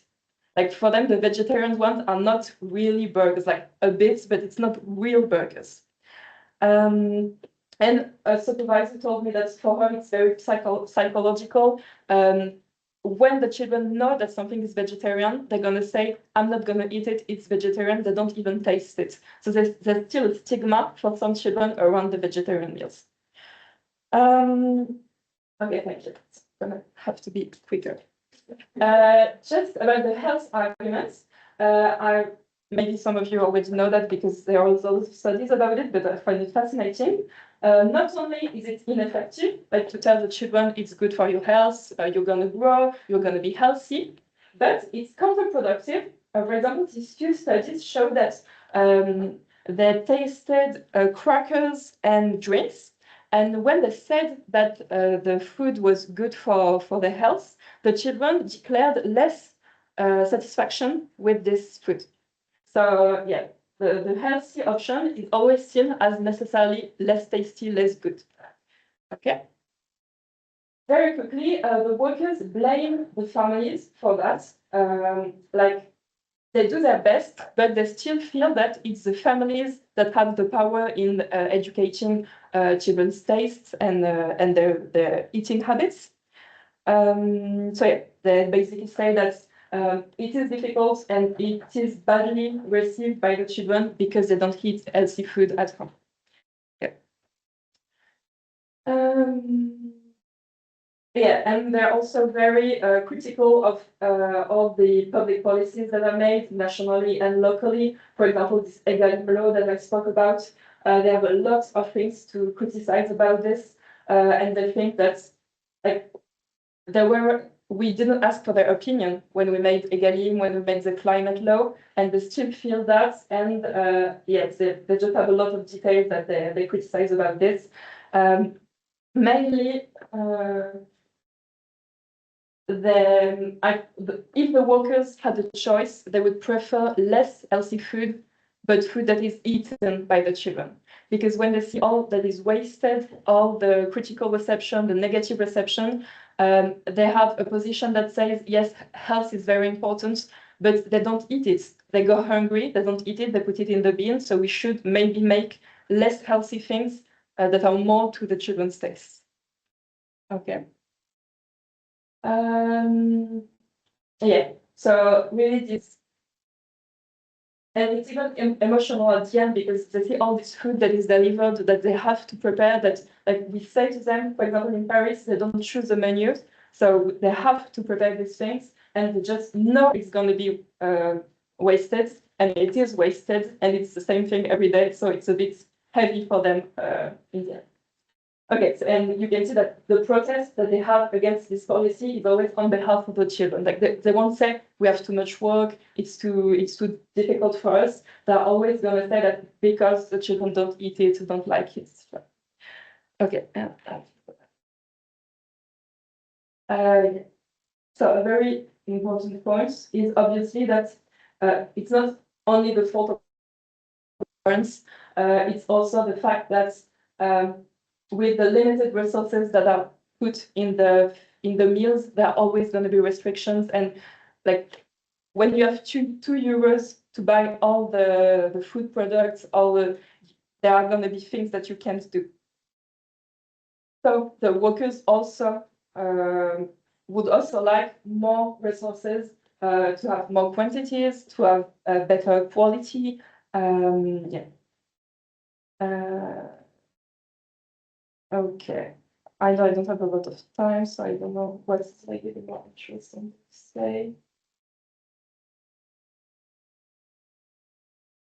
So to conclude, like I'll just answer the question I asked at the beginning. So according to the canteen workers, children do not know more about healthy food because they do not eat it very often at home, because they put a high value on their experiences in fast food restaurants, in the children's food culture, because healthy food in the canteen sometimes go too far at the expense of the children's taste, because the workers have too little time to educate them about the menus, and because the quality of meals is inevitably limited by the low food budgets, despite all the efforts that the teams can make. Yeah. I think I'm going to stop here. Thank you.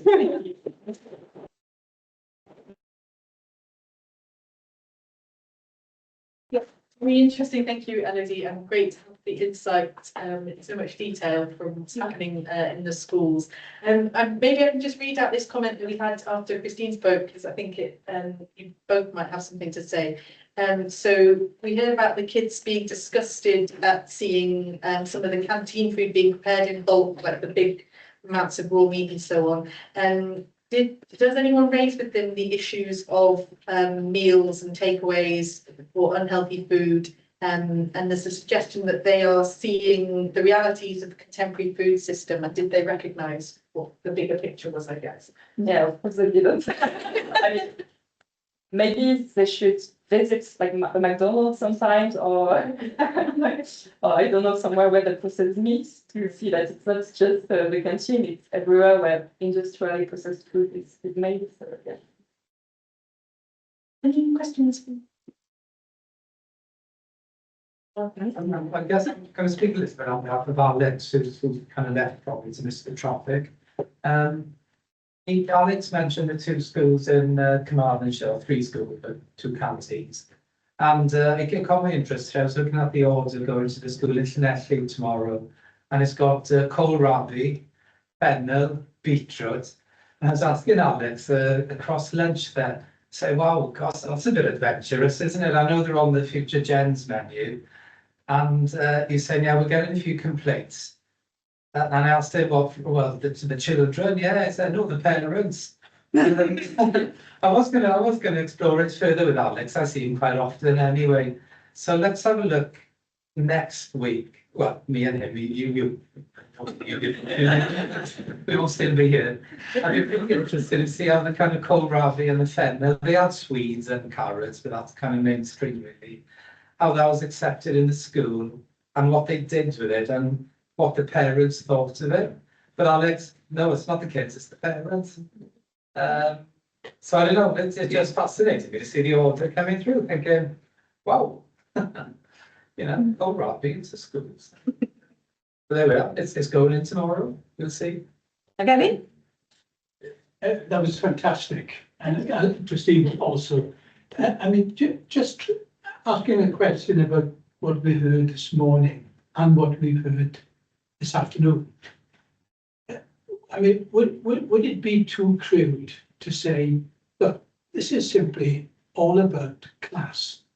It's about the family, the class background of the family, and the lack of knowledge about food.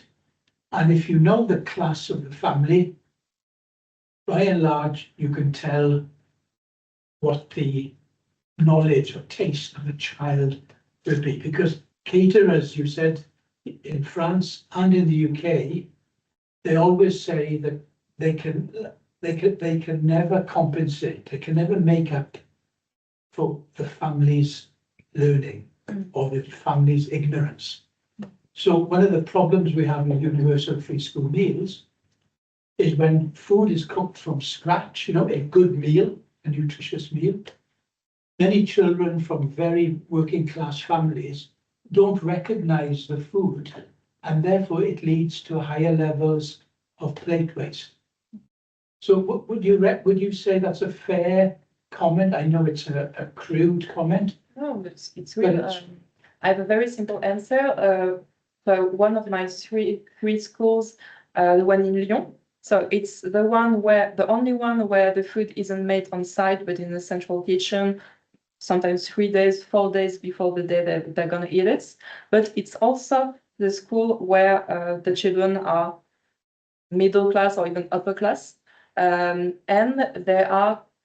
I would say that they are more happy with the menus than in the other schools. So it seems that the fact that they are upper class and used to vegetables, to vegetarian meals, and etc., compensates the lower quality of the food. Yeah. So I think it really plays a big role.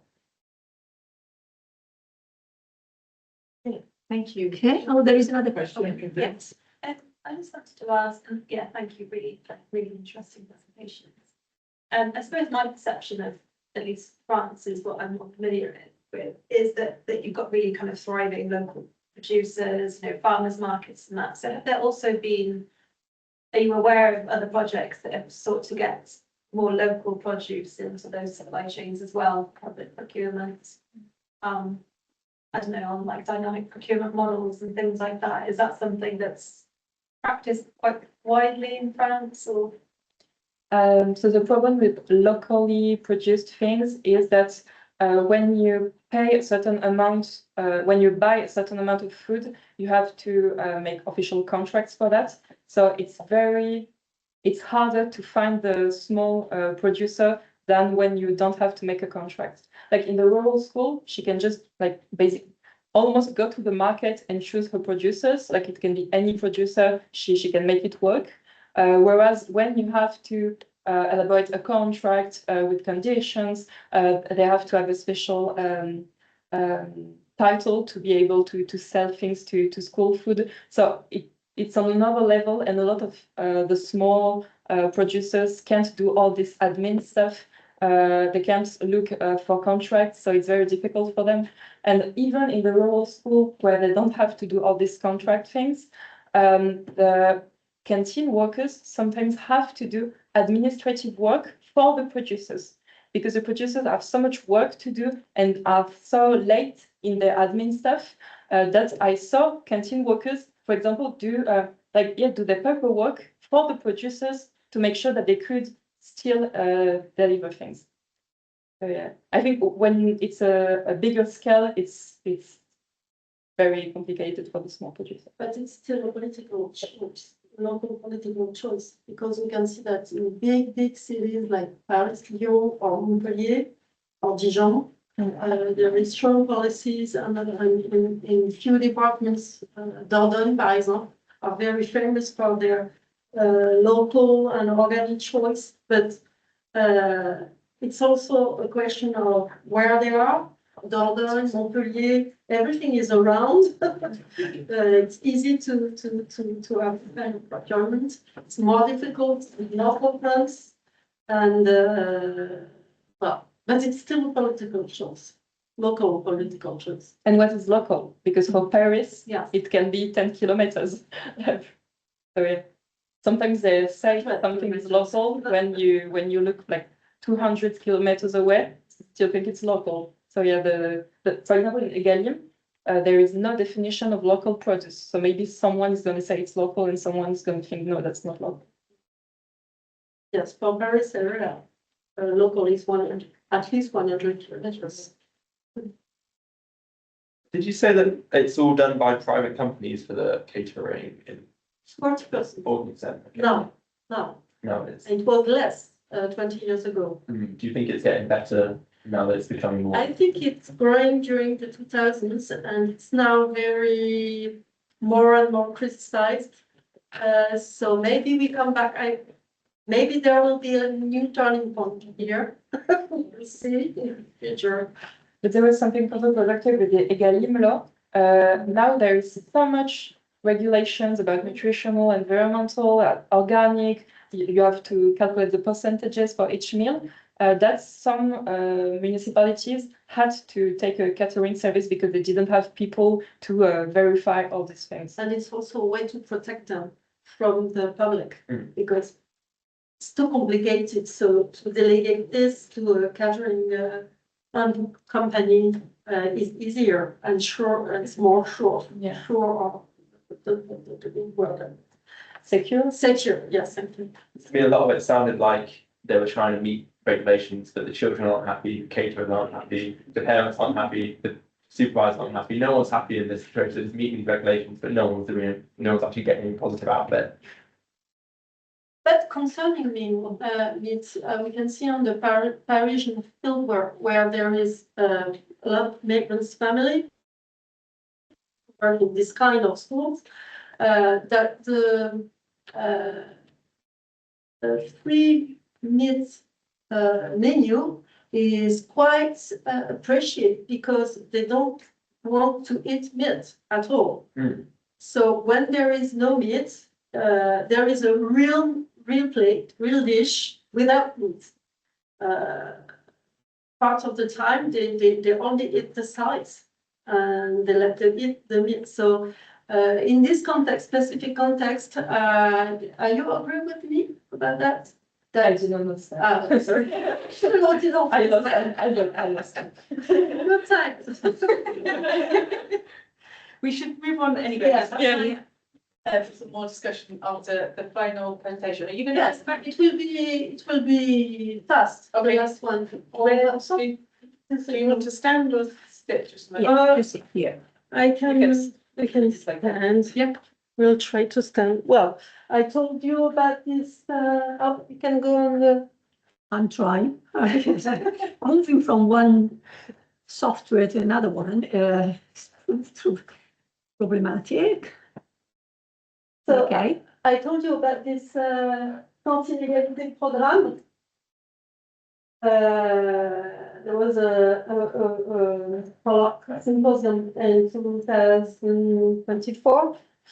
And there is a special issue from a selection of paper presented at this conference in the Anthropology of Food Journal. I don't know if you know it. It's free access online. The main goal of this of this number issue is to, well, if I can't read my notes.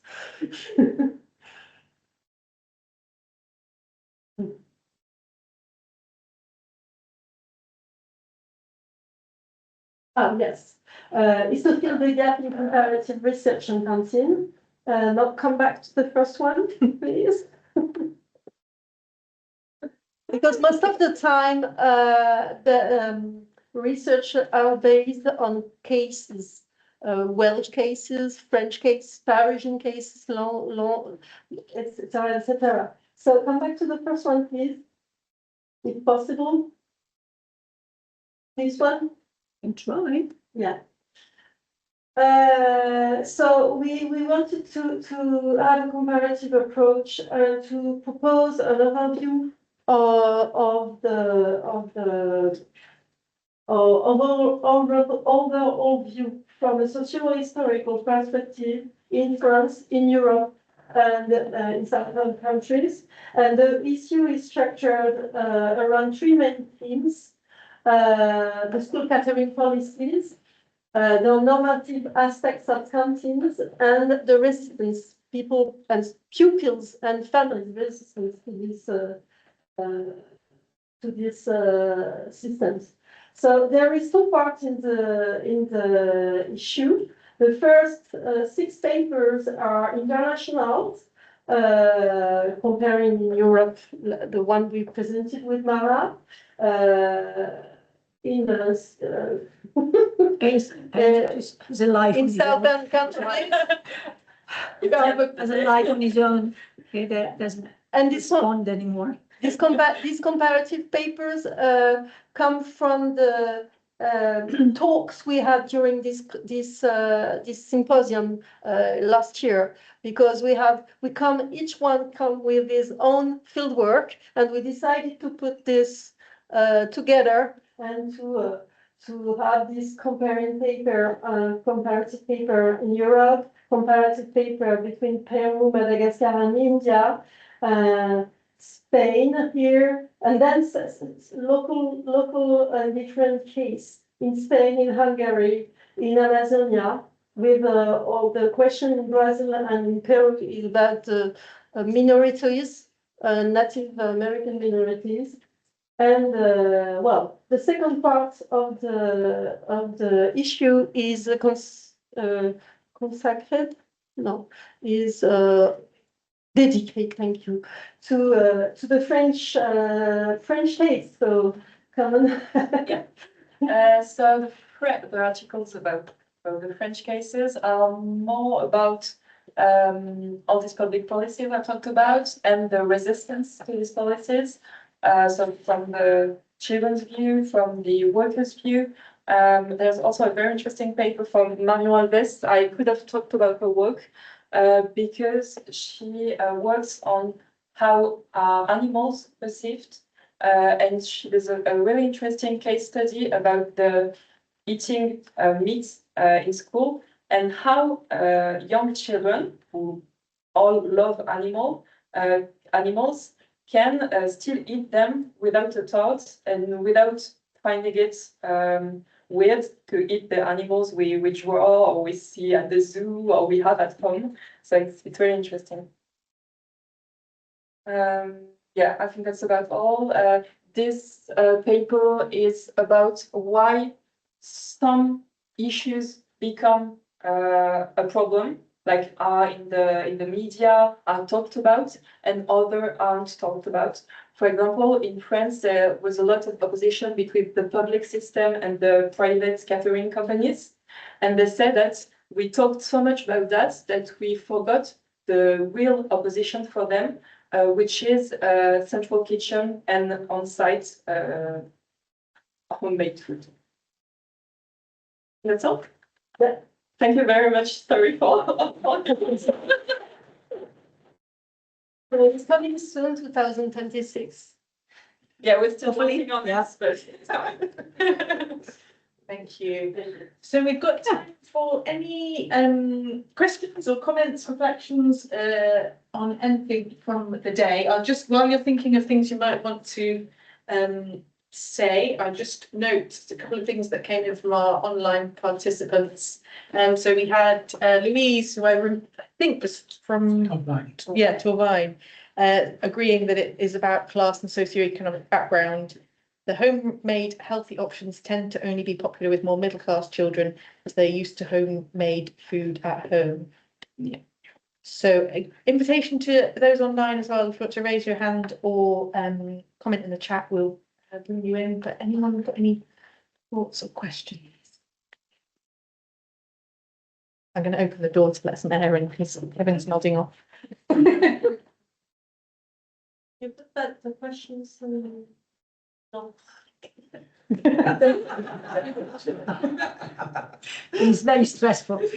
Honestly, this technology is letting down. I mean,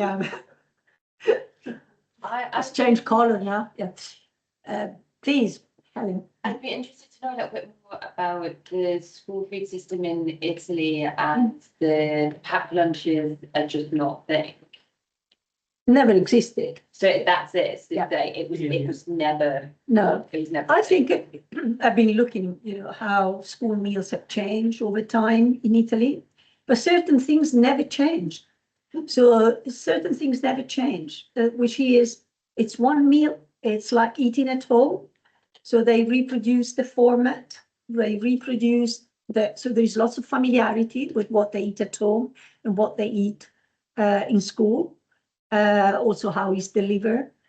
So over time, there has been obviously an interest in making sure that, for example, the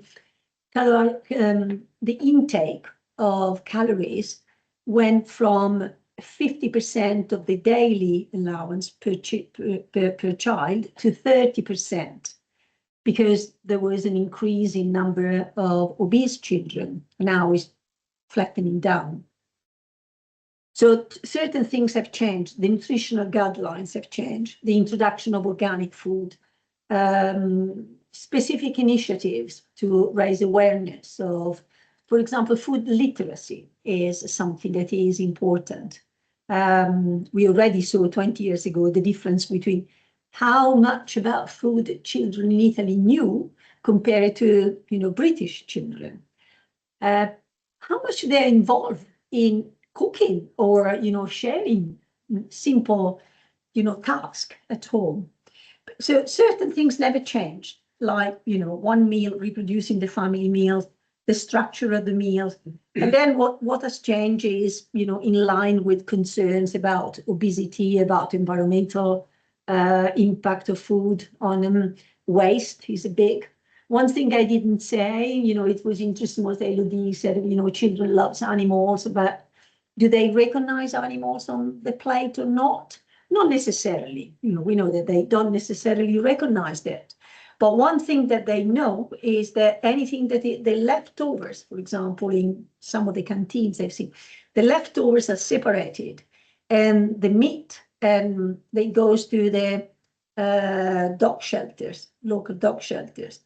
So they also, and they communicate this to the children that, is not only for selling, reducing waste or recycling as much as possible, wasting as many, but it's also, keeping in mind that there are other animals that, might benefit from that. So, yeah. Kev. I just remember many years ago, we got invited to have a school meal by the mayor of Rome. Right. And the two things I remember most vividly about that, we were invited to sit down with the children, and as Amara said, on each table was a teacher. And I sat next to her and said, do you normally do this? And she said, of course. She said, the meal is a pedagogical moment. The children will eat what I eat, and we talk about it. And the second thing that I recall is the fantastic Italian food educational program Oh, for yeah. schools called Cultura que Nutre, culture that feeds. Yeah. So the food was used as a pedagogical tool to teach children the relationship between place and product. They had some knowledge of the products in their region that was served in the school. You know, so that pedagogical, the idea of a pedagogical meal, I guess, is where we're all trying to head with the whole school approach, where the canteen, the catering staff, if you like, are integrated into the school. So instead of the two worlds, Elodie, that I think you or Christine spoke about, and Helen and I have discussed this in the past, where these are two parallel worlds, separate and alien, strangers to each other, where they are trying to integrate these so that the school becomes an educational tool, the meal becomes an educational tool. And that's how you build food literacy, I guess. Yeah, very much so. But here there is the practice and the theory, because in the French case, I show you the practice, but in theory, school has a strong role in the national integration of building this national community, and the school will too, in theory.